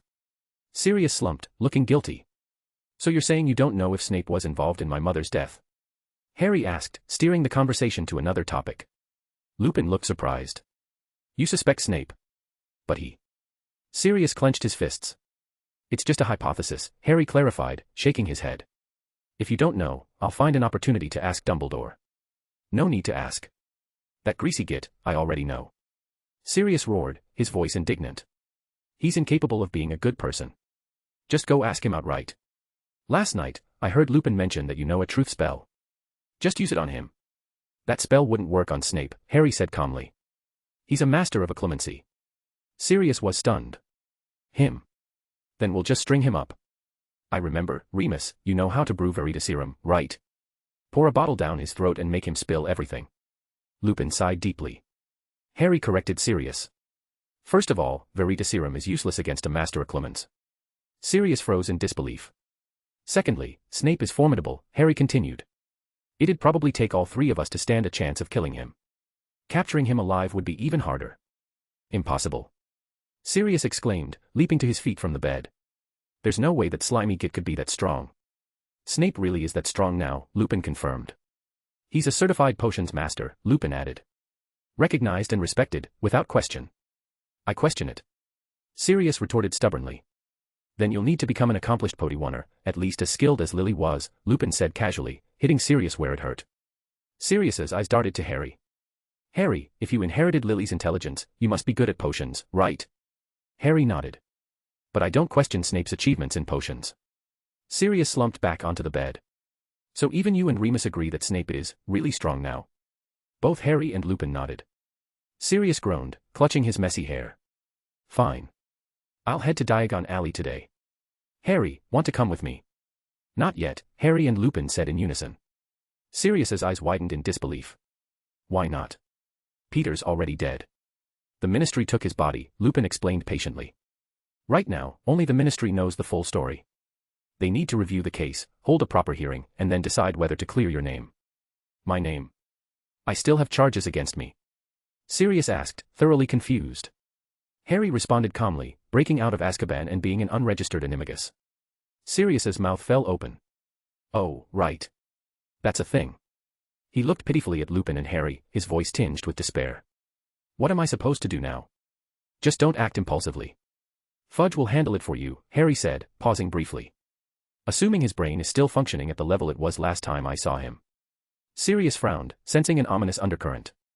Dumbledore will help too, but you'll need to register as an animagus with the Ministry, Lupin added gently. Sirius scowled. I'd rather not. Think about it, being dubbed the last animagus of the century. That's a pretty impressive title, Harry pointed out, trying to encourage him. Better than going back to Azkaban. The title made Sirius grin despite himself. Harry felt a twinge of satisfaction. At least he's easy to cheer up. Fine, I'll just wander around Hogwarts for now, Sirius relented. It's been ages since I've been back to the castle. Stay in animagus form, Lupin reminded him firmly. Sirius pouted, looking aggrieved. Why? I'm not going to Diagon Alley, just staying in the castle. Your wanted posters aren't restricted to the castle walls, Harry interrupted, speaking in a soothing tone as if to a child. Even the students know what you look like. If they see you, they'll inform their parents out of concern, and that'll just cause a bigger mess. Sirius sighed heavily. Don't worry. The Ministry will sort this out soon, Harry reassured him. The Ministry, in this instance, acted with surprising efficiency. By Wednesday, Sirius received a notice summoning him to the Ministry for a review of his case. By Saturday, the long overdue hearing for events 13 years ago would finally take place. Everything was resolved before Christmas. On the 19th, the Daily Prophet ran the story, delivering a bombshell to the wizarding world. Sunday morning, Gryffindor Common Room.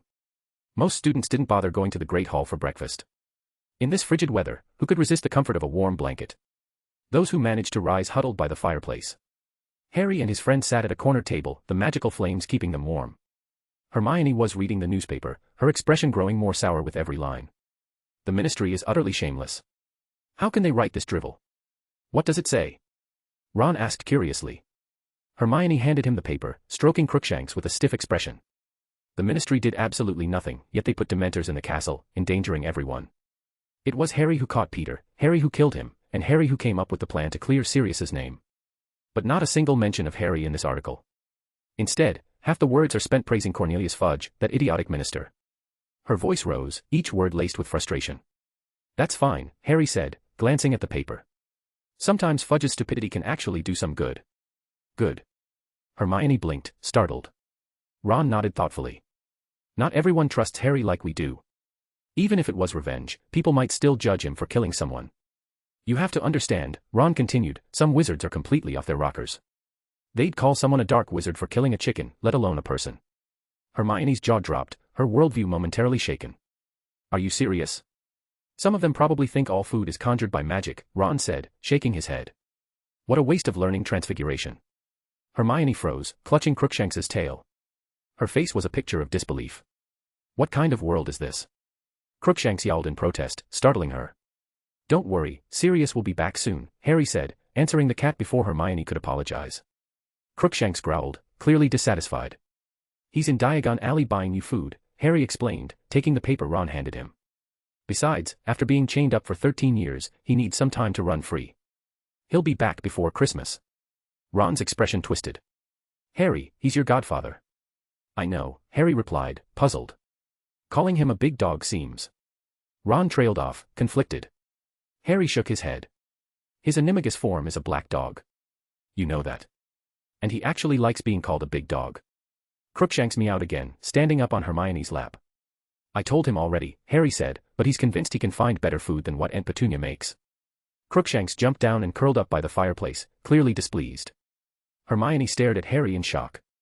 You do speak cat. I don't, Harry said innocently. Then how? Hermione looked between him and Crookshanks, baffled by their seamless communication. Crookshanks has been picking fights with Sirius lately, Harry said, setting down the paper and flicking his wand to add more fuel to the fire. It's about that time again. Hermione remained skeptical. Did Crookshanks win? Ron asked eagerly.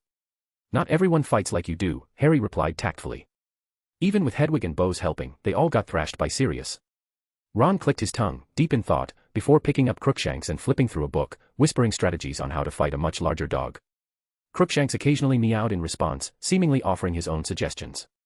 With the Daily Prophet report published, the Dementors were removed from Hogwarts. Christmas was just 5 days away, and the festive atmosphere was growing. However, until the holidays officially started, there was still work to do. Monday night, Headmaster's office. During his nightly detention, Dumbledore greeted Harry with a warm smile. Harry, tonight we'll begin a new lesson. This place won't do. We need somewhere larger, he added, gesturing for Harry to follow. Fawkes, I'll need your help. The Phoenix trilled, reluctantly flying to Dumbledore's shoulder. Power Stones. For 20 advanced chapters, patreon.com/michaeltranslates. Chapter 131, What I Envision Becomes Reality. Magic surged, and flames engulfed Harry and Dumbledore. Pop. They vanished from the office. The next moment, they reappeared in a clearing southwest of the Black Lake, near the Forbidden Forest. Hogwarts Castle loomed faintly in the distance. To reach this spot, one would need to traverse half the lake and pass by Hagrid's hut, a place few students ever ventured to. Fawkes landed on Harry's head, letting out a few cries. The Sorting Hat translated, she says she wants Hedwig's all treats as payment. Then you'd better go find Hedwig, Harry replied, raising a hand to stroke her head. Fawkes immediately flew off. I rarely see Fawkes like this, Dumbledore said, surprised. She doesn't even like cockroach clusters. Harry gave him an odd look. Professor, are you serious? Of course Fawkes doesn't like those, neither does Crookshanks. But cockroach clusters are Honeyduk's best-selling product, Dumbledore argued. In Gryffindor, Lee Jordan buys the most of them, Harry countered. And he said more than once that they belong in Zonko's joke shop, not a candy store. Dumbledore looked unconvinced. Jordan. The prankster only second to the Weasley twins. His word can't be trusted, he thrives on tricks and deception. I don't want to discuss cockroach clusters, Harry said flatly, sensing Dumbledore's demeanor shifting into something alarmingly similar to Ron's when talking about brooms. Shaking his head, he interrupted the conversation's trajectory. Let's start today's lesson. Dumbledore paused, visibly holding back further comments. After a moment, he nodded, his voice soft. All right, let's begin. This lesson was part of a second agreement Harry had made with Dumbledore, learning to channel magic that wasn't inherently his. With a graceful flick of his wand, Dumbledore caused the waters of the Black Lake to churn. Waves surged dramatically, rising high before crashing down like a waterfall. A startled merperson briefly surfaced, its panic evident. It seemed to be wondering, what's happening? I just came up for some air. Aguamenti, Harry murmured the spell that Dumbledore had not spoken aloud. Dumbledore nodded approvingly. Correct. That's the spell. But it was cast using a small adjustment to the usual technique. Magic is everywhere, Dumbledore began. He paused, then made a sweeping gesture with his wand. Water, fire, earth, and wind began to swirl around them in perfect harmony. Anything you want can contain magic. And if you don't want it to, it doesn't have to. With those words, the elemental forces vanished as if they had been mere illusions. The wind stilled, the earth resettled, and water and fire merged without producing a wisp of steam. Like the Patronus charm. As long as I want it, it can manifest. Harry asked hesitantly, feeling a lump in his throat. Dumbledore nodded. Precisely. Harry glanced down at his wand. But Snape. Professor Snape still relies on potions. The principle is the same, Dumbledore patiently explained. The magic in potions also stems from belief. Harry frowned slightly, finding it difficult to grasp. Magic is just a matter of wanting it to work. Because I wish it, it becomes reality. You've already succeeded, haven't you? Dumbledore prompted gently. Harry blinked in confusion, looking up at him.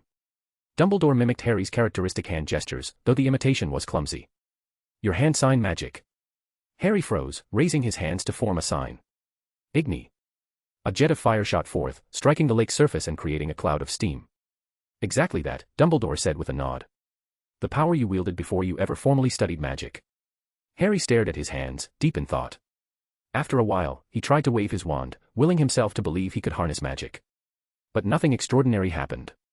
A modest jet of water spouted from the wand's tip, far from the grand spectacle Dumbledore had demonstrated.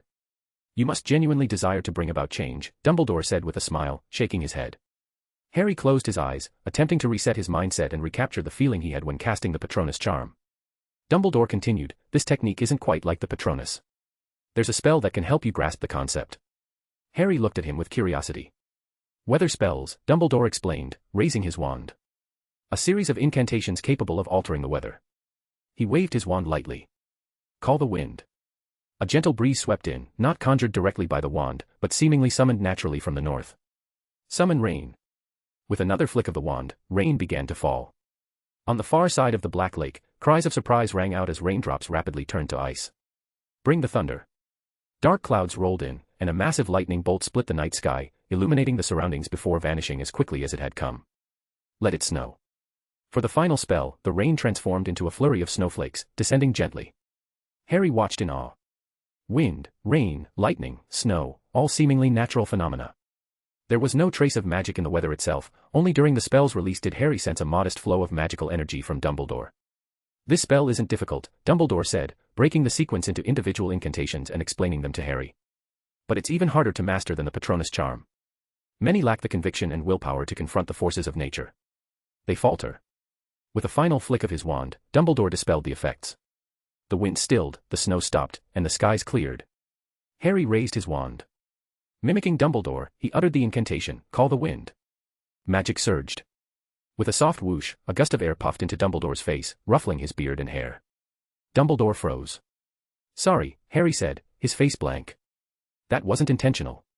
Dumbledore calmly cast a cleaning charm on himself. Harry, it might be better if you didn't apologize. Harry continued practicing. Though the weather spells proved less challenging than the Patronus charm, he couldn't yet achieve Dumbledore's mastery. Harry could only affect small areas, spanning from Ravenclaw Tower to a few steps deeper into the Forbidden Forest. The wind lacked strength, the rain and snow were hesitant, and the thunderclouds only responded once. Still, Harry could feel the dormant magic surrounding him, waiting to be commanded. By moonrise, a house elf appeared with a pop, quietly reminding them, Professor Dumbledore, it's past curfew. It seems we must rest, Dumbledore said, waving his wand to dispel the weather. How about another 2 hours of practice? Harry suggested tentatively. I have to visit the ministry tomorrow, Dumbledore declined swiftly. Spare this old man, Harry. Even in my youth, I wasn't as energetic as you. Harry sighed. Fawkes, Dumbledore called softly into the night. There was no response. Dumbledore looked disappointed. It seems we'll have to walk back. Harry stared pointedly at the house elf. If you want me to walk, just say so. No need for pretense. Dumbledore cleared his throat, waving his wand to transform a nearby tree into a small boat. All aboard. Let me relive the old days. The boat carried them silently across the lake. Harry, what are your plans for the future? Dumbledore asked. Figuring out the connection between Snape and my mother, Harry answered without hesitation. Dumbledore stiffened, turning away awkwardly. So, you know, Harry said, his tone calm. I asked my uncle and godfather recently, they didn't know. Dumbledore remained silent. Does it relate to why he betrayed Voldemort? Harry asked, shifting to a less sensitive question. The faint sound of wind answered him. And it also involves my mother's death, Harry pressed. Dumbledore finally turned to him. I'm sorry, Harry. It's an agreement between me and Severus. I can't reveal anything. But trust me, Severus would never. Harry met Dumbledore's gaze. I can trust him completely, but my parents' deaths can't remain a mystery. Dumbledore sighed. Don't try legilimency on me. Would it work? Harry shrugged. One day, Severus will tell you himself, Dumbledore said, looking away. But for now, Harry, consider slowing down. You're only 13, yet you live as if you're carrying the weight of the world.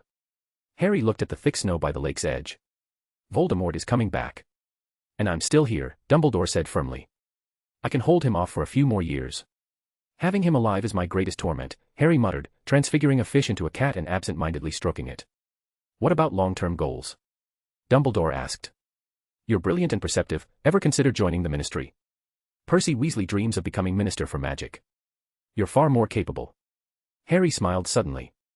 Dumbledore, are you afraid I'll become like Tom? Dumbledore hesitated, transfiguring a fish into a bird. You're as perceptive as ever. I'll admit, it does concern me. Anger can destroy a person. Power Stones. For 20 advanced chapters, patreon.com/michaeltranslates. Chapter 132, Snape, Stay Away from Harry. You seem to speak from experience, Harry said, glancing at Dumbledore. The moonlight was gentle, spilling over them and filling the boat. Not everyone is like you, Dumbledore said, his expression complicated. Who hasn't made a few mistakes? The first 50 or 60 years of my life were failures, even if they earned me the title of the greatest white wizard. Harry shook his head. Do you remember what I once said to you? Staying away from politics is the greatest wisdom. He paused for a moment. If it weren't for saving my godfather, I wouldn't bother exchanging even one word with people like that. Dumbledore laughed softly. He could tell the difference between truth and lies. Harry had always been consistent. Feeling reassured now, Harry shot him a look. Dumbledore kept smiling. You must forgive an old man who spent a lifetime making mistakes for being overly cautious. Professor, there are many ways in which I'm not your equal, Harry said as the boat neared the shore. He transfigured the cat back into a fish and released it into the water. But in one regard, I'm far ahead of you. Dumbledore shook his head. There are many areas where you surpass me. I see Hogwarts as my home, Harry said as he stood, gazing at the castle. What about you? Dumbledore opened his mouth to reply. I know what you're going to say, Harry interrupted. The professors are your family, the students are your children. You know every student's name, even their dreams. But what about Hogwarts itself? Just Hogwarts. What does it mean to you? Dumbledore froze, sitting motionless in the boat.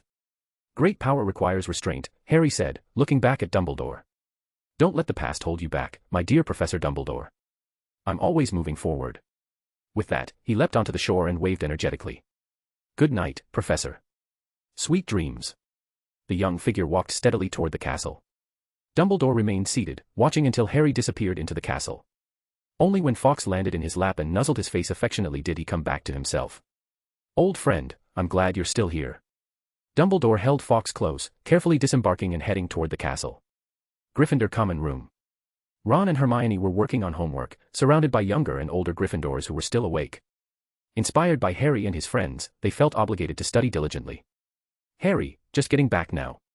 Hermione asked as Harry sat down beside her. Did Professor Dumbledore finally make time to tutor you? Harry shook his head. We didn't stay in the office today. We practiced outside. Outside. Ron looked up, startled, and gave Harry a pitying look. Oh no, that must have been awful. It was fine during the day, but the weather at night was ridiculous: wind, rain, thunder, all at once. It came on fast and left just as quickly, but it was miserable.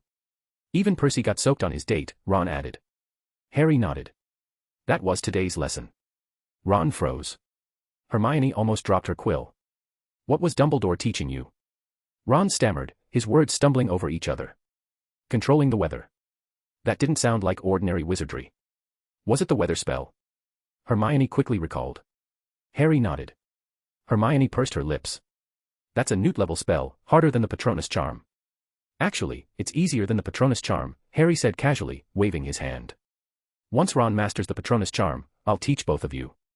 Ron immediately looked down, shivering slightly. He'd asked Percy about it. The Patronus charm was introduced in their 6th year's advanced spell class, and even Percy, an outstanding student with straight OS, hadn't fully mastered it. Hermione had only been practicing for about a month, maybe a little more. You've got to try harder, Ron, Hermione said calmly. Ron nodded, his voice shaky. Why yeah, I will. Suddenly, he had an idea and extended his hand toward Harry. Hey, Harry, Hermione only succeeded when using your wand. Can I borrow it? Harry handed him the wand. As soon as Ron gripped the cedar wand, it emanated a subtle sense of disdain. He tried the incantation, but the wand didn't channel his magic. Nothing happened. Ron attempted again. It's rejecting you, Harry couldn't help but point out. Ron froze. The wand, Harry clarified. The wand is rejecting you.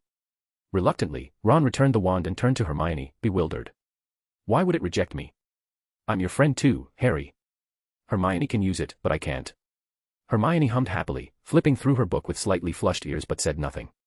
It's not about the wand, Harry said, wiping the wand clean before giving it a casual wave to summon a glass of milk. It's about conviction. Ron frowned even more deeply. Conviction. What does that even mean? Percy had mentioned it too, he was stuck on that very concept. It's about a click moment, Hermione offered, trying to help. That sudden realization when everything falls into place and you can conjure the Patronus. Ron shuddered. Oh no, click makes me think of my head being unscrewed. Hermione rolled her eyes and turned to Harry. What are your plans for Christmas? Professor McGonagall had been collecting students' preferences recently. Hermione hadn't filled out the form yet. I'll stay at Hogwarts, Harry replied. Not going home with Sirius? Hermione asked. Harry shook his head. It's not much of a home with just the 2 of us, or rather, 3 of us. Hermione blinked. What kind of answer is that? The Potter house hasn't been restored, Harry continued with a soft smile. During the summer, I never imagined my godfather would be so reckless. He doesn't want to return to Grimmauld Place. That house hasn't been lived in for over a decade. It's probably in terrible shape now. As for Lupin, you know his circumstances. This semester has been the most comfortable he's had since graduation. Hermione opened her mouth, but no comforting words came out. Anything she could say felt too hollow. After a long pause, she sighed. All right, I'll stay at Hogwarts too. Why are you staying? Ron asked. My parents are spending Christmas in France. I don't feel like going. We already went there over the summer, Hermione replied casually. Satisfied with her answer, Ron returned to his book.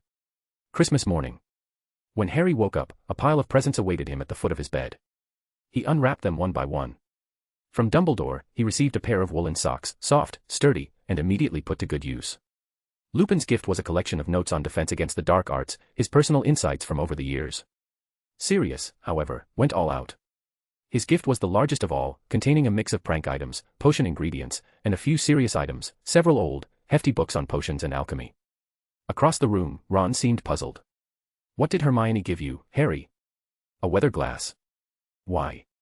Harry replied, summoning the gift box with his wand. The lid opened, revealing the contents. Ron held up his gift. She gave me a book. Maybe she saw how hard you've been studying and wanted to share her secrets, Harry said absent-mindedly. Ron's voice turned complicated. The book's title is The Encyclopedia of Feline Species. And the pictures don't even move, it's a muggle book. Harry paused, then said seriously, that makes it even more important. You should study it carefully. Ron muttered an uncertain okay, and decided to follow Harry's advice. Surely, it wouldn't lead him astray. Once all the gifts were opened, the trio headed to the Great Hall for breakfast, where Sirius and Lupin were already seated, chatting animatedly. Morning, Harry. Sirius greeted cheerfully. His appearance had undergone a transformation, his hair was neatly groomed, his teeth sparkling clean, and he wore a shining set of robes. Only his gaunt frame betrayed the hardships of his past. It's noon, Sirius, Harry corrected. Did you like my gift? Sirius asked, winking. I picked it out with great care. The books are excellent, Harry replied honestly. Sirius waved dismissively. I wasn't talking about the books, I meant the gadgets.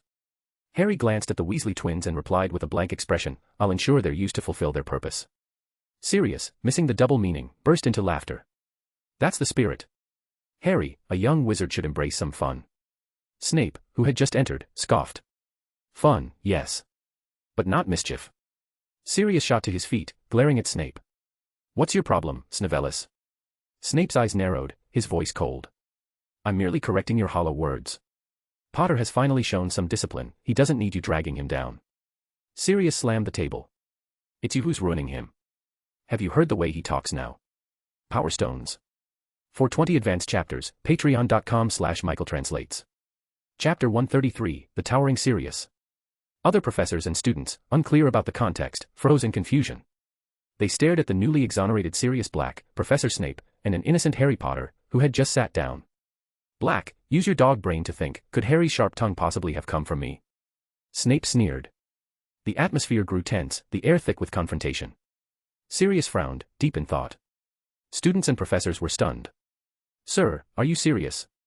Snape just insulted you, and you're actually contemplating his words. Harry's words are rather sharp, like yours, Sirius concluded after a long pause. So stay away from him. Good kids shouldn't be influenced by you. Snape snorted, ready to retort. Dumbledore tapped his glass with a fork. That's enough. It's Christmas, let's be harmonious, Sirius, Severus, no more arguments. Sirius huffed, sitting back down and turning his attention to Hermione. This was the first time he had observed the young girl so closely.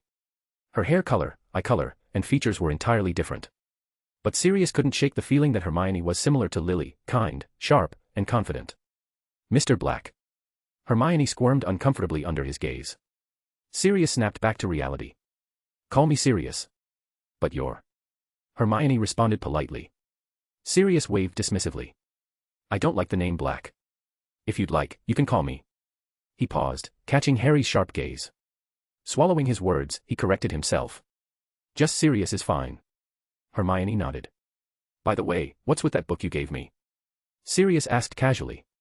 Ron's head shot up, instantly alert. It was Harry's suggestion, Hermione replied with a small smile. He said it would be useful. Lupin tilted his head. What book? A Muggle book, the Encyclopedia of Feline Species, Sirius answered. Lupin choked on his pumpkin juice, hastily turning away to recover. His astonished gaze fell on Harry. Did you really tell Miss Granger to give him that book? Just call me Hermione, she said timidly. Yes, Harry answered calmly. Ron scratched his head. That's the same book she gave me. Lupin turned to Ron, now even more astonished. What's going on with this child? Is he just like Sirius? The same, but not quite, Harry clarified. He got beaten by Crookshanks. Ron clenched his fork, staring at Hermione in shock. So, that's why you gave me the book. Sirius tilted his head back and snorted. Crookshanks isn't my match. Recently, even with Hedwig and Boz teaming up, they couldn't beat me. Snape let out a mocking laugh. Professor McGonagall looked like she wanted to cast a spell to seal Sirius's mouth. Sirius Black really belongs in Slytherin. A fully grown wizard defeating a Part3 cat and 2 owls, what an accomplishment, my dear Godfather, Harry said, cutting into a lamb chop. Shall I write an article for the Daily Prophet to commemorate it? Sirius froze, pondering Harry's words. He finally defended himself, I was in my animagus form.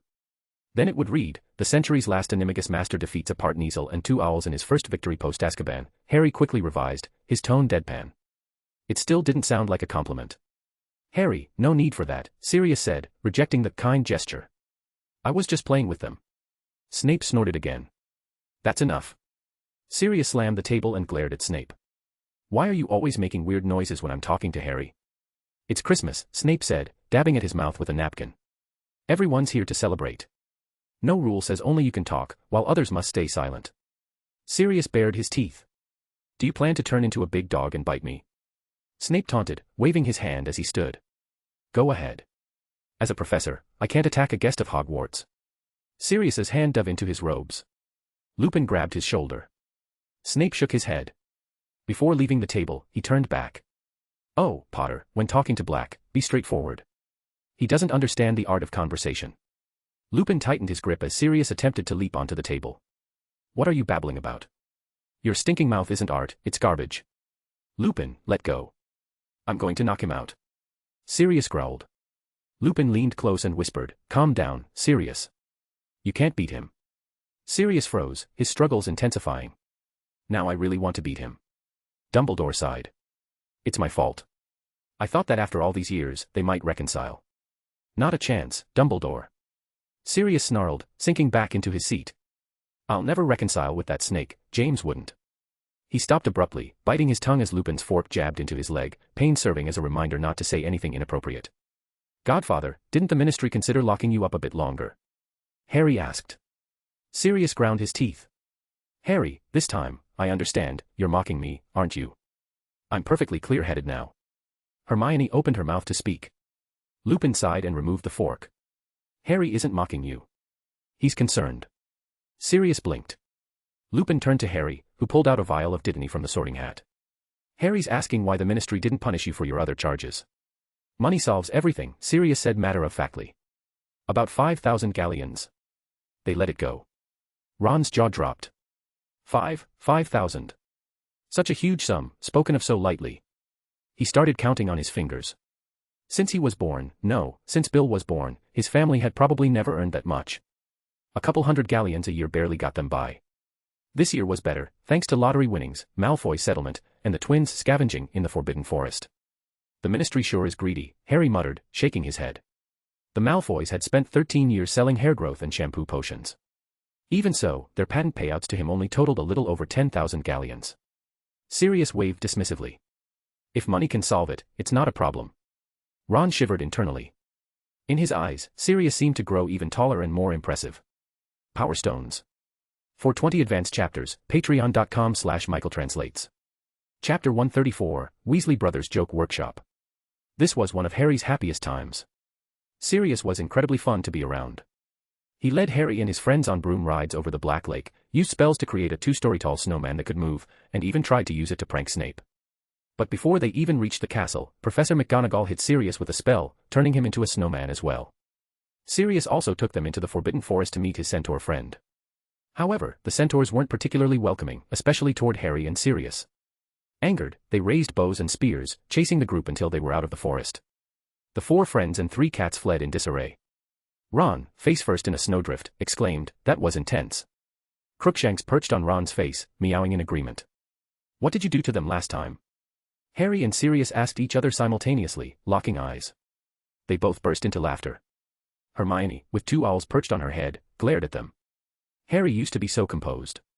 How has Sirius turned him into such a child? We tried to steal their bows back in the day, Sirius admitted with a sigh. James and I made several attempts, but we never succeeded. Harry grinned. I once tried to learn their healing magic and archery skills.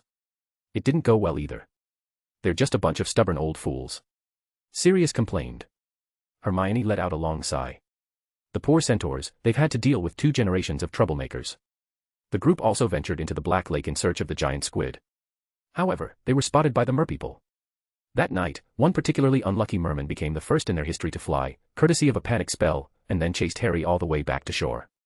Sirius looked at Harry in disbelief. How do you manage to have enemies everywhere? They also visited the 3 broomsticks for drinks. After a few too many, they danced wildly in the pub.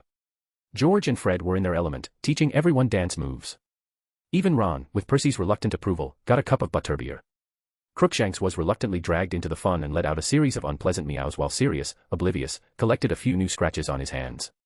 Despite all the joy, there were still some regrets. Sirius regretted not getting the chance to give Snape a good wallop. The slimy git of his memories had changed significantly, particularly in skill. Harry, on the other hand, regretted that Lupin couldn't join in. Christmas coincided with the full moon, making it impossible for him to participate. The festive days flew by. It felt like Harry had barely finished the Christmas feast when students began returning to prepare for the new term. Sirius couldn't stay any longer, he wasn't a staff member. Reluctantly, he bid Harry goodbye. He planned to return to the Potter family home to start renovations, ensuring it could become their future home, a home that would also include Lupin. A family shouldn't live in ruins, after all. The start of the new term brought more excitement. That weekend, Harry received a package from Sirius.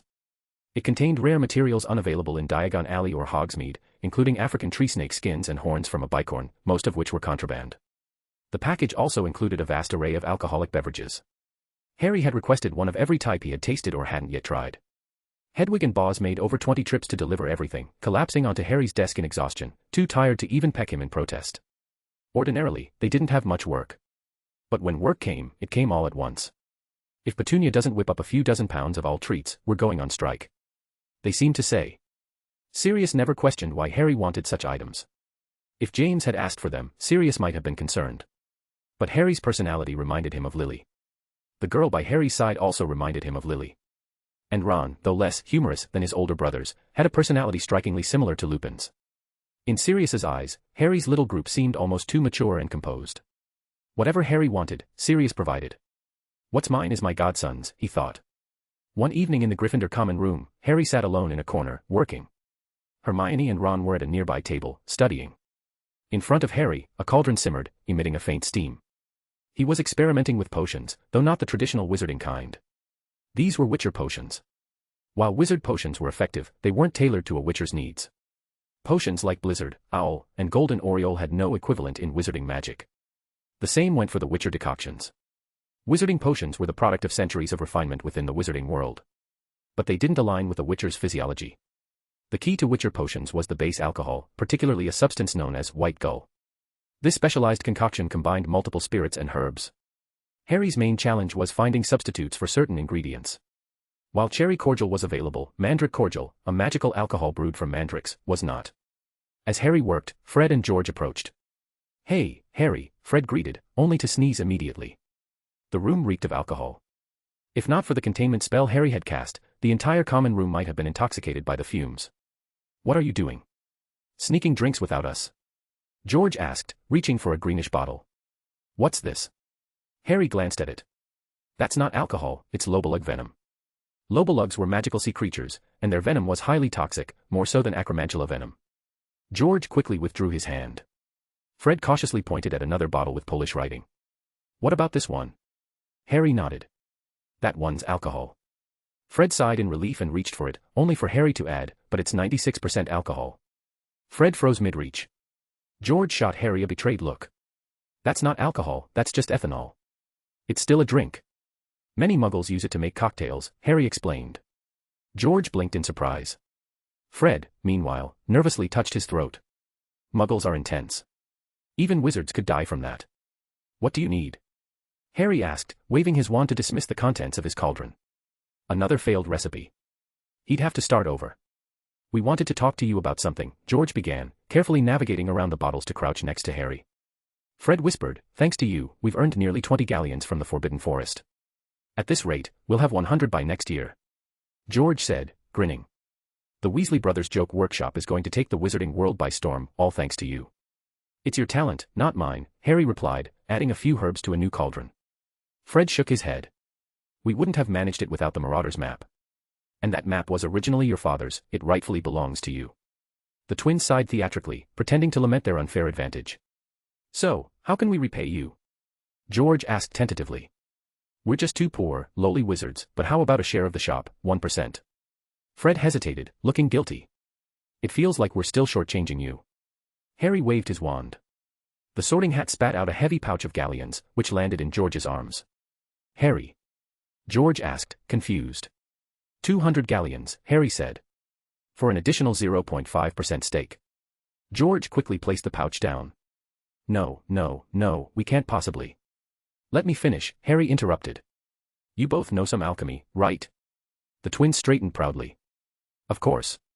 There's no alchemy class at Hogwarts," George bragged. "But we're confident we could outperform even Bosbaden's 7th-year alchemy students." Fred added, pointing to his head, "When it comes to pranks, we're geniuses, just like you. As a shareholder in your workshop, I'd like to commission you to develop an alchemical bomb. I even have Dumbledore's alchemy notes for you to use," Harry proposed. "A bomb? Like the Muggle kind?" George asked, intrigued. Harry nodded. "Yes, but with magical effects." George grinned, clutching the money pouch. "No problem. I'll draft a contract right away, for a 2% stake in the Weasley Brothers Joke Workshop." Fred frowned thoughtfully. "Shouldn't we change the name? How about the Weasley and Potter Brothers Joke Workshop?" George nodded in agreement. But Harry shook his head. "No need." The twins began to protest, only for Harry to point at them. You're the Weasleys. Then, pointing to himself, he said, and I'm your brother. The twins froze, then burst into laughter, nodding enthusiastically. All right, little brother, George said, grinning. We'll start with Dumbledore's alchemy notes. Power Stones. For 20 advanced chapters, patreon.com/michaeltranslates. Chapter 135, This Isn't the Kind of Hug I Wanted. Small hopes are often quickly realized. As George and Fred were about to leave, Harry waved his wand, and a notebook flew out from his sorting hat, landing gently in their hands. Is this really Professor Dumbledore's? George asked, brimming with excitement. Harry nodded. The first volume. It's an introductory one. I've looked through it but don't have the time to dedicate myself to it fully. This is incredible. George carefully cradled the notebook. The most renowned alchemist in history was undoubtedly the late Nicholas Flamel, but Dumbledore, a close second in many opinions, carried his legacy forward. What a treasure. This notebook was a gem in the world of alchemy. The twins immediately took the book to sit beside Ron. Word by word, they meticulously read through it, occasionally scribbling notes with a quill. The Gryffindor common room fell silent with astonishment. Was this truly happening? The legendary pranksters of Gryffindor, George and Fred, were sitting still and studying with an intensity greater than they had ever shown in Professor McGonagall's class. In less than half an hour, they'd shattered numerous assumptions, leaving other students astounded. Some younger Gryffindors whispered among themselves. What kind of influence does Harry have to make even the Weasley twins study like this?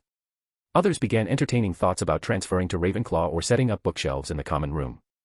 Meanwhile, Harry continued experimenting with potions. Once again, his attempt to concoct the base potion, White Gull, failed. A foul, fishy stench wafted through the air. Unfazed, he resumed his adjustments, ignoring the judgmental gaze of his failed attempts. By late evening, Harry finally succeeded in brewing a batch of White Gull that emitted a crisp, biting aroma akin to winter winds. Carefully, he poured out a small amount into a cup.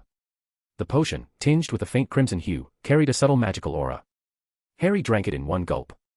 The moment it slid down his throat, it felt like swallowing sharp shards. It burned fiercely in his stomach and quickly coursed through his veins, igniting his entire body in searing heat. Harry's face flushed red as he gritted his teeth, bracing against the onslaught. Harry. Hermione, noticing his trembling, rushed over. Breaking through the magical barrier he had erected around his workspace, the potent alcoholic aroma hit her, and she immediately felt lightheaded. Her legs buckled, sending her careening toward the cauldron. Reacting swiftly, Harry grabbed her by the back of her robe, hoisted her up, and tucked her under his arm before carrying her out of the magical barrier. Hermione's mind cleared once she exited the zone, but her thoughts were in disarray. She glanced upward from her awkward position, seeing only Harry's determined jawline. Why this? Why couldn't he carry her in a dignified princess-style embrace like Percy had with Ginny? Harry, what's going on? Ron asked, confused as he looked up at them. Hermione's cheeks were flushed, but surprisingly, Harry's face was just as red. Harry set Hermione down in a chair and explained calmly, I was brewing a potion. She came too close and got affected. Hermione struggled to compose herself and pouted. That didn't smell like a potion. Are you secretly becoming an alcoholic, Harry? Alcohol is the poetry of men, Fred said, looking up from the notebook, his tone lightly chastising. Every mature man ought to learn how to drink. Ron's eyes sparkled with envy. Harry and Percy had strict rules about his drinking, only allowing him the occasional butterbeer, which wasn't nearly strong enough to satisfy his curiosity. Don't move. Harry gently patted Hermione on the head, cutting off her next retort. Fred and George exchanged a smirk as Harry checked Hermione's pupils for signs of lingering effects. Hermione froze. Harry's hand reached out, tilting her chin slightly. Relax your eyes. Don't roll them. Hermione's gaze settled downward and landed on the necklace Harry always wore. Harry thoroughly checked both of her eyes and then leaned back. You're fine. Drink this calming draft, and you'll feel completely better. Hermione obediently sipped the potion Harry handed her. That really was a potion, she asked after a moment of hesitation. Yes. It's not poison or ordinary alcohol, Harry clarified. It's the base for a type of advanced magical potion.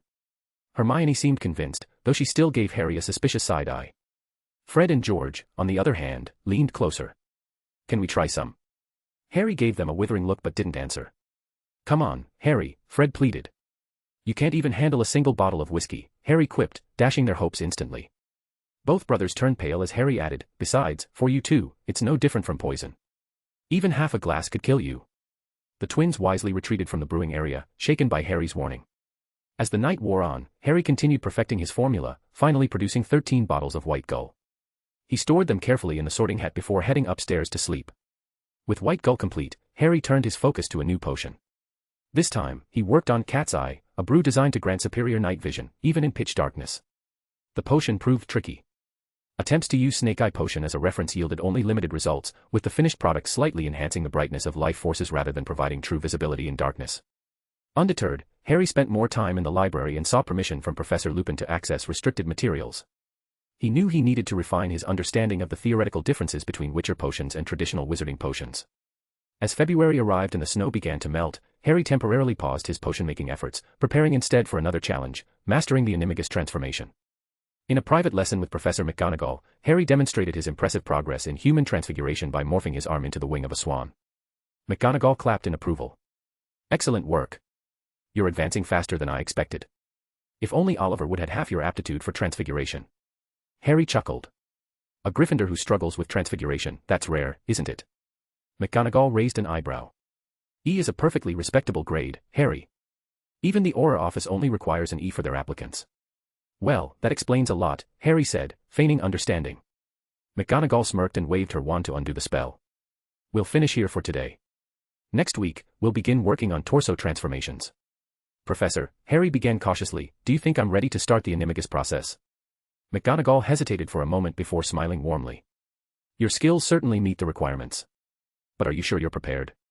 I believe so, Harry said confidently. McGonagall's expression turned serious.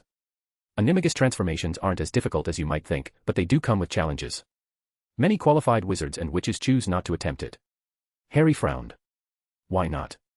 Are they afraid of turning into animals they dislike? McGonagall gave him a pointed look. It's not about personal preferences, Harry. It's the Ministry's registration process. Every Animagus had to be officially recorded by the Ministry, a restriction many wizards found stifling. Power Stones. For 20 advanced chapters, patreon.com/michaeltranslates. Chapter 136, Rowena's Blessing. Hearing McGonagall's explanation, Harry nodded in realization. Ah, yes, the Ministry of Magic. I forgot about them again. He paused before cautiously continuing, perhaps I could skip registering with the Ministry. I understand your reasoning, Mr. Potter, McGonagall said, her expression growing stern. But that's not acceptable, not only out of respect for the Ministry but also out of respect for others. She continued, before the law requiring Animagus registration, there were far more animagi than there are now. Some wizards would use their animal forms to spy on others' private lives. Harry, I trust you wouldn't do such a thing, but not everyone will believe that. Harry followed her logic and completed the thought aloud, there will always be people who doubt my intentions. McGonagall nodded. But Professor Dumbledore surely knows how to transform into an Animagus, doesn't he? Harry asked, seizing the opportunity. And as far as I know, he's not listed in the Ministry's registry. McGonagall froze for a moment, pursing her lips. I've never seen him use Animagus magic. Not seeing doesn't mean he can't, Harry pressed, determined to argue his point. McGonagall tightened her grip on her wand, her voice softening in an unsettling way. Harry, it's not that I don't want to hold Albus accountable. It's that I can't. As deputy headmistress, all I can do is offer advice, she said with a resigned sigh. Sensing the tension, Harry quickly nodded. Understood, Professor. Let me think this over carefully. McGonagall's gaze remained serious, as it had been the day she first met him at Hogwarts Oak Doors. Harry, if I find out you've become an unregistered Animagus, I'll personally make sure you go to the Ministry to rectify it. After excusing himself, Harry left the office, knowing McGonagall was not the right ally for this. Perhaps Dumbledore. As the former Transfiguration professor and McGonagall's mentor in Animagus magic, he would certainly be knowledgeable. But Dumbledore's belief in the Ministry was even stronger than McGonagall's. That left Sirius. Or perhaps Remus. Though Remus wasn't an Animagus, his close friendship with James and Sirius likely meant he had some insight. Returning to his dorm, Harry wrote a letter to Sirius. Sirius responded quickly. If there was one thing Sirius was confident about, it was Animagus magic. During his years in Azkaban, Sirius had relied on his Animagus form to survive, curled up in a corner of his cell, thinking with a dog's simpler mind to withstand the Dementors. His constant review of Animagus knowledge had kept him sane and prevented him from being consumed by his animal instincts. With Sirius's guidance secured, Harry turned his attention to Gryffindor's trial. Friday night, Harry packed his belongings and prepared as thoroughly as possible. He strapped on the sorting hat and left the dormitory without concealing his departure. The Gryffindors watched him leave in silence. Come back by Monday. Professor Trelawney said she has a new prophecy about you, Hermione said anxiously, biting her lip. Even if you don't pass the trial, your safety is the most important thing. The sorting hat mumbled, Miss Granger, do you think Gryffindor's trial is as dangerous as the Chamber of Secrets? There was a basilisk in the Chamber of Secrets, Hermione argued. Without proper precautions, even the heir would die from direct eye contact with it, wouldn't they? Godric wasn't Salazar. He was much kinder, the hat countered. Hermione shook her head, unconvinced. The hat pressed on, and Harry isn't the only student to attempt this trial in the last 1,000 years. 4 or 5 centuries ago, a particularly gifted student, brilliant, even more so than Albus, drew Gryffindor's sword, broke into the Slytherin common room, and stole a portrait, injuring the head of Slytherin House in the process. That sounds very Gryffindor, Harry muttered dryly. The hat chuckled. Indeed. But because that student wasn't prepared, they failed the trial. However, they returned safely to Hogwarts, suffering only from exhaustion and minor injuries. Minor injuries. Hermione latched onto the phrasing. Even someone better than Dumbledore failed. Ron exclaimed. Harry waved a hand dismissively. No one gets through completely unscathed. As long as the injuries aren't fatal, it's fine. The hat reassured Ron that student skill was remarkable at the time, but not greater than Dumbledore's now. Ron nodded, relieved. Harry smiled faintly. He must have been like Sirius, thinking the trial ended the moment he reached the Forbidden Forest. The hat cackled. Harry, you're quite perceptive. Forgive me for not divulging details, but you're getting warmer. Hermione bit her lip harder as Harry turned to leave. Harry, our Lion King, will wait for you to return. George called out, raising a fist dramatically. Fred joined in, rallying the younger Gryffindors. Please, not that nickname, Harry muttered, waving them off before stepping out of the common room. At the edge of the Forbidden Forest, Harry glanced back at the castle. He could feel the eyes of 3 individuals watching him. With a determined stride, he entered the forest, crunching over patches of lingering snow. Following a pre-planned route, he passed the Centaur camp, traversed the Unicorn's territory, and halted near the Acromantula's domain. Judging his bearings by the direction of the tree branches, he turned northwest. But before he could take more than a few steps, the faint sound of clicking reached his ears. He froze, turning toward the noise. The rustling of bristly legs brushing against bark and leaves grew louder. It wasn't just one spider. His brows furrowed.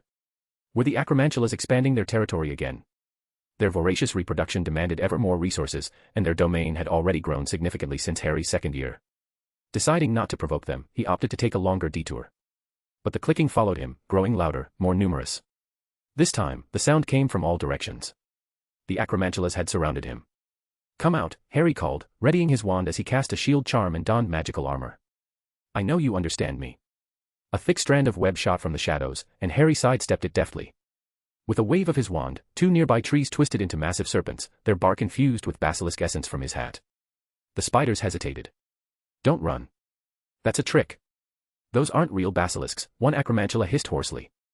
Its companions hesitated, but the leader barked an order, attack them. Quickly. Reluctantly, a few smaller spiders swarmed the conjured serpents, overwhelming them and tearing them apart. See. They're fake, the leader crowed. Harry raised his wand. Incendio Maxima. Flames roared to life, consuming the nearest spiders in an instant. With another wave, the fire split into dozens of serpents, slithering after the fleeing creatures. The Acromantulas sprayed webbing to extinguish the flames, their sheer numbers barely holding the fire at bay.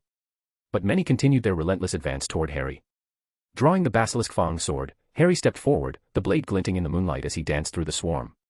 Each swing was precise, cutting through legs and bodies, leaving venomous wounds in his wake. Half an hour later, with dozens of Acromantulas slain, the survivors finally retreated in panic. Harry lowered his blade, his chest rising and falling heavily. With a final wave of his wand, he encircled the area in protective flames and tapped the sorting hat. Stop singing. Every heroic battle needs a ballad, the hat retorted indignantly. Ignoring it, Harry stared at the distant, unseen castle. The castle's protections have severed during the trial. The hat nodded. Indeed. Students cannot grow under constant shelter. Trials are meant to challenge. Rowena made a pact with the forest's creatures 1,000 years ago, it added. No creature here may kill a Hogwarts student. Power Stones. For 20 advanced chapters, patreon.com/michaeltranslates. Chapter 137, The Swallow. Rowena always had her ways. She was incredibly clever, said the Sorting Hat, recounting ancient stories. The forest next to the castle was far too dangerous back then. There were even dragons living here. Godric and Salazar wanted the Forbidden Forest to serve as a trial ground for young wizards, but they couldn't convince Rowena and Helga. So Godric added a condition to his heir's trial: only the most exceptional Gryffindor would be able to truly conquer this forest.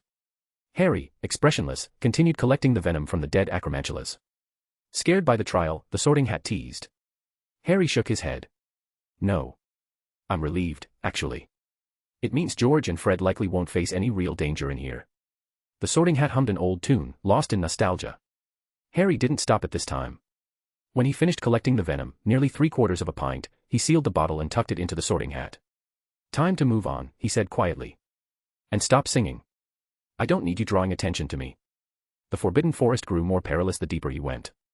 Harry encountered lurking devil's snare, red caps hiding in the shadows, and swamps filled with mosquitoes, boggarts, and fire crabs. These creatures were far more dangerous in the wild than in any classroom. By the time the second night fell, he was still far from his destination. Consulting the map under the moonlight, Harry realized he was only halfway there. He sighed, knowing he wouldn't make it back to Hogwarts in time for Monday's classes. He found a small hill, checked thoroughly for any lurking creatures, and set up camp beneath a tree. Reaching into the sorting hat, he pulled out a thick dragonhide pouch. He opened it to reveal another, smaller dragonhide pouch, and then shook out several solid, dry lumps onto the ground. The sorting hat groaned in disgust. If it weren't for this trial, I never would have let you put that in me. It's useful in the wild, Harry said, waving his wand to gather dry branches and leaves into a makeshift campfire. With a snap of his fingers, the fire roared to life. Harry broke off a chunk of the dry substance and tossed it into the flames. A strong, pungent odor wafted through the air, carried by the wind. It was dragon dung. Obtaining dried, clumped dragon dung wasn't easy. Sirius had spent 2 days tracking it down. Burning such powerful creatures' waste was one of the best ways to ward off lurking magical beasts in the wild. Harry leaned back against the tree, laying the Gryffindor sword across his lap. He closed his eyes and entered a meditative state. In the wild, there was no luxury of deep sleep. He remained vigilant, occasionally tossing more fuel or dragon dung into the fire throughout the night. By dawn, Harry was refreshed and ready to continue. Harry, did you really rest properly? The sorting hat asked, puzzled. Harry stuffed the dragon dung back into the hat, causing it to hiss in annoyance. I'm fine. In the wild, you can't expect perfect conditions. He pressed onward. The deeper regions of the forbidden forest, untouched even by centaurs, were far more treacherous. Finally, just before the third sunset, he reached the marked location, a small, ruined garden. It wasn't large, a pavilion stood at its center, surrounded by moss-covered walls and vines creeping over stone columns adorned with intricate carvings. At the garden's entrance, a stone gate lay in ruins, showing signs of a blasting curse. Harry knelt to inspect the gate. It must have been the previous trial taker, he muttered. A hidden garden, deep in the forbidden forest, Harry said, looking around with a blank expression. Was this Godric's secret meeting spot with his lover? The sorting hat bristled. How would I know? It's my first time here too. The last person to take this trial wasn't bold enough to carry me off from the headmaster's office like you did. So, you admit Godric had secret lovers? Harry teased. The hat jabbed him with its pointed tip, denting itself in the process. Hey. Godric would never. At least, not that I know of. And he certainly wouldn't bring along a chatty hat to a date. Harry pulled the dented tip back into shape. So, you admit you're chatty. I'm not chatty, the hat huffed indignantly. Ignoring it, Harry waved his wand. A fallen branch twisted into a small cat, which padded cautiously toward the garden. The conjured cat stepped through the broken gate, across cracked stones and mossy paths, its paws leaving faint prints in the dirt. There were no signs of life, no disturbances in the vegetation or traces of magical creatures. Harry frowned. That was strange. Calling the cat back, he pointed his wand at the broken gate. The stones twisted into small humanoid figures that scuttled into the garden, poking around every corner and crevice. Still, nothing stirred. Godric wasn't the type to set traps, the sorting hat said defensively. Harry wasn't convinced. He cast protective spells on himself, layering Quen and shield charms, before stepping carefully into the garden. Inspecting every detail, he found nothing unusual. Time had eroded most of the garden's features. But as he approached the pavilion, something caught his eye. The columns holding up the pavilion were etched with delicate patterns, faint traces of magic lingering on them. It was these enchantments that had kept the structure standing for over 1,000 years. Harry's gaze stopped on the last column. Amid the intricate carvings, one symbol stood out sharply, a bird in flight. A swallow. Harry's eyes widened. That symbol, how did it get here? Oh, a bird carving, the sorting hat remarked. It's a bit crude. Perhaps it's worn down. But Harry wasn't listening. His mind raced as he searched the other columns and the garden for similar symbols. None. Only that one column bore the swallow mark, ancient and weathered, but unmistakable. It was Ciri's mark. The symbol of the elder blood, representing her power to traverse time and space. She was here. Harry whispered, astonished. The sorting hat, oblivious to his thoughts, suggested, I doubt you'll find more clues out here. See that stone table in the pavilion? It's cracked. Care to guess what it's for? Harry shook off his distraction and approached the table. Pulling out the sword of Gryffindor, he slotted the blade into the crack. A surge of ancient magic flared to life, wrapping around the sword. Even after 1,000 years, the enchantments had not faded. The stone table glowed briefly before the magic subsided. Harry grasped the sword. Suddenly, he felt a hook pull at his navel, and the world spun wildly around him. He hurtled through a swirling void, his body flipping as though trapped in a giant washing machine. When he finally landed, he staggered and immediately cast Ard to steady himself. "Easy there, little Gryffindor," a voice called out, nervous yet warm. "It's just a portkey. Didn't they teach you about those in charms class?" Harry lifted his head, taking in his surroundings. He stood in a sealed room, no windows, no doors, but the air was dry and warm, suggesting it wasn't underground. The room was bare, devoid of furniture or decor. The voice had come from a portrait. A red-haired, green-eyed man stared back at him, tall and regal, exuding an air of authority. "Godric," the Sorting Hat exclaimed, startled. "Ah, my old friend." Godric Gryffindor smiled warmly.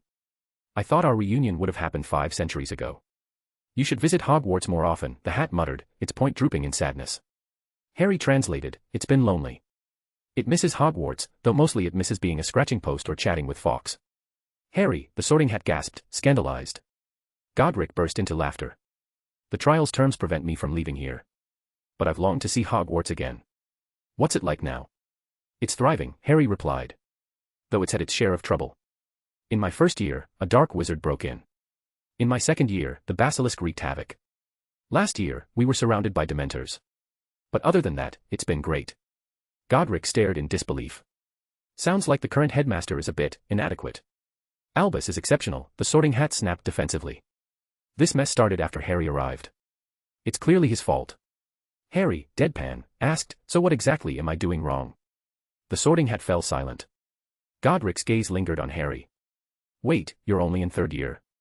Harry nodded. "Godric, he's exceptional," the Hat boasted. "He pulled the sword from the Sorting Hat during his first year. And look at his eyes, like a lion's." Harry flinched at the mention of his eyes. Godric frowned. "Lion's eyes? Come closer." Harry stepped forward, heart pounding. Did Godric know something? After a long moment of scrutiny, Godric shook his head.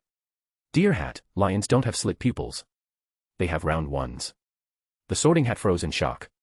Harry's voice was calm but direct. "These eyes, do they remind you of anything?" Power Stones. For 20 advanced chapters, patreon.com/michaeltranslates. Chapter 138, The Lady of the Lake. Godric gazed intently at Harry's eyes. What a striking pair they were.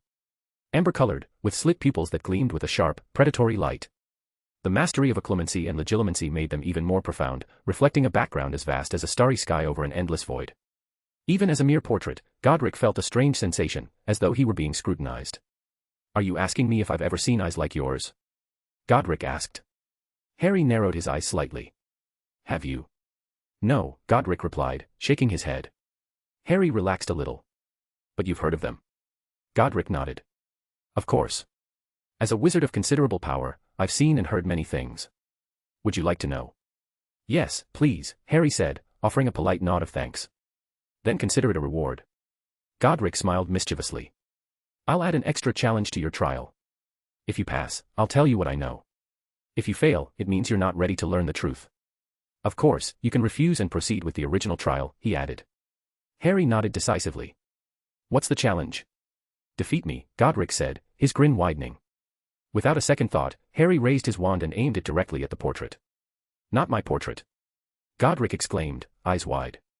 "I thought you'd be surprised." "Clearly, I meant me, not just a picture of me." "Are you not afraid to face Godric Gryffindor himself?" The Sorting Hat chimed in proudly. "Harry fears nothing. He killed a troll during his first year." Godric blinked in astonishment. The Hat continued, gleefully recounting a story.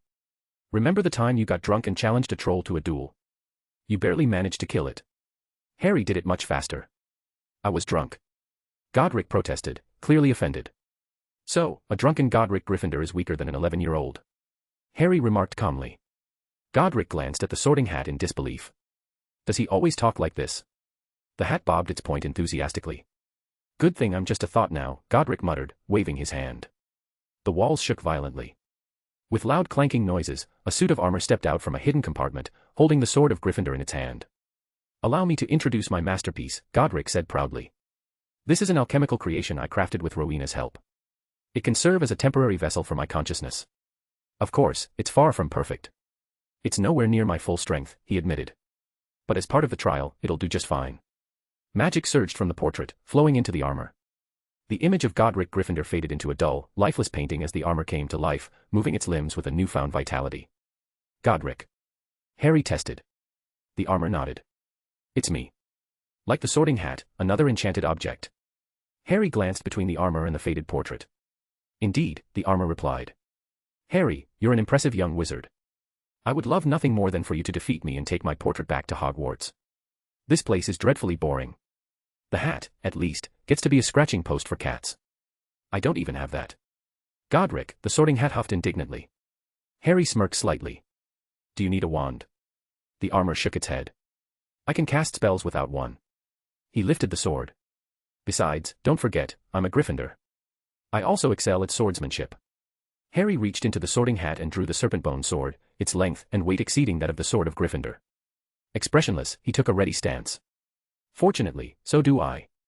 The armor tilted its head in surprise. You've been trained. I'm impressed. Wizards rarely bother learning swordplay. Harry swung the sword experimentally. You remind me of Gilderoy Lockhart. The armor chuckled, stepping forward with its sword. A nightly duel between wizards. How exciting. As they closed the distance, Harry flicked his wand. With a snap, his robe extended and wrapped around the armor's arms, pulling them behind its back in a perfect bow. Lockhart was last year's defense against the dark arts professor, the Sorting Hat explained. A brainless, pompous wizard who thought Harry was his fan. And he was quite handsome, it added with a teasing tone. From within the armor came Godric's astonished voice. You used magic in a sword fight. Conf Ringo. Without hesitation, Harry cast a blasting curse. The explosion hit the armor, denting its chest and head. The pieces wobbled but held together. You remind me of Salazar, Godric said thoughtfully. The armor suddenly radiated heat, burning away the binding cloth. It swung its sword in a quick, precise thrust aimed at Harry's stomach.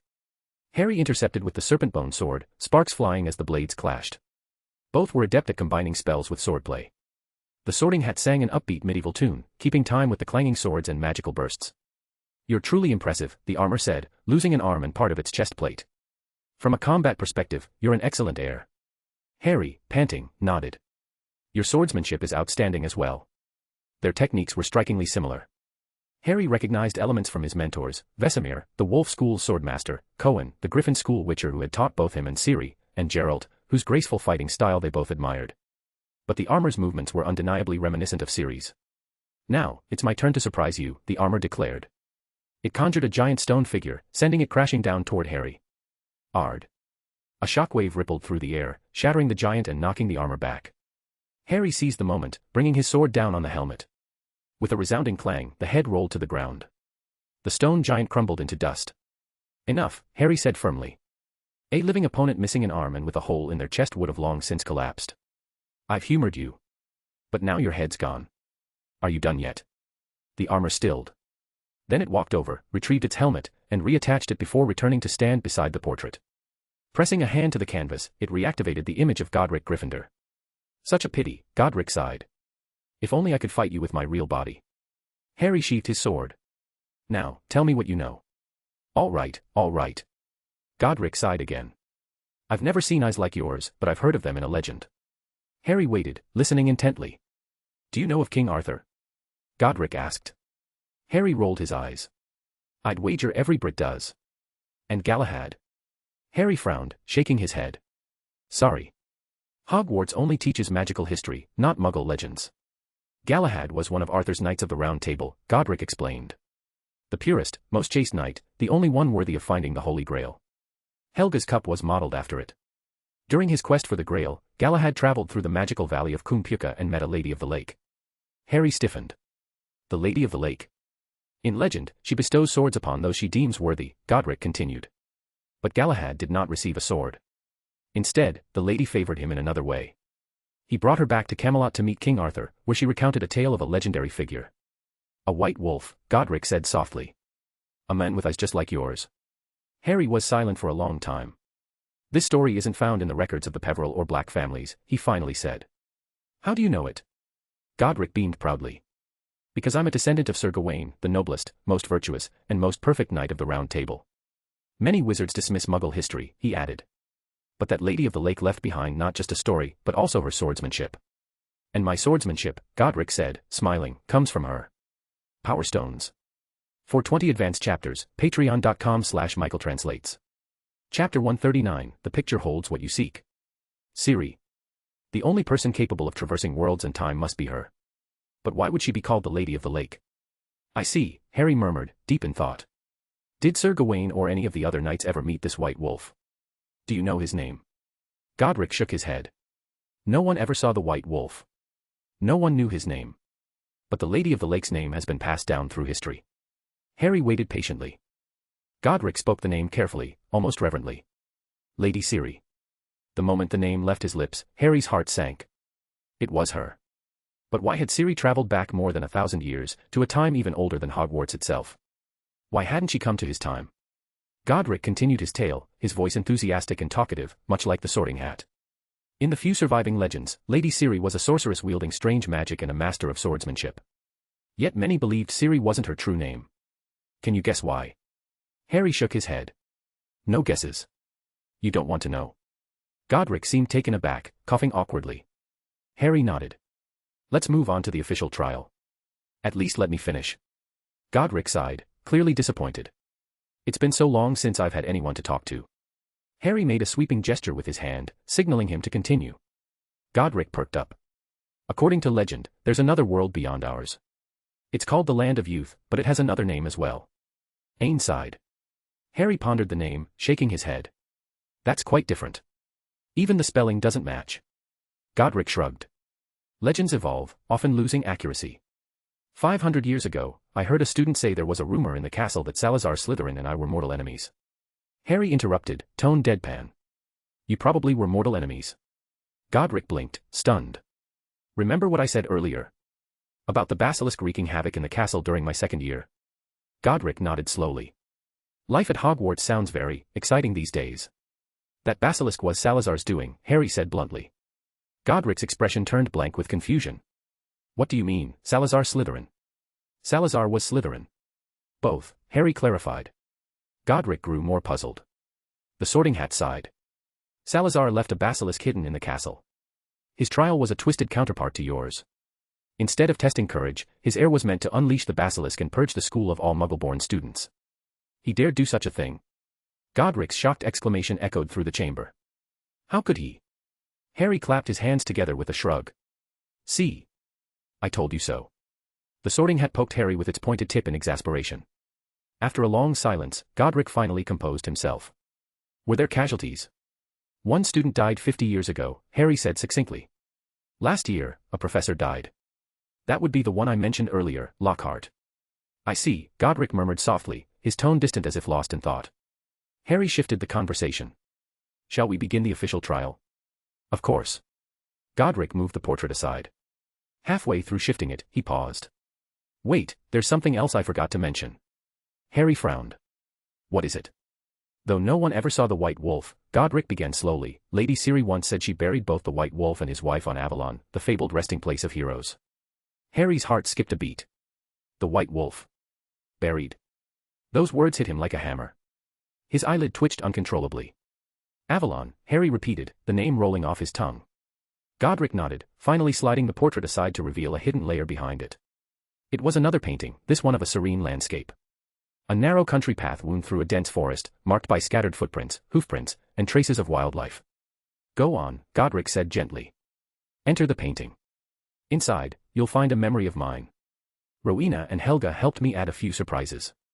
All you have to do is overcome the challenges within and retrieve the sword of Gryffindor. Then my legacy will be yours. Harry nodded and stepped forward. As he reached the painting, he paused again. By the way, did you build this garden back in the day? The Sorting Hat piped up indignantly, come on, admit it. Was it for secret rendezvous with some witch? I didn't even know this garden existed. Godric shook his head with a chuckle. No, I didn't build it. In fact, it's been in the Forbidden Forest for as long as anyone can remember. In the depths of such a dangerous forest, someone built a beautiful garden. Harry mused aloud, his expression blank. Perhaps they believed that anyone brave enough to make it through the forest would see this garden and think it was a reward from the heavens. Godric's eyes widened slightly. Harry continued, his voice steady. Delighted by the discovery, they wouldn't think twice about sitting under the pavilion to rest, never suspecting the danger. Godric averted his gaze, looking a little guilty. My dear Mr. Gryffindor wouldn't have done something like that, would he? Harry's tone was flat, but the words dripped with sarcasm. Godric said nothing. The Sorting Hat interjected loudly, "No, Harry, he's Gryffindor. Don't be so suspicious. Why do you assume it was a she who built this place?" Godric quickly tried to divert the topic. "It could have been a man." Harry raised an eyebrow. "If you saw a beautiful flower, would you or Lady Ravenclaw be more likely to wear it in your hair?" "Me, of course," Godric answered proudly. "A handsome man deserves the best flowers. Isn't that obvious? And Rowena wouldn't bother with such useless decorations. Her jewelry was always enchanted for practical purposes." Harry opened his mouth to respond but found himself at a loss for words. The Sorting Hat poked him gently. "Ah, Harry, don't forget, 1,000 years ago, even Gryffindors wore tight pants." Harry clicked his tongue in distaste. Godric, noticing the reaction, looked confused. "Is there something wrong with dressing properly?" "Mr. Gryffindor," Harry deadpanned, "in our time, flowers are generally considered feminine accessories." Godric blinked in understanding. "Ah, no wonder you don't wear any. I thought it was because you were like Helga, preferring simplicity." "I do prefer simplicity," Harry confirmed with a nod. "You seem particularly interested in this garden," Godric observed. Harry nodded again. "There are a few items left behind in the garden," Godric said with a sly grin. "I've placed them with my legacy. If you want them, you'll have to pass this final trial. Since you've kept me company for so long, I'll give you a hint. Inside the trial, you may find something of great interest to you." "Something of interest? Relics from the garden? Something related to Siri? Did she foresee something and leave it here for him to find through Godric?" Harry dearly hoped that was the case. Taking a deep breath, he stepped into the painting. Magic enveloped him like a mist as he walked into the scene. Dim light surrounded him, and he found himself in a dark tunnel. Raising his wand, he cast a soft glow to illuminate his surroundings. The path looked more like a long hallway than a cave. There were no walls, only an eerie silence that pressed in from all sides. "Want me to sing a song?" the Sorting Hat asked cheerfully. Before Harry could reply, a sudden bright light blinded him. Instinctively, he cast Quen for protection and summoned Parchment from the Sorting Hat, transforming them into enchanted owls to pull him through the light. When the glare faded, he found himself standing on the countryside path depicted in the painting. There was no immediate danger. The owls released him, and he landed softly on the ground. Harry tapped his robes with his wand, transforming them into a scabbard for his sword. He adjusted his appearance by conjuring a modest beard. At 65 inches tall, his shorter stature would make him seem less threatening, and less likely to attract danger. Looking down, he followed the fresh hoofprints and footprints toward the edge of the forest. Soon, he emerged into a small village. The sight of rough thatched huts, children playing in the street, and a large windmill turning slowly in the breeze reminded him briefly of Velan. But this was different. This was Britain, in Godric Gryffindor's time. As Harry walked into the village, the men noticed him immediately. They watched him warily, eyeing his armor and sword with suspicion. When Harry lingered near the village's entrance, the men grabbed pitchforks and confronted him. "Stranger," one of them said gruffly, "what are you doing, wandering around our village?" Harry calmly replied, "I'm a knight looking for a place to rest and drink." "A knight?" The men didn't lower their weapons. "Where's your horse?" "In the woods." "It was attacked by a beast," Harry said, observing their expressions closely. The brief flicker of fear on their faces didn't escape his notice. He paused before continuing, "I wounded it, but I didn't kill it. It fled." The men's fear deepened. They know something about that beast. Power Stones. For 20 advanced chapters, patreon.com/michaeltranslates. Chapter 140, Helga Hufflepuff. "So, that beast is a big threat to you all?" Harry asked, watching the men's expressions closely. "Do you need my help with it?" "But your horse is dead," a young man mocked. "A knight who can't even protect his own mount." Harry waved a hand dismissively. "Oh. But the beast didn't harm me at all." He extended his hands openly.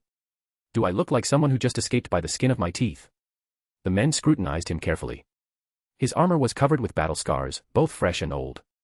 Though they had seen many knights pass through, none had ever worn armor as finely crafted as his. His shoes were spotless, with barely any dust on them. His hair was neatly combed. And his eyes. One of the men gasped, unable to suppress a scream. "Why, you're a freak. A wizard." They raised their pitchforks in alarm, their voices filled with fear and anger. "You're here to steal our children again, aren't you?" Harry blinked in surprise. What a familiar insult. I haven't heard that one in years. It almost felt nostalgic. "Have you ever seen a wizard wield this?" Harry asked, unsheathing the serpentine bone sword. The pale white blade gleamed coldly in the light, radiating a chill that ordinary steel swords never could. "Or would you like to try it for yourselves?" The men kept their pitchforks raised, trembling but resolute. "You really aren't one of those freaks," one of them stammered, hesitant but curious. Harry softened his tone. I heard you say again. Seems like you've lost children before.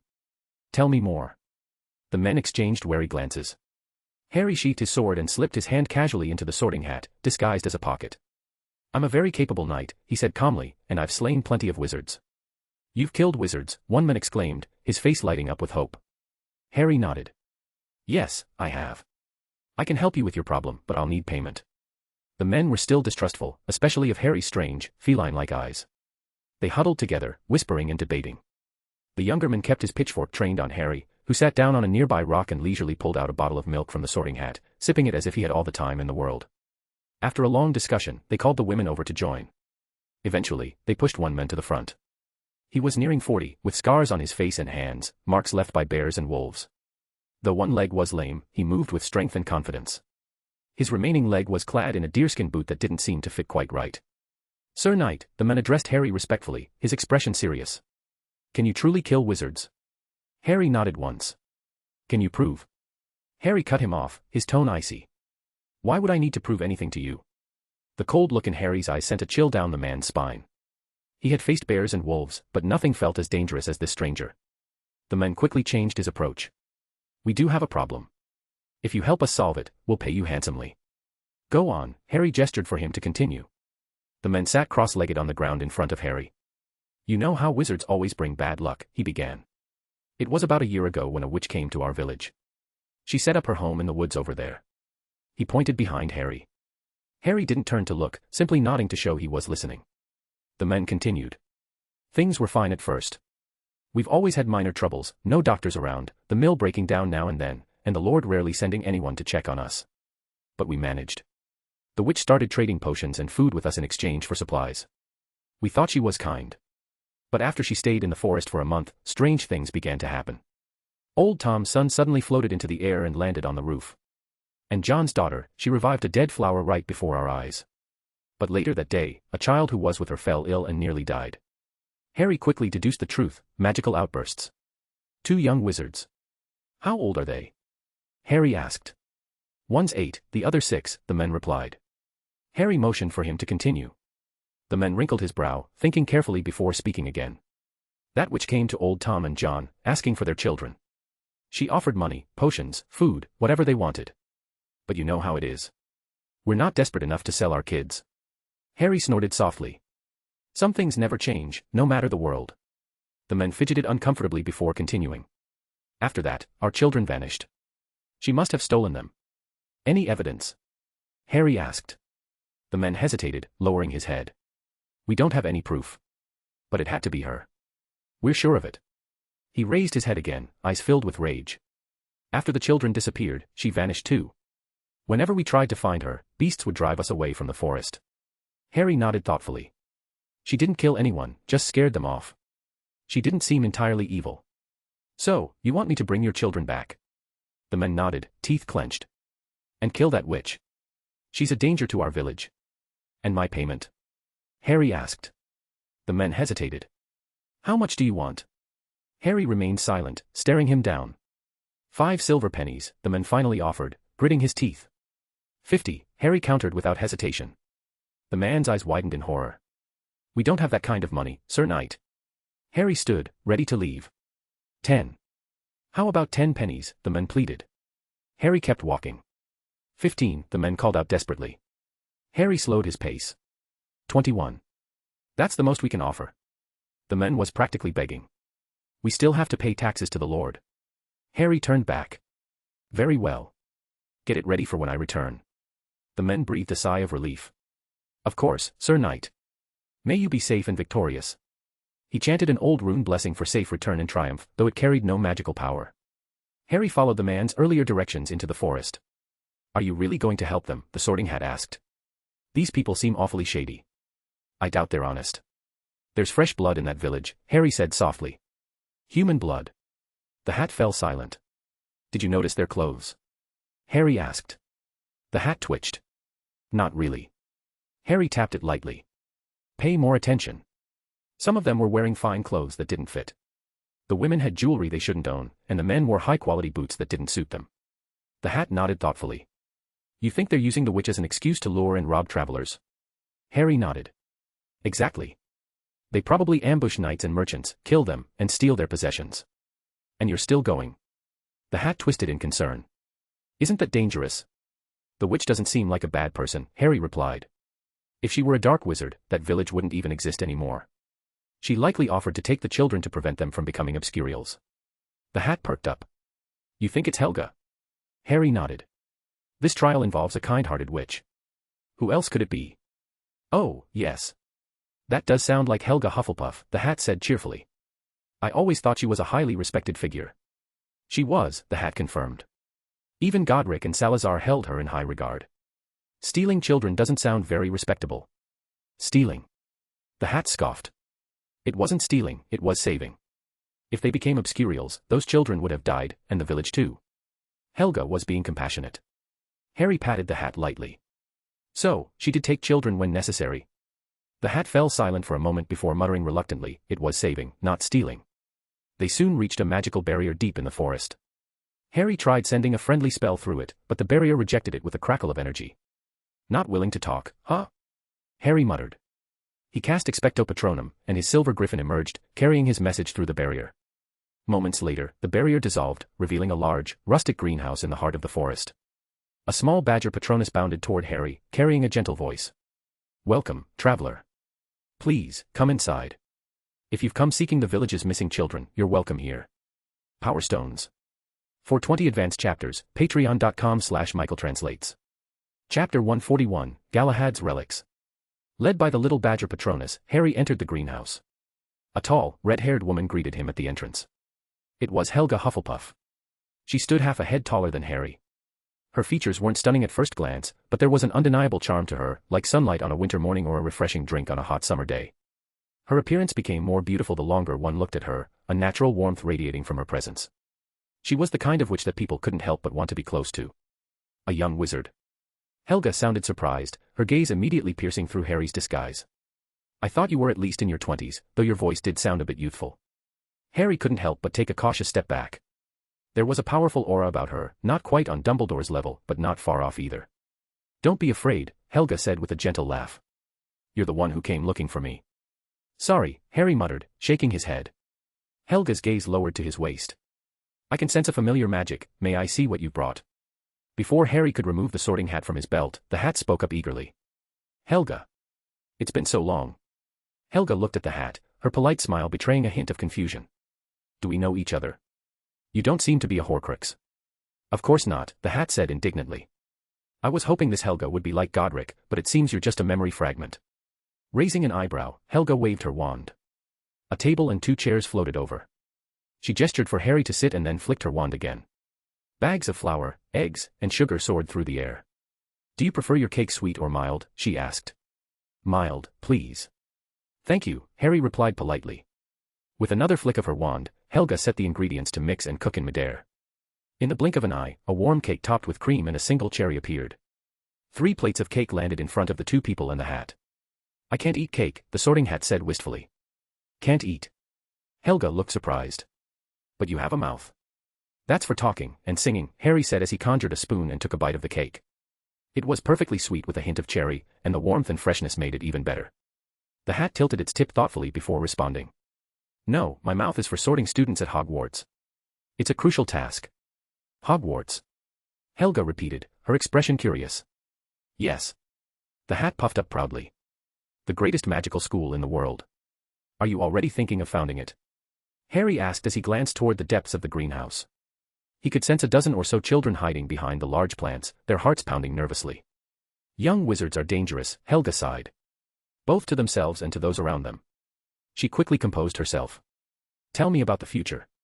Harry, eating his cake, described the Hogwarts of the future and explained his purpose in entering the portrait world. Helga listened intently, her eyes sparkling with delight. That's wonderful. Hogwarts truly became a safe haven for young wizards. Hufflepuffs have always been outstanding, Harry added. Your house has produced the fewest dark wizards of all. Absolutely, the sorting hat chimed in, wobbling proudly. And they've upheld your values, fairness, kindness, and equality for all students, Harry continued. They're happy there. At least, they never have to worry about their next meal. Helga chuckled. That's indeed a luxury. Back in our time, many wizards struggled just to feed themselves. She paused, then asked, how do you plan to handle that job you took on? Convince the parents to take their children back? Helga asked hopefully. The Sorting Hat shook vigorously. No, I never intended to complete that job, Harry said flatly. The Hat was aghast. Then why did you negotiate payment with them? Harry tapped the table. I suspected the witch they mentioned might be you. And if it wasn't? Then I'd need some way to gather information in this world, Harry replied. Besides, it was fun. Haggling over a few coins brought back fond memories of simpler times. So, you plan to tell them the children can't be found? Helga sighed. I've tried reasoning with them, but they... Don't bother with reasoning, the Sorting Hat advised sagely. Helga laughed. You sound just like Godric. I'll use a memory charm, Harry said simply. A memory charm? Helga's brow furrowed. It's a spell developed after your time, Harry explained. It replaces a person's memories with false ones.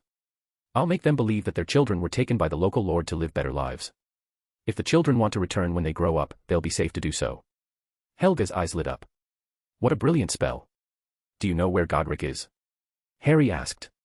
Helga looked into the distance. Of course. He's in a nearby village, searching for Sir Galahad's relics. Galahad? Yes, Helga smiled. Godric has always been proud of his knightly identity. According to legend, Galahad's relics include the sword techniques taught by the Lady of the Lake. Her gaze fell on the sword strapped to Harry's back. I've been meaning to ask, has Godric really introduced swordsmanship at Hogwarts? No, Harry shook his head.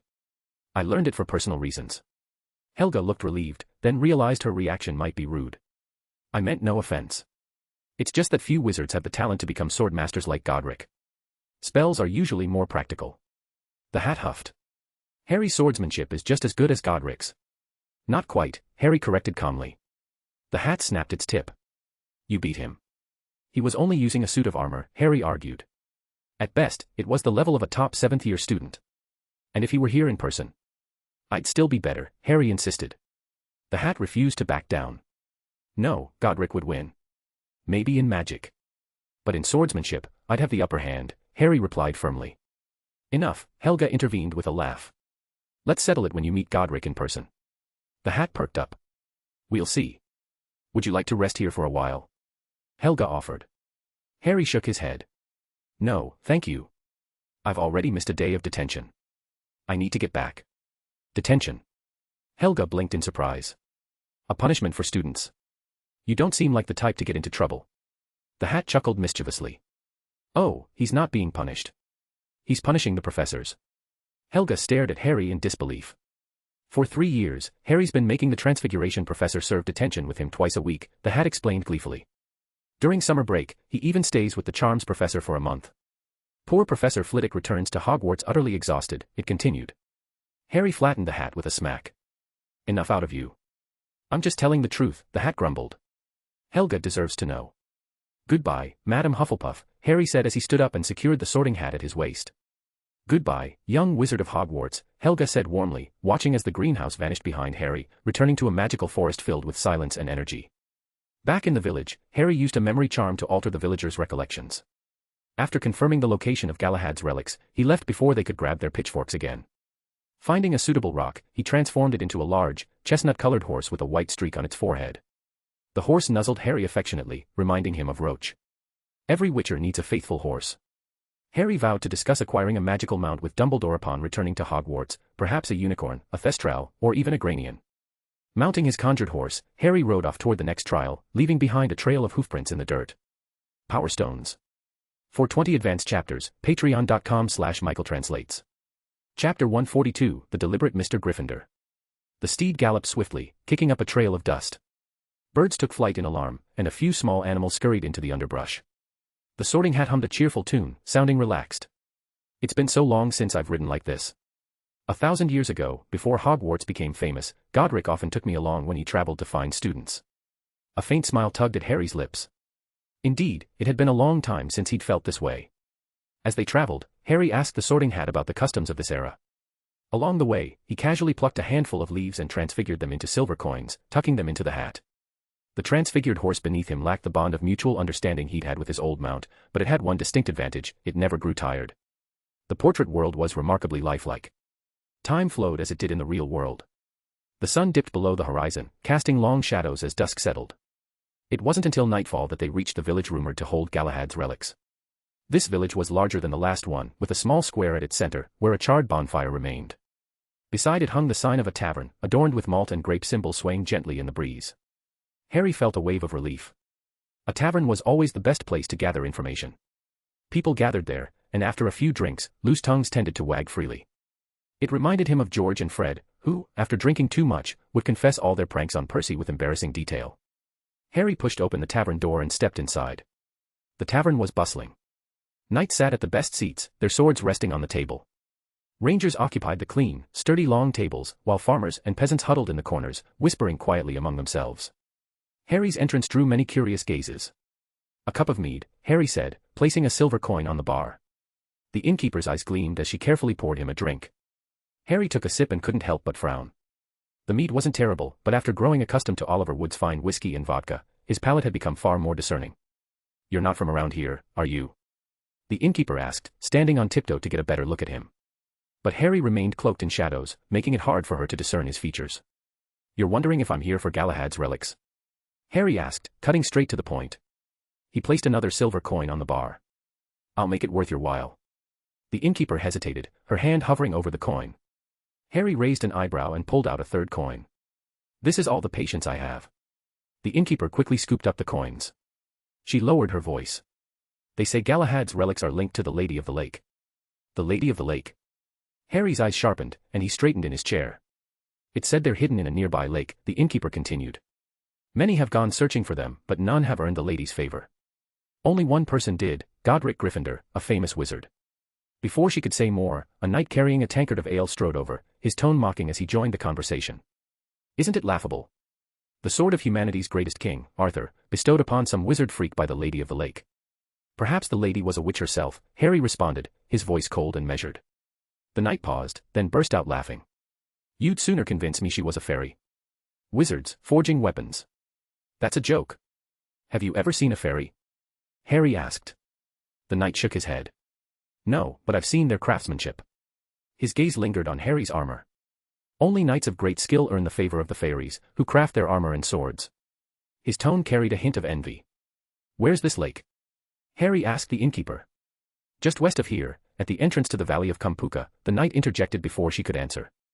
The innkeeper frowned. "I'm not sharing the reward with you." "Of course not," the knight said with a grin, though his eyes remained locked on Harry. Harry set down his drink. "You want to accompany me to find Galahad's relics?" The knight didn't hesitate.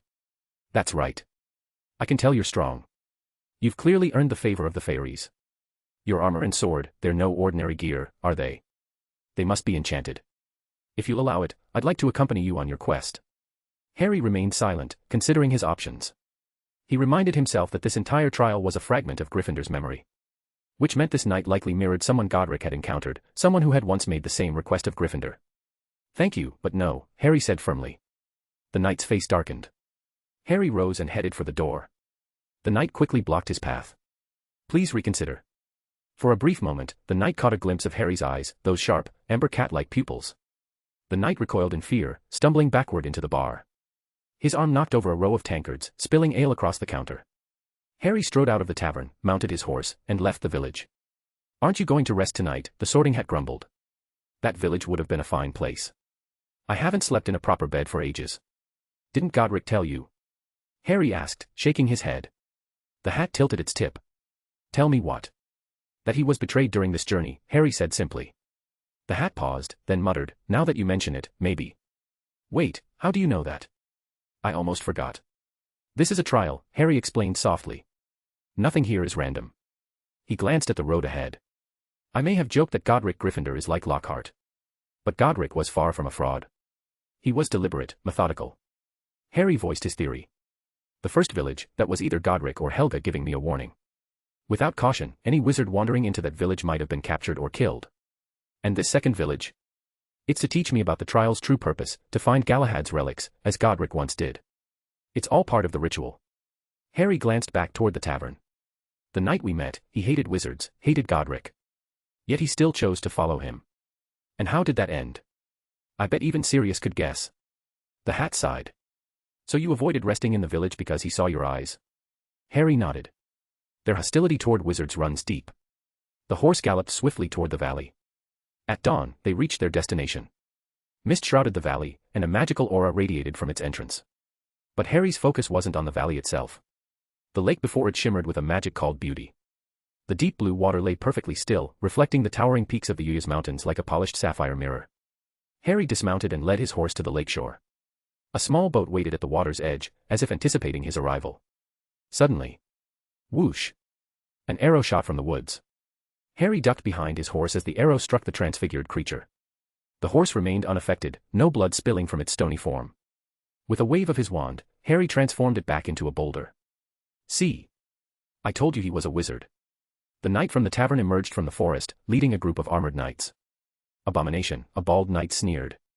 You don't deserve Galahad's relics. Harry sighed. You know what I want to say right now, he muttered to the hat. The hat blinked. What? Mr. Gryffindor seems a bit too deliberate, Harry said coldly. The hat remained puzzled.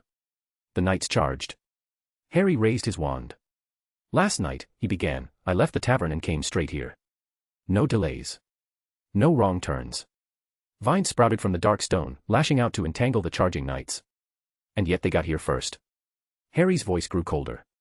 And in my senses, these men weren't even there until just now. He shook his head. Seems Godric Gryffindor really wanted me to experience betrayal. As the vines ensnared the knights, Harry drew his snack ebony sword and approached the trembling knight from the tavern. You, Harry said softly. The knight's face turned pale with terror. Power Stones. For 20 advanced chapters, patreon.com/michaeltranslates. Chapter 143, Go, Find Avalon. The knights struggled desperately. But their hands were tightly bound by vines, and even their swords were entangled, rendering them useless. You vile sorcerer. Release us. If you dare, face me in a one-on-one duel, one knight shouted, wriggling in vain, managing only to sway his hips awkwardly. Petrificus totalis. Harry couldn't bear to watch any longer. With a flick of his wand, he petrified the knight. You filthy beast, another knight spat curses, but before he could continue, a vine shot into his mouth, silencing him. Spit. One of the knights spat water from his mouth, drenching a nearby vine. The other knights watched with bated breath, waiting. 1 second, 10 seconds, a minute passed. Nothing happened. Harry stood still, observing with mild curiosity. What are you waiting for? He finally broke the silence, unable to hold back his question.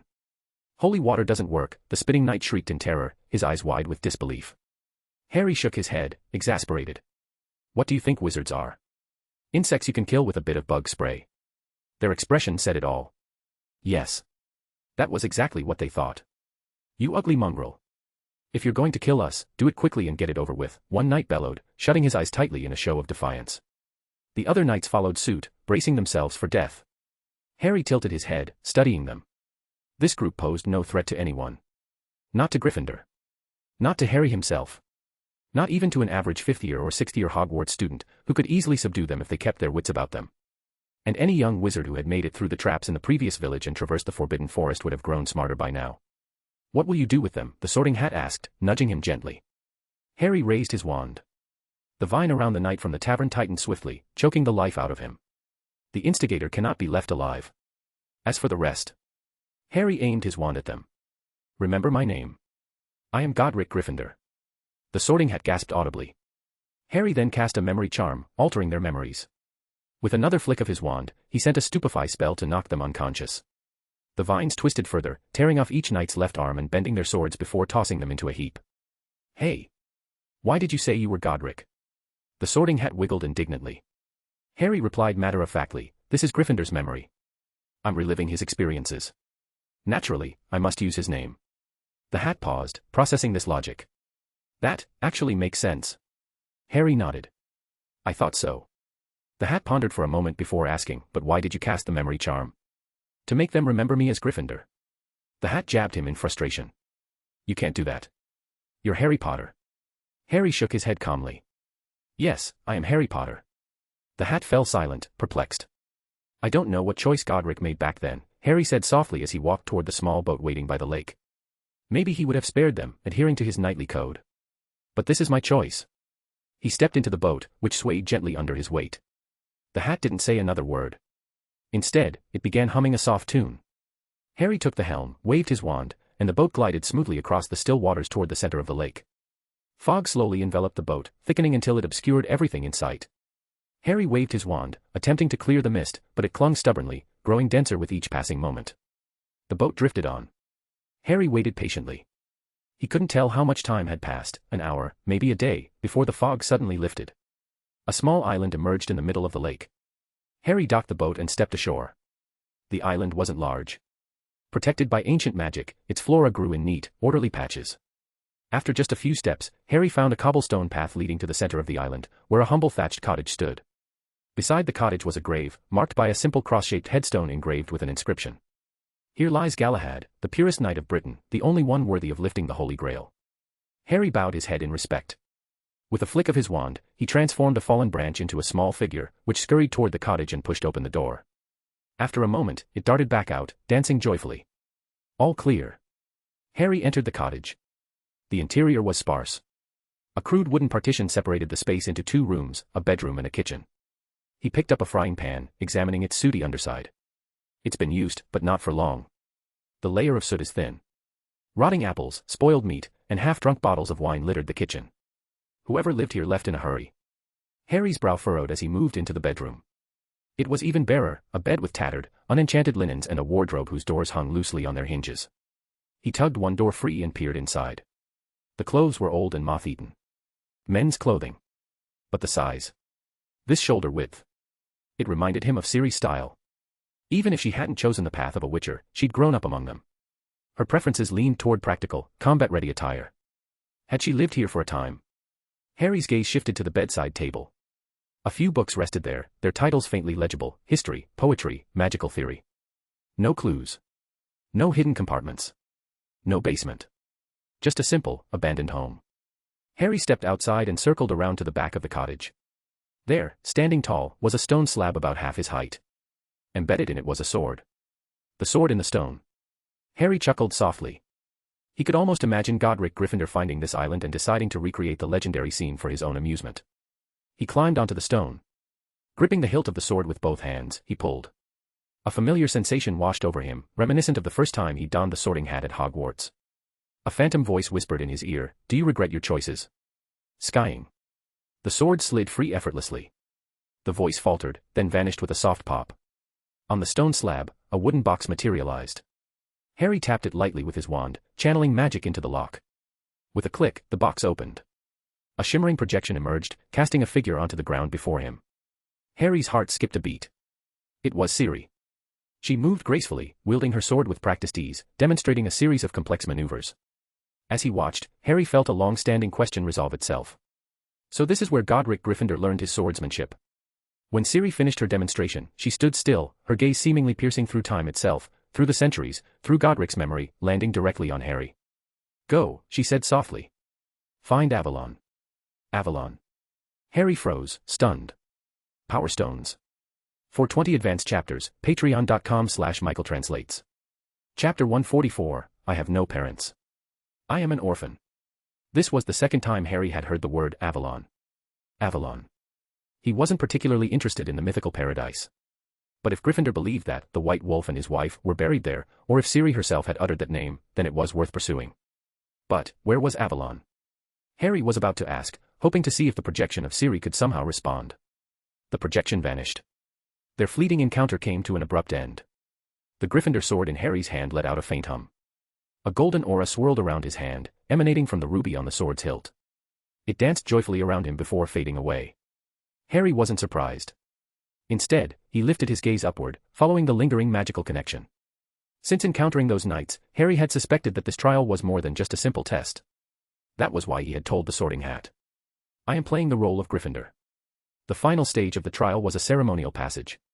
Just like how first years crossed the lake to Hogwarts in small boats, following in the footsteps of the founders, here, Harry was retracing Gryffindor's journey. From Godric Gryffindor to Harry Potter. A radiant golden-red light shot from the lake into the sky, forming a shimmering curtain. The Gryffindor crest appeared, projected proudly onto the glowing canvas. The curtain slowly parted. Gryffindor emerged, riding a white horse, his sword gleaming at his side. He dismounted gracefully, removed the sword from his belt, and held it out to Harry with both hands. "I, Godric Gryffindor, recognize you as a worthy and excellent successor. Will you accept my legacy and uphold its honor?" Harry solemnly took the sword. "I thought you'd disapprove of me." Gryffindor froze for a moment.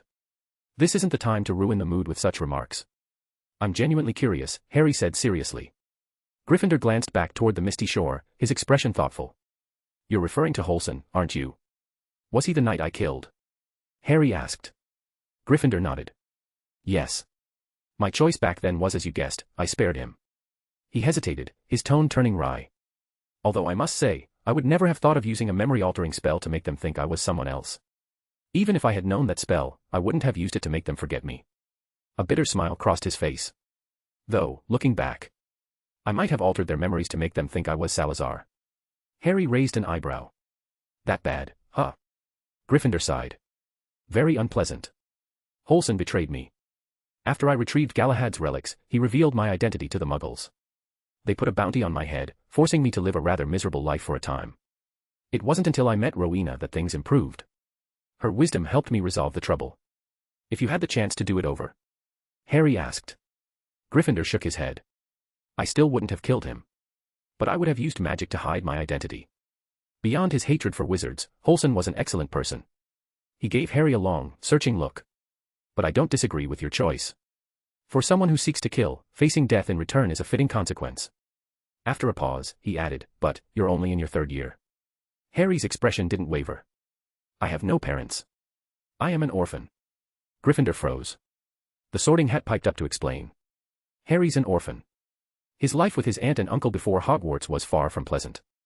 He's always been more mature, decisive, and clever than his peers, or even most adult wizards. Gryffindor's expression shifted to one of shame. I'm sorry. I didn't know. He sighed deeply. I thought that after all these years, the outside world would have become safer. The student from 5 centuries ago told me that things had improved. It is safer, Harry replied. In my year, I'm the only orphan. Gryffindor's face twisted further in guilt. He wanted to slap himself. He'd meant to offer comfort. How had things taken such a dark turn? It's fine, Harry reassured him. Don't dwell on it. It's just the truth. Gryffindor exhaled, regaining his composure. Harry, you're more extraordinary than I expected. If I were in your shoes, I don't think I'd have handled things as well as you. Harry shook his head and changed the subject. I saw a woman demonstrating sword techniques in Galahad's relic. Is that where you learned your swordsmanship? Gryffindor chuckled. Yes. She's likely the lady of the lake Galahad encountered. I learned my swordsmanship from her. That recording is part of my legacy. She mentioned Avalon. Harry's brow furrowed. Have you ever tried to find it? Gryffindor nodded. We did.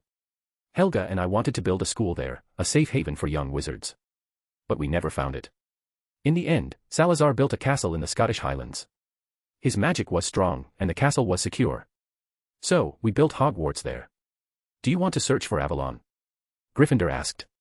Harry smiled. If it's real, and according to the Lady of the Lake, it is, why not try? Gryffindor nodded approvingly. Then I hope you find it. With a wave of his wand, he conjured a painting frame before Harry. It's time for you to leave. Harry stepped into the painting, his vision fading to black. When he emerged, he was back in the dark corridor, retracing his steps until he returned to the sealed room. Gryffindor's portrait slid aside, revealing a hidden cupboard filled with books and rare magical materials. Despite the passage of 1,000 years, the items still radiated potent magic. One object stood out, a worn wooden box. The Sorting Hat groaned dramatically. Oh no. It curled up as much as a hat could, trying to make itself smaller. Harry ignored its antics and began stuffing the books and materials into the hat. Harry. We need to talk. Can't you buy a proper bag with an undetectable extension charm? I'm a hat, not a suitcase. Gryffindor watched, intrigued. I never thought to use a hat like that, ingenious. Thank Merlin you didn't think of it, the hat grumbled. I'd rather be a scratching post for a cat. You'll see Crookshanks soon enough, Harry teased, patting the hat. Turning to the Gryffindor sword, Harry gripped its hilt. A familiar tug at his navel. The portkey magic activated, pulling him away in a swirl of light and motion. He tumbled onto familiar ground, quickly casting a Quen shield around himself. When he opened his eyes, he realized he hadn't been sent back to the abandoned garden. He was at Hogwarts, standing on the training grounds where he often practiced with Dumbledore. The school's protective wards hadn't applied to Gryffindor's sword. Harry smiled. Saves me the walk. He conjured a small boat and drifted toward the castle. Across the lake, someone sat on the grass, engrossed in a book. Occasionally, they glanced toward the forbidden forest, waiting for something. Power Stones. For 20 advanced chapters, patreon.com/michaeltranslates. Chapter 145, Harry, you are not allowed to drink. Near the edge of the Forbidden Forest, the scene was lively and chaotic. George and Fred were being chased out of the forest by some magical creature, followed closely by Hagrid, who was waving a giant broom and shouting curses. A few couples were sneaking off to find secluded spots for romantic moments. Every now and then, a few mischievous nifflers would sneak out of the Forbidden Forest, trying to make their way into the castle. But they never got far. Fong would catch them and carry them back to the forest, or Mrs. Norris would chase them out of the castle.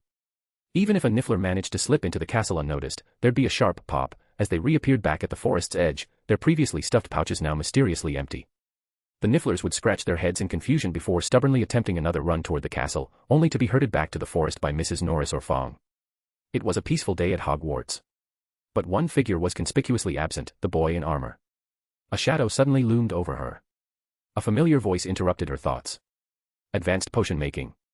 I thought you finished reading that book ages ago. The small figure sitting on the lakeside grass looked up, her heart skipping a beat. It was him. The person she had been thinking about for days. Harry stood there, his expression slightly weary. He looked as though he had traveled far, covered in dust from the road. His school robes were gone, only his armor remained. He was clean, though. Wizards had magic for that, after all. Not everyone was like Sirius, who would barely ever use a Scour Jiffy spell.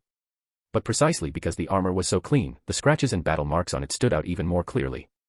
There were claw marks, pecking scars, sword cuts. One of the fingers on his basilisk hide gloves was completely torn.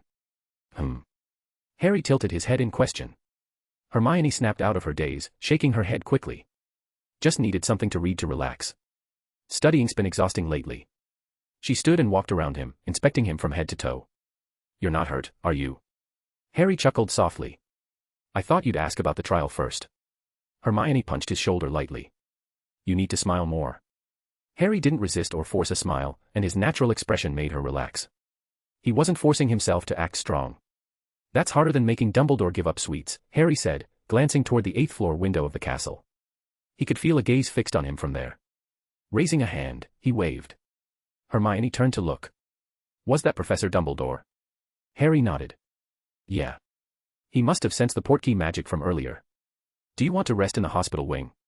Hermione asked as they started walking back toward the castle. Harry shook his head. No need. I'm not hurt, just a bit sleep-deprived. I'll get some rest tonight. Hermione frowned, worried, but Harry cut her off before she could say anything more. Relax. I know my limits. If I had any injuries I couldn't handle, I'd go straight to Madame Pomfrey. Hermione nodded slowly, reassured. The Sorting Hat suddenly piped up, breaking the calm. Sorry to interrupt your romantic chat, it said, placing heavy emphasis on romantic chat. But isn't it about time you let Godric out?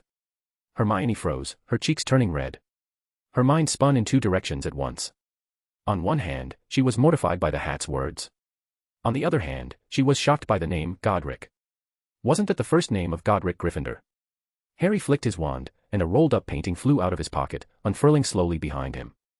Harry, next time, give me a heads up before doing that, the man in the painting grumbled as he came to life. I wasn't ready. You rolled me up so badly my head was touching my backside. Harry glanced at the painting, unimpressed. You're a painting. I'm still a person in the painting. Godric Gryffindor protested, hands on his hips. And I'm a very dignified person, mind you. I'm the great Godric Gryffindor. Harry raised his wand again, threatening to roll the painting back up. Wait. Wait. Godric shouted, throwing up his hands in surrender. I was wrong. Hermione was still staring, wide-eyed.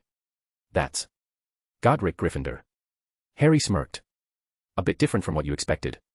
Hermione hesitated, glancing between Harry and the painting. Finally, she nodded. Godric didn't care about their conversation. He was too busy taking in his surroundings with wide, awe-filled eyes. This is my school. My beautiful castle. He murmured. It had been 1,000 years since he had last seen Hogwarts. As they walked toward the Gryffindor Tower, Harry couldn't help but drop a bombshell. Oh, by the way. Helga Hufflepuff kidnapped children. Hermione froze in shock, nearly missing a step. Harry grabbed her by the back of her robes to steady her. What? That can't be true. Hermione gasped, eyes wide. She did it to protect young wizards, Harry explained calmly. Back then, Muggles weren't very kind to wizards. Especially to Muggle-born children. Hermione's expression darkened. They would have become obscurials. Harry nodded. Exactly. Their parents wouldn't always sell their children for money, so Helga took them instead. Godric snorted. Don't be naive. Of course, they'd sell their children. The price just wasn't high enough. Helga was too honest. She actually offered real food and money. If it were me, I'd have conjured the coins with transfiguration. Hermione couldn't believe what she was hearing. So, she really did that? Godric nodded. Yes. The first time I met her, we didn't exactly get along. We had a massive fight. Harry grinned. And you lost. Godric hesitated. I was younger then. My swordsmanship wasn't as good, and my magic wasn't as polished. Harry didn't hold back. And she had a greenhouse and children to protect. Godric grumbled, embarrassed. Well, I'm better than her now. They reached the Gryffindor common room, entered through the portrait hole, and were met with silence as the students inside stared. Then, recognition dawned on their faces. Harry. Fred's voice trembled with excitement. Did you pass the trial? Before Harry could reply, Godric spoke proudly. Of course he did. Harry Potter is Gryffindor's rightful heir. Fred and George's jaws dropped as they stared at the painting. Wait. Is that? Godric Gryffindor himself, the Sorting Hat announced. Fred raised his wand with a grin. Champagne, come here. George followed suit. Whiskey, fly over. Vodka, to me. Drinks and party decorations quickly filled the room. One older student ran off to gather more Gryffindors, spreading the word. The heir of Gryffindor has returned. Everyone, come celebrate. Soon, the room was bursting with laughter, chatter, and clinking glasses. But when Harry picked up a bottle of vodka, Godric's voice cut through sharply. Harry. You're only in your third year. You can't drink. Relax, Godric. Fred waved him off. It's normal now. We let younger students have a sip during celebrations. George added with a grin, in Britain, you can drink at 5, legally, as long as you're with your parents. Harry deadpanned. With parental supervision. Fred pointed at Percy. He's our parent in this case. Percy stepped in, crossing his arms. And as your responsible parent, I'm telling you, you're not drinking until you're at least in 6th year. Fred pouted. Oh, come on. It's the perfect time to celebrate our little Lion King. Godric shook his head in disbelief. I don't understand. How can you let children drink? Power Stones. For 20 advanced chapters, patreon.com/michaeltranslates. Chapter 146, Let's Add More Poison. Dumbledore and McGonagall arrived quickly. McGonagall's serious expression instantly quieted the Gryffindors.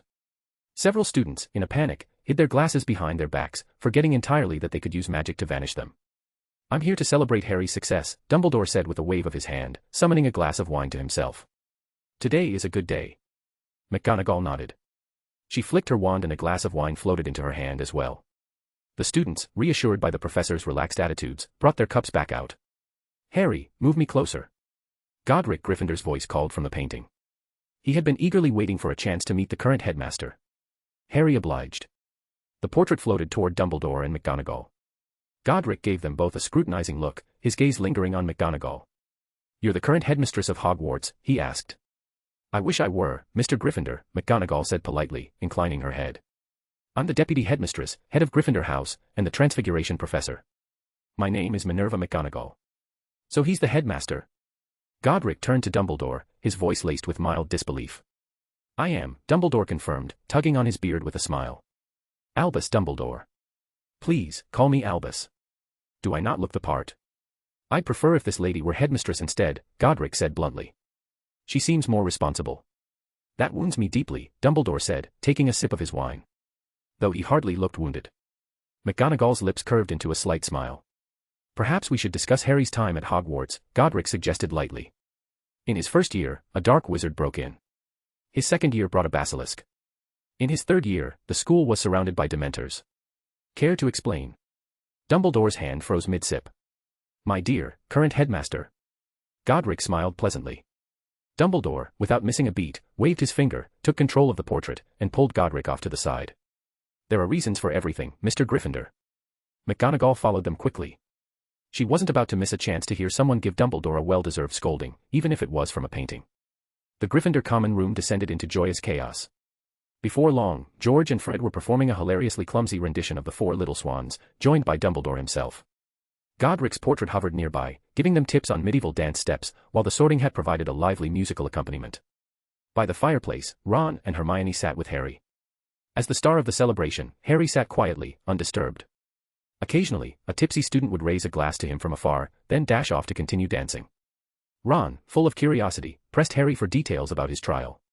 The stories of facing giant acromantulas and crossing treacherous swamps made Ron's skin crawl. The mention of a surprise attack by mountain trolls made him shudder. Though Harry wasn't a natural storyteller, his straightforward recounting had Ron and Neville, who had also come over to listen, practically vibrating with excitement. When Harry got to the part where he pulled the sword of Gryffindor from the stone and became Godric's heir, Hermione sighed in relief. "I'm glad it's over," she said. "This would make an incredible novel." Seamus's eyes sparkled as he stared at the sword on Harry's lap. Harry shook his head. "I don't want to become another Lockhart." Seamus froze, looking awkward. "Harry, will you really go looking for Avalon?" Ron asked thoughtfully. Harry nodded. "I will. But not yet." Hermione's hands clenched briefly before relaxing again. The celebration lasted until curfew. As McGonagall left, she waved her wand to vanish all the alcohol. "It's time for bed. You've all got classes tomorrow." Before she left, she turned to Harry. "Mr. Potter, you may take a day to rest before returning to classes." Dumbledore took Godric's portrait with him. Though Godric would have liked to stay, the temptation of learning to travel between paintings was too great. Harry finally had a long, peaceful sleep. The next morning, he woke early as usual for his exercise routine. When he returned to the common room, Hermione, curled up with a book, glanced up in surprise. "Harry, aren't you going to rest today?" Harry shook his head. Yesterday was enough. He pulled out a notebook of Gryffindor's personal writings and sat beside her. Godric Gryffindor's notes were a treasure trove. His insights into magic, potions, and dueling were unique. He had delved into the same advanced magical concepts Dumbledore had once mentioned, the idea that all we think can become reality. What fascinated Harry most, though, were Gryffindor's potion notes. They included not only his own research but also ideas from Helga Hufflepuff. Gryffindor's experiments revealed that potions were profoundly influenced by the brewer's emotions and mindset. One example in his notes described a witch brewing a potion right after a marriage proposal. She was so filled with joy that she accidentally created a giggling potion so potent that the drinker couldn't stop laughing for an entire month. If she hadn't cast constant spells to ease his exhaustion, he might have died from laughter. Gryffindor emphasized that a potion's outcome was deeply affected by the brewer's emotional state. Harry finally understood why his attempts to alter the Snake-Eye potion had failed. He'd been stuck in the mental framework of that potion, unable to escape its fundamental essence. Unless he completely dismantled its structure, any new ingredient he added would simply reinforce the original potion's nature. Determined, Harry summoned a piece of parchment. He began drafting a new potion formula. The base would be white seagull, a volatile ingredient known for imbuing potions with intense energy. Next, he wrote down Thunderbird blood, which would grant the potion an affinity with stormy weather. Then, giant's blood, for enhancing physical strength. Harry worked meticulously, sometimes crossing out ingredients and replacing them as he fine-tuned the recipe. The next few days were busy. Despite returning from a harrowing trial, Harry threw himself back into classes, extracurricular studies, and Quidditch practice. His dedication impressed the professors, who showered Gryffindor with points. The Gryffindors, meanwhile, proudly bragged about having a true heir in their house. "Do any of you have an heir?" they taunted Hufflepuff and Ravenclaw students. The other houses could only sigh enviously. "And you lot, Slytherins. You had an heir once, but our heir took care of him." This teasing drove the Slytherins to fury. Fights between Gryffindors and Slytherins broke out daily. By the end of the week, over 10 students had spent time in the hospital wing. Both houses' point totals plummeted. Gryffindors didn't care. They still had Harry, and they were ahead of Slytherin by 10 points. That was enough. On Sunday afternoon, Hermione and Ron were busy with their studies in the corner of the common room. George and Fred huddled together, plotting mischief. They'd recently acquired sulfur and saltpeter from Sirius and were experimenting with creating explosives. Harry sat alone, surrounded by a magical barrier. The Sorting Hat, perched on a chair nearby, acted as his guard. "Stay back," it warned anyone who got too close. "It's dangerous." In front of Harry, a cauldron bubbled with white seagull. Carefully, Harry added a drop of Thunderbird blood. A crack of thunder echoed as the potion turned a deep purple. Next came giant's blood. The cauldron flared, and a column of black smoke billowed up. Harry quickly vanished the potion with a flick of his wand. "Not a good combination," he murmured. Undeterred, he took notes and adjusted the formula. Hours later, a deep purple potion finally stabilized in his cauldron. Harry took a cautious sip. Power surged through him, wild and potent. This was it. This was his potion. Power Stones. For 20 advanced chapters, patreon.com/michaeltranslates. Chapter 147, What are you trying to do, Potter? Harry let out a sharp hiss as he took a deep breath. That familiar sensation. Only this time, it was even more intense, like fire coursing through his veins. Magic surged wildly within him. This was Thunder Potion. A potion designed to enhance strength and agility during storms. But thanks to Harry's adjustments to the recipe, it now seemed to boost magical power as well. Unfortunately, it wasn't a stormy day, so he couldn't fully test its effects. He could use a weather charm, of course, but his skill level wasn't quite there yet. While he could conjure a breeze or light rain, summoning a full thunderstorm was beyond his abilities for now. Harry bottled the potion from the cauldron, 3 doses in total. Then he grabbed a sheet of parchment and started calculating the cost. Even excluding the failed attempts during his experiments, the ingredients for just these 3 bottles had cost over 200 galleons. He'd gathered the acromantula venom himself from the Forbidden Forest, otherwise the cost would have been even higher. Harry sighed. Good thing he had a generous godfather and some savings. Potions like these were incredibly expensive. And this was only the first potion. No witcher would rely on just one potion. Within a week, Harry had developed a second potion, Killer Whale. Originally designed to increase lung capacity, Harry had enhanced it using merfolk blood and gillyweed, making it far more effective. After testing it himself, he found it allowed him to breathe underwater for 3 hours, without growing unsightly gills. He could move through the water as if it were air, completely unimpeded. Harry spent hours swimming freely in the Black Lake, savoring the feeling of gliding through the water without aid. But after Killer Whale, his potion development hit a wall. The potion he most wanted to create, Blizzard, eluded him. Designed to enhance sensory perception, Harry struggled to find the right magical ingredients. He lacked suitable materials. The restorative potions he envisioned, Full Moon, Owl, and Swallow, also proved challenging. He had unicorn blood willingly given, Horklump juice, and phoenix tears. But unicorn blood was so pure it neutralized toxins, which made it difficult to create a potion with the same potency as thunder. And the ingredients were outrageously expensive. Phoenix tears were priceless. Half the vial Dumbledore had given him was already used up, and Harry was still figuring out how to get more. Would phoenix tears still heal wounds if you made the phoenix cry on purpose? As for unicorn blood, willingly given. 1 ounce cost 200 galleons. Despite the price, it was always in high demand. News of a shipment could cause a stampede in Knockturn Alley. Sirius had gotten into a fistfight with Snape to acquire a vial for Harry. He ended up bruised and battered. It wasn't until Sirius told Snape the blood was for Harry that he finally got it. Still fuming, Sirius later told Professor Flitwick he wanted to join Harry's summer study sessions. By Wednesday, before Defense Against the Dark Arts class, Ron was staring at his moon chart. It's a full moon again. Do you think Snape will take over class? Hermione frowned, clearly conflicted. She wasn't a fan of Snape's teaching style, half the lesson was usually insults, often directed at werewolves. But on the other hand, she knew that both Lupin and Snape were incredibly knowledgeable. Snape isn't so bad, Ron said, pulling 2 sheets of parchment from the floating textbook behind him. I've already finished the essay for him. Harry paused and spoke in a softer tone. Ron, I might have bad news. Ron froze. Snape's not coming back. Harry nodded. Why? Ron clutched his essay tightly. Polyjuice potion, Harry said, naming a potion they all knew well. Ron gulped. So. Sirius. Harry nodded again. I trust Sirius, Hermione said slowly. But, can he really teach? You saw him during Christmas in the Forbidden Forest, Harry replied. He was more at ease than I was. Trust him. He's a skilled wizard. As they reached the classroom door, Harry pushed it open. Lupin was already standing at the lectern. Unlike his usual appearance, he wore a clean, plain lavender robe. His hair was neatly combed, a simple change, but enough to make him look strikingly different. Ron couldn't stop staring. Blimey. Professor Lupin. Once seated, Ron leaned toward Harry, whispering, That's Lupin. Did Sirius mess up the potion? How does he look so handsome? His looks haven't changed, Harry reminded him. It's the way he carries himself, Hermione added. All he did was change his robe, Ron muttered, still in disbelief. Harry opened his textbook and said, Think about it. Sirius is handsome too, isn't he? Ron instinctively shook his head. Focus on his appearance, Harry insisted. Don't let his antics cloud your judgment. Ron frowned, trying to push aside memories of Sirius in his animagus form, playing pranks with Fred and George, or getting into trouble with the centaurs. He focused solely on Sirius's features. Oh. Ron sounded surprised. He really is handsome. Of course he is, Hermione said wisely. He's Harry's godfather. Harry shook his head. Godfather and godson aren't related by blood. Oh. Hermione's ears turned red. Ron wasn't the only one struck by Lupin's transformed appearance. Every girl who walked into the classroom took a second or third glance. Lupin had always been good-looking, but his shabby clothes and sickly complexion had masked it. Now, with a new robe and healthier appearance, his transformation was dramatic.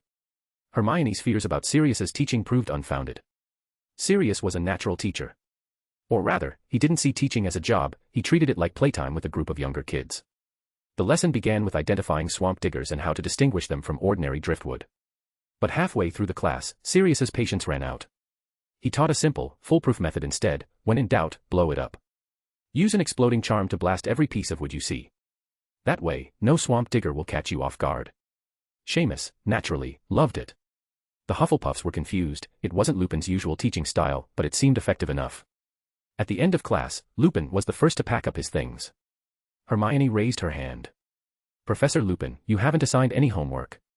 The Gryffindors glared at her, but none dared challenge Hermione, especially with Harry sitting nearby. "Oh, right. Homework," Sirius muttered, patting the desk. Hermione and Harry both sighed. The familiar feeling was back. Never mind," Sirius said with a grand wave of his hand. "Practice is more fun than essays." Harry coughed twice. "I mean, let's do both," Sirius corrected quickly. "Write a 3-inch essay on how to properly identify and handle swamp diggers, without just blowing them up. Due Monday." The Gryffindors cheered. 3 inches. That was practically nothing. The Hufflepuffs, however, were dumbfounded. Sure, the essay was short. But, dear Professor Lupin, you didn't actually teach us how to handle swamp diggers properly. On Thursday, after potions class. As the students packed up, Snape's cold voice cut through the room. "Mr. Potter, stay behind." The other students scrambled to leave. Some used levitation charms to haul their belongings out the door, continuing to pack up outside. Hermione and Ron remained by Harry's side. "Miss Granger." Snape barely spared Ron a glance. "I only asked Potter to stay." Though the words weren't directed at him, Ron shrank back instinctively and started edging toward the door. "We're heading to the library after this," Hermione said firmly. "I'll stay." Snape's gaze shifted away. "Mr. Potter, you owe me an explanation." "What explanation, Professor?" Harry's tone was icy. "I've submitted every assignment on time. If your brain hasn't rotted from alcohol, you should know what I mean." Snape snapped, slamming his hand on the desk. "Black bought you a lot of potion ingredients." He sneered. "Unicorn blood, thunderbird blood and feathers, dragon heart." His voice grew harsher. "Lobelug venom, ashwinder eggs, erumpent horn fluid. What are you trying to do, Potter?" "Power stones." For 20 advanced chapters, patreon.com/michaeltranslates. Chapter 149, Draw Your Wand, Professor. Ron stretched his neck over, startling Crookshanks, who swatted him with a paw. "Why would you tell Dumbledore not to give us more points?" Ron looked shocked. "We still have a chance to compete for the House Cup. We're in 3rd place." Harry raised an eyebrow. 3rd place, with more than a 100-point gap from 2nd. Ron waved his hand dismissively. "And we're only 100 or so points behind 1st. "It's actually over 200, Hermione said, her tone flat. "And that's only because we won the Quidditch Cup. Without that, it would be worse. 300 points were deducted just from fights." 300. Hermione clenched her teeth. George and Fred are just unbelievable. They know how to sneak around when pulling pranks, but when it comes to fighting, they forget everything. And they didn't even run after the fight, they stuck around to dance in circles around the Slytherins until Snape showed up. "But Malfoy was there," Ron defended, his tone indignant. "I just didn't get there in time." Hermione nodded slowly. "Next time, trap him in the bathroom. Use a silencing charm. Beat him up, blow off steam, and then show off as much as you want." "We've already done that a few times," Ron sighed. "But now Malfoy's gotten smarter. He only goes to the bathroom with a group of older students and locks himself in a stall with a spell." Harry chuckled, his tone playful. "Is the Malfoy family so broke they've resorted to earning money this way?" Ron blinked in confusion. Hermione flushed red and gave Harry a hard shove. "Don't say such awful things. Harry has a point."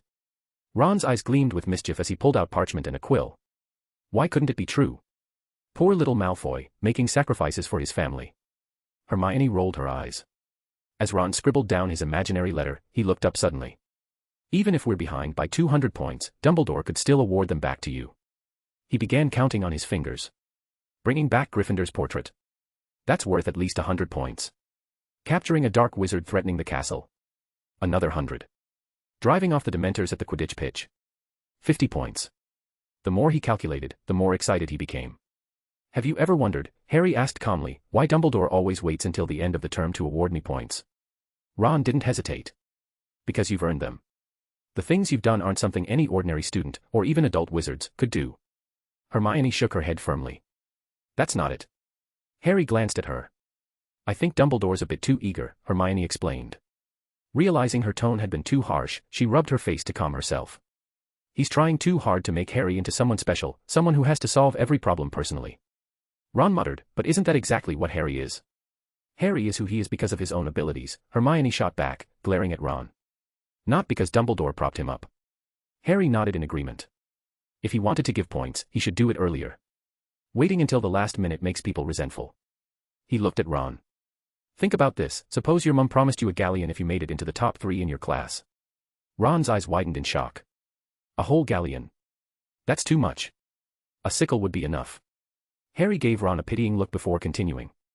All right, let's say a sickle. You've nearly secured 3rd place. But at the last moment, Snape announces that Malfoy did something months ago that was really impressive, and he gives him a few extra points, pushing you down to 4th. How would you feel? I'd beat him up again. Ron growled. Exactly. That's how the Hufflepuffs feel. Harry nodded. Ron shook his head, looking very much like Crookshanks batting at something in Harry's lap. But it's not the same. You're not nearly as annoying as Malfoy. Would it be better if it were Neville who got the points? Harry asked, raising an eyebrow. Ron froze, the words stuck in his throat. Neville. He was a good friend. But still, a whole sickle. Snape would never give points to Neville, Ron muttered, his voice barely audible. It was his last shred of defiance. Hedwig and Bose flew in from the lake, their feathers drenched from playing with the merpeople. They chirped and nudged Harry and Hermione, prompting them to cast cleaning spells before the 2 owls took off again, delivering their letters. The trio continued discussing the house cup. Harry and Hermione gave Ron tips on handling bullies. Beating someone up isn't just about brute force, Harry explained. There's an art to ambushing someone. It's not about doing it once and leaving them with bruises. George and Fred only cornered Malfoy once, Hermione added. The real skill, Harry continued, is doing it repeatedly, making them dread walking into a trap. You want them to get so scared they'd willingly walk into your ambush just to get it over with. Ron took notes diligently, more focused than he'd ever been in class. After a while, Hermione poked Harry's cheek. Harry, Snape's here. She glanced around awkwardly, most of Harry's body was covered in armor, and his cheek was the only exposed spot she could reach. She still couldn't figure out how he wore that armor every day. Harry looked up. Snape had already approached, his expression unreadable. He'd clearly heard Hermione call him by name. Without a change in his expression, Snape fixed his gaze on Harry. Potter, we need to talk. Is it about what I think it is? Harry didn't even look up, using his wand to correct a few spelling errors in Ron's notes. Snape ground his teeth. Yes. Harry finally lifted his head. I thought you'd wait until I lost my patience. Has Dumbledore spoken to you already? Harry tilted his head toward the castle's 8th floor, where a window gleamed faintly. He could feel a magical presence observing them. Snape remained silent. He gestured toward a quieter spot by the lake. Let's talk there. Harry stood. Ron made to follow, but Hermione wordlessly cast a spell, dropping a heavy book on his head with a thud. As Harry walked away with Snape, Hermione shook her head, her voice soft but worried. That's between them. The summer sun shone down on the black lake. The air was warm, but not stifling. Harry and Snape faced each other by the water, both standing tall and still, like ancient trees rooted by the shore. Has Albus told you about the prophecy? Snape's voice was rough, dry. Harry nodded. And, did he tell you about my past? Snape averted his gaze, staring out at the rippling lake. Harry shook his head. He didn't. But I did my own research. Snape fell silent. Harry continued, his tone steady. Born in Spinner's End. A drunk father. A mother obsessed with love. Snap. Snape's head whipped around, his eyes wide with shock, shame, and rage. You asked Petunia about me. His voice cracked as he struggled to suppress his emotions. Harry nodded. Obviously, I'm not exactly a model student who always follows orders. Snape gripped his wand tightly. What else? You were close to my mum. Then, around 5th year, you had a falling out. Harry's voice remained calm. Sirius said it was because you called her a mudblood. Snape's face turned pale. His hands trembled. He activated his occlumency defenses to keep his emotions in check, but it only made things worse. Each word Harry spoke was like a dull knife, slicing into Snape's heart, slow, painful, and relentless. And later, you became a Death Eater. Harry's gaze bore into him. I don't know what happened in between. Maybe you just couldn't stop your master from killing my mother. I hope that's the case, Professor. Snape opened his mouth but found he had no words. His voice was lost. He pulled out a vial of calming draught and drank deeply, his trembling hands steadying. I failed to save Lily. In fact, I caused her death, he whispered, his voice hollow. Harry took a deep breath. The weight of Snape's words pressed down on him, like the air itself was trying to suffocate him. Snape continued, his voice broken. It was I who told Voldemort about the prophecy. He chose you because of it. And that night, he killed Lily. Harry exhaled slowly, struggling to steady himself. His voice trembled slightly as he spoke. Sirius and Lupin told me about my father. About the awful things he did to you. Snape said nothing. As his son, I should apologize on his behalf. Harry's expression hardened. But I can't. I can't apologize to the men who caused my parents' deaths. He reached into the sorting hat and pulled out the bone sword. Draw your wand, Professor. Harry's voice was cold, resolute. Let's end this. All of it. Here. Now. Power Stones. For 20 advanced chapters, patreon.com/michaeltranslates. Chapter 150, How much longer can I live, Professor? Drawing wands and dueling, with Potter of all people. This was the grudge that had taken root in Severus Snape's heart like a stubborn weed, never to be uprooted. Now, that fantasy had come true. He should feel triumphant, ecstatic. Yet he couldn't summon the strength to even grip his wand, let alone raise it. Snape forced himself to look at Harry. The boy's face was nearly identical to James Potter's, except for the expression. That was different. This boy was simply unfortunate enough to have inherited that man's face. He should have looked more like his mother. Draw your wand, Snape, Harry said as he advanced, sword in hand, the blade's tip inching closer until it pressed against Snape's throat. The pale blade reflected off Snape's face, draining all color from his skin. Snape remained silent. Hurry up, will you? Harry urged, voice sharp with impatience. What's wrong? Have you turned into one of your beloved trolls? Harry smirked coldly. Empty-headed, worse than Sirius. Have you forgotten that wizards carry wands and cast spells? Snape's hands hung limply at his sides. He shook his head, his voice strained and trembling. No. I can't. He had prepared himself for this, for Lily's child to kill him. This isn't like you. Harry loosened his grip, letting the sword's tip glide down Snape's robes to rest against his chest, slicing through fabric but stopping short of cutting skin. Since when did you become so indecisive? It's my fault. Snape's head drooped, his voice fragile and weak. I'm not just Lily Potter's child, Harry interrupted, cutting him off again. I'm also James Potter's child. The child of the family you hate the most.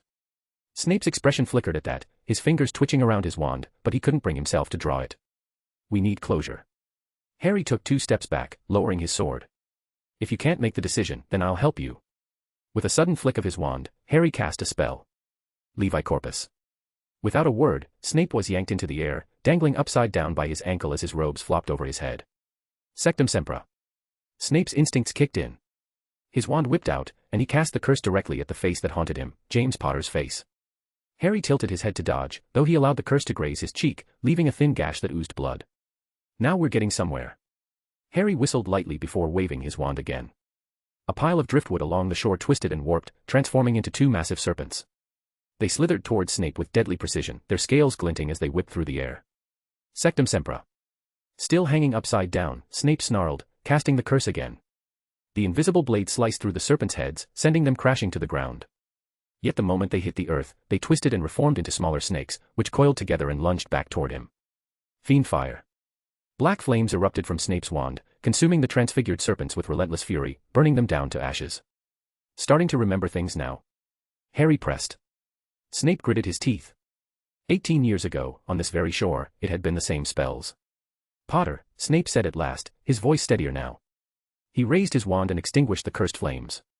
The charred ground around them crackled underfoot, the air thick with smoke. The commotion had drawn the attention of nearby students.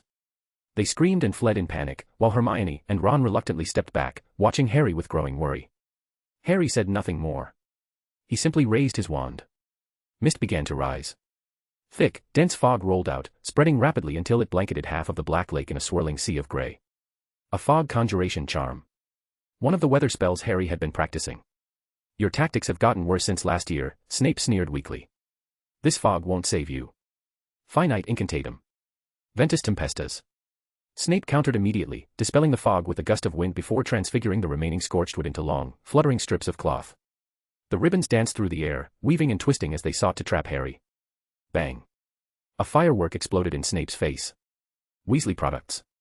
Thick, sticky red sauce splattered across Snape's face, tomato, by the smell of it. Erentus. A burst of wind scattered the cloth strips, but Snape staggered, momentarily blinded as he struggled to wipe his face clean. Harry took the opportunity to close the distance. Boggart. The padded transfigured robes Snape had conjured exploded into pieces, leaving him disheveled and covered in soot and mud, his tattered robes billowing in the wind. "Why aren't you fighting back?" Harry demanded, his eyes locked on Snape. "With your skills, you've had at least 6 chances to retaliate." Snape said nothing, continuing to conjure harmless strips of cloth in a futile attempt to entangle Harry. Finally, Harry stopped in his tracks. Snape froze as well. "You were curious about all those potion ingredients Sirius bought for me, weren't you?" Harry asked quietly.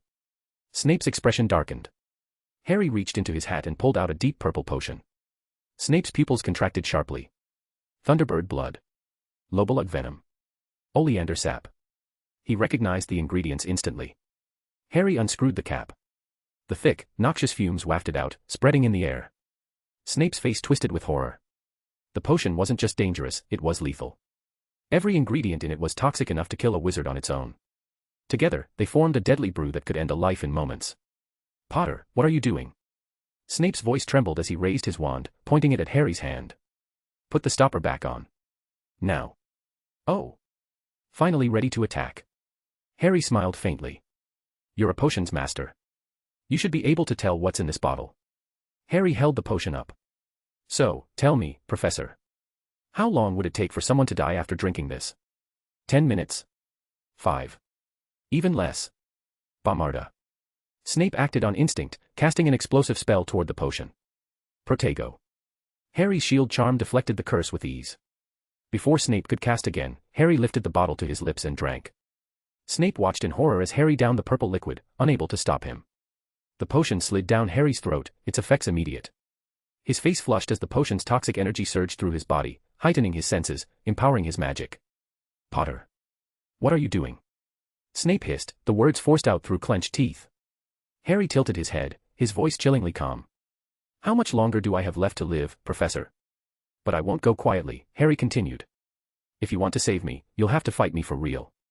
Snape cursed under his breath, pulling 2 vials from his robes. One was a magical energy potion he had taken before. The other, a vial of Felix Felicis. "You Potters are all insane," Snape muttered, downing both potions. "Now you're getting it," Harry said, his tone icy. He raised his wand once more.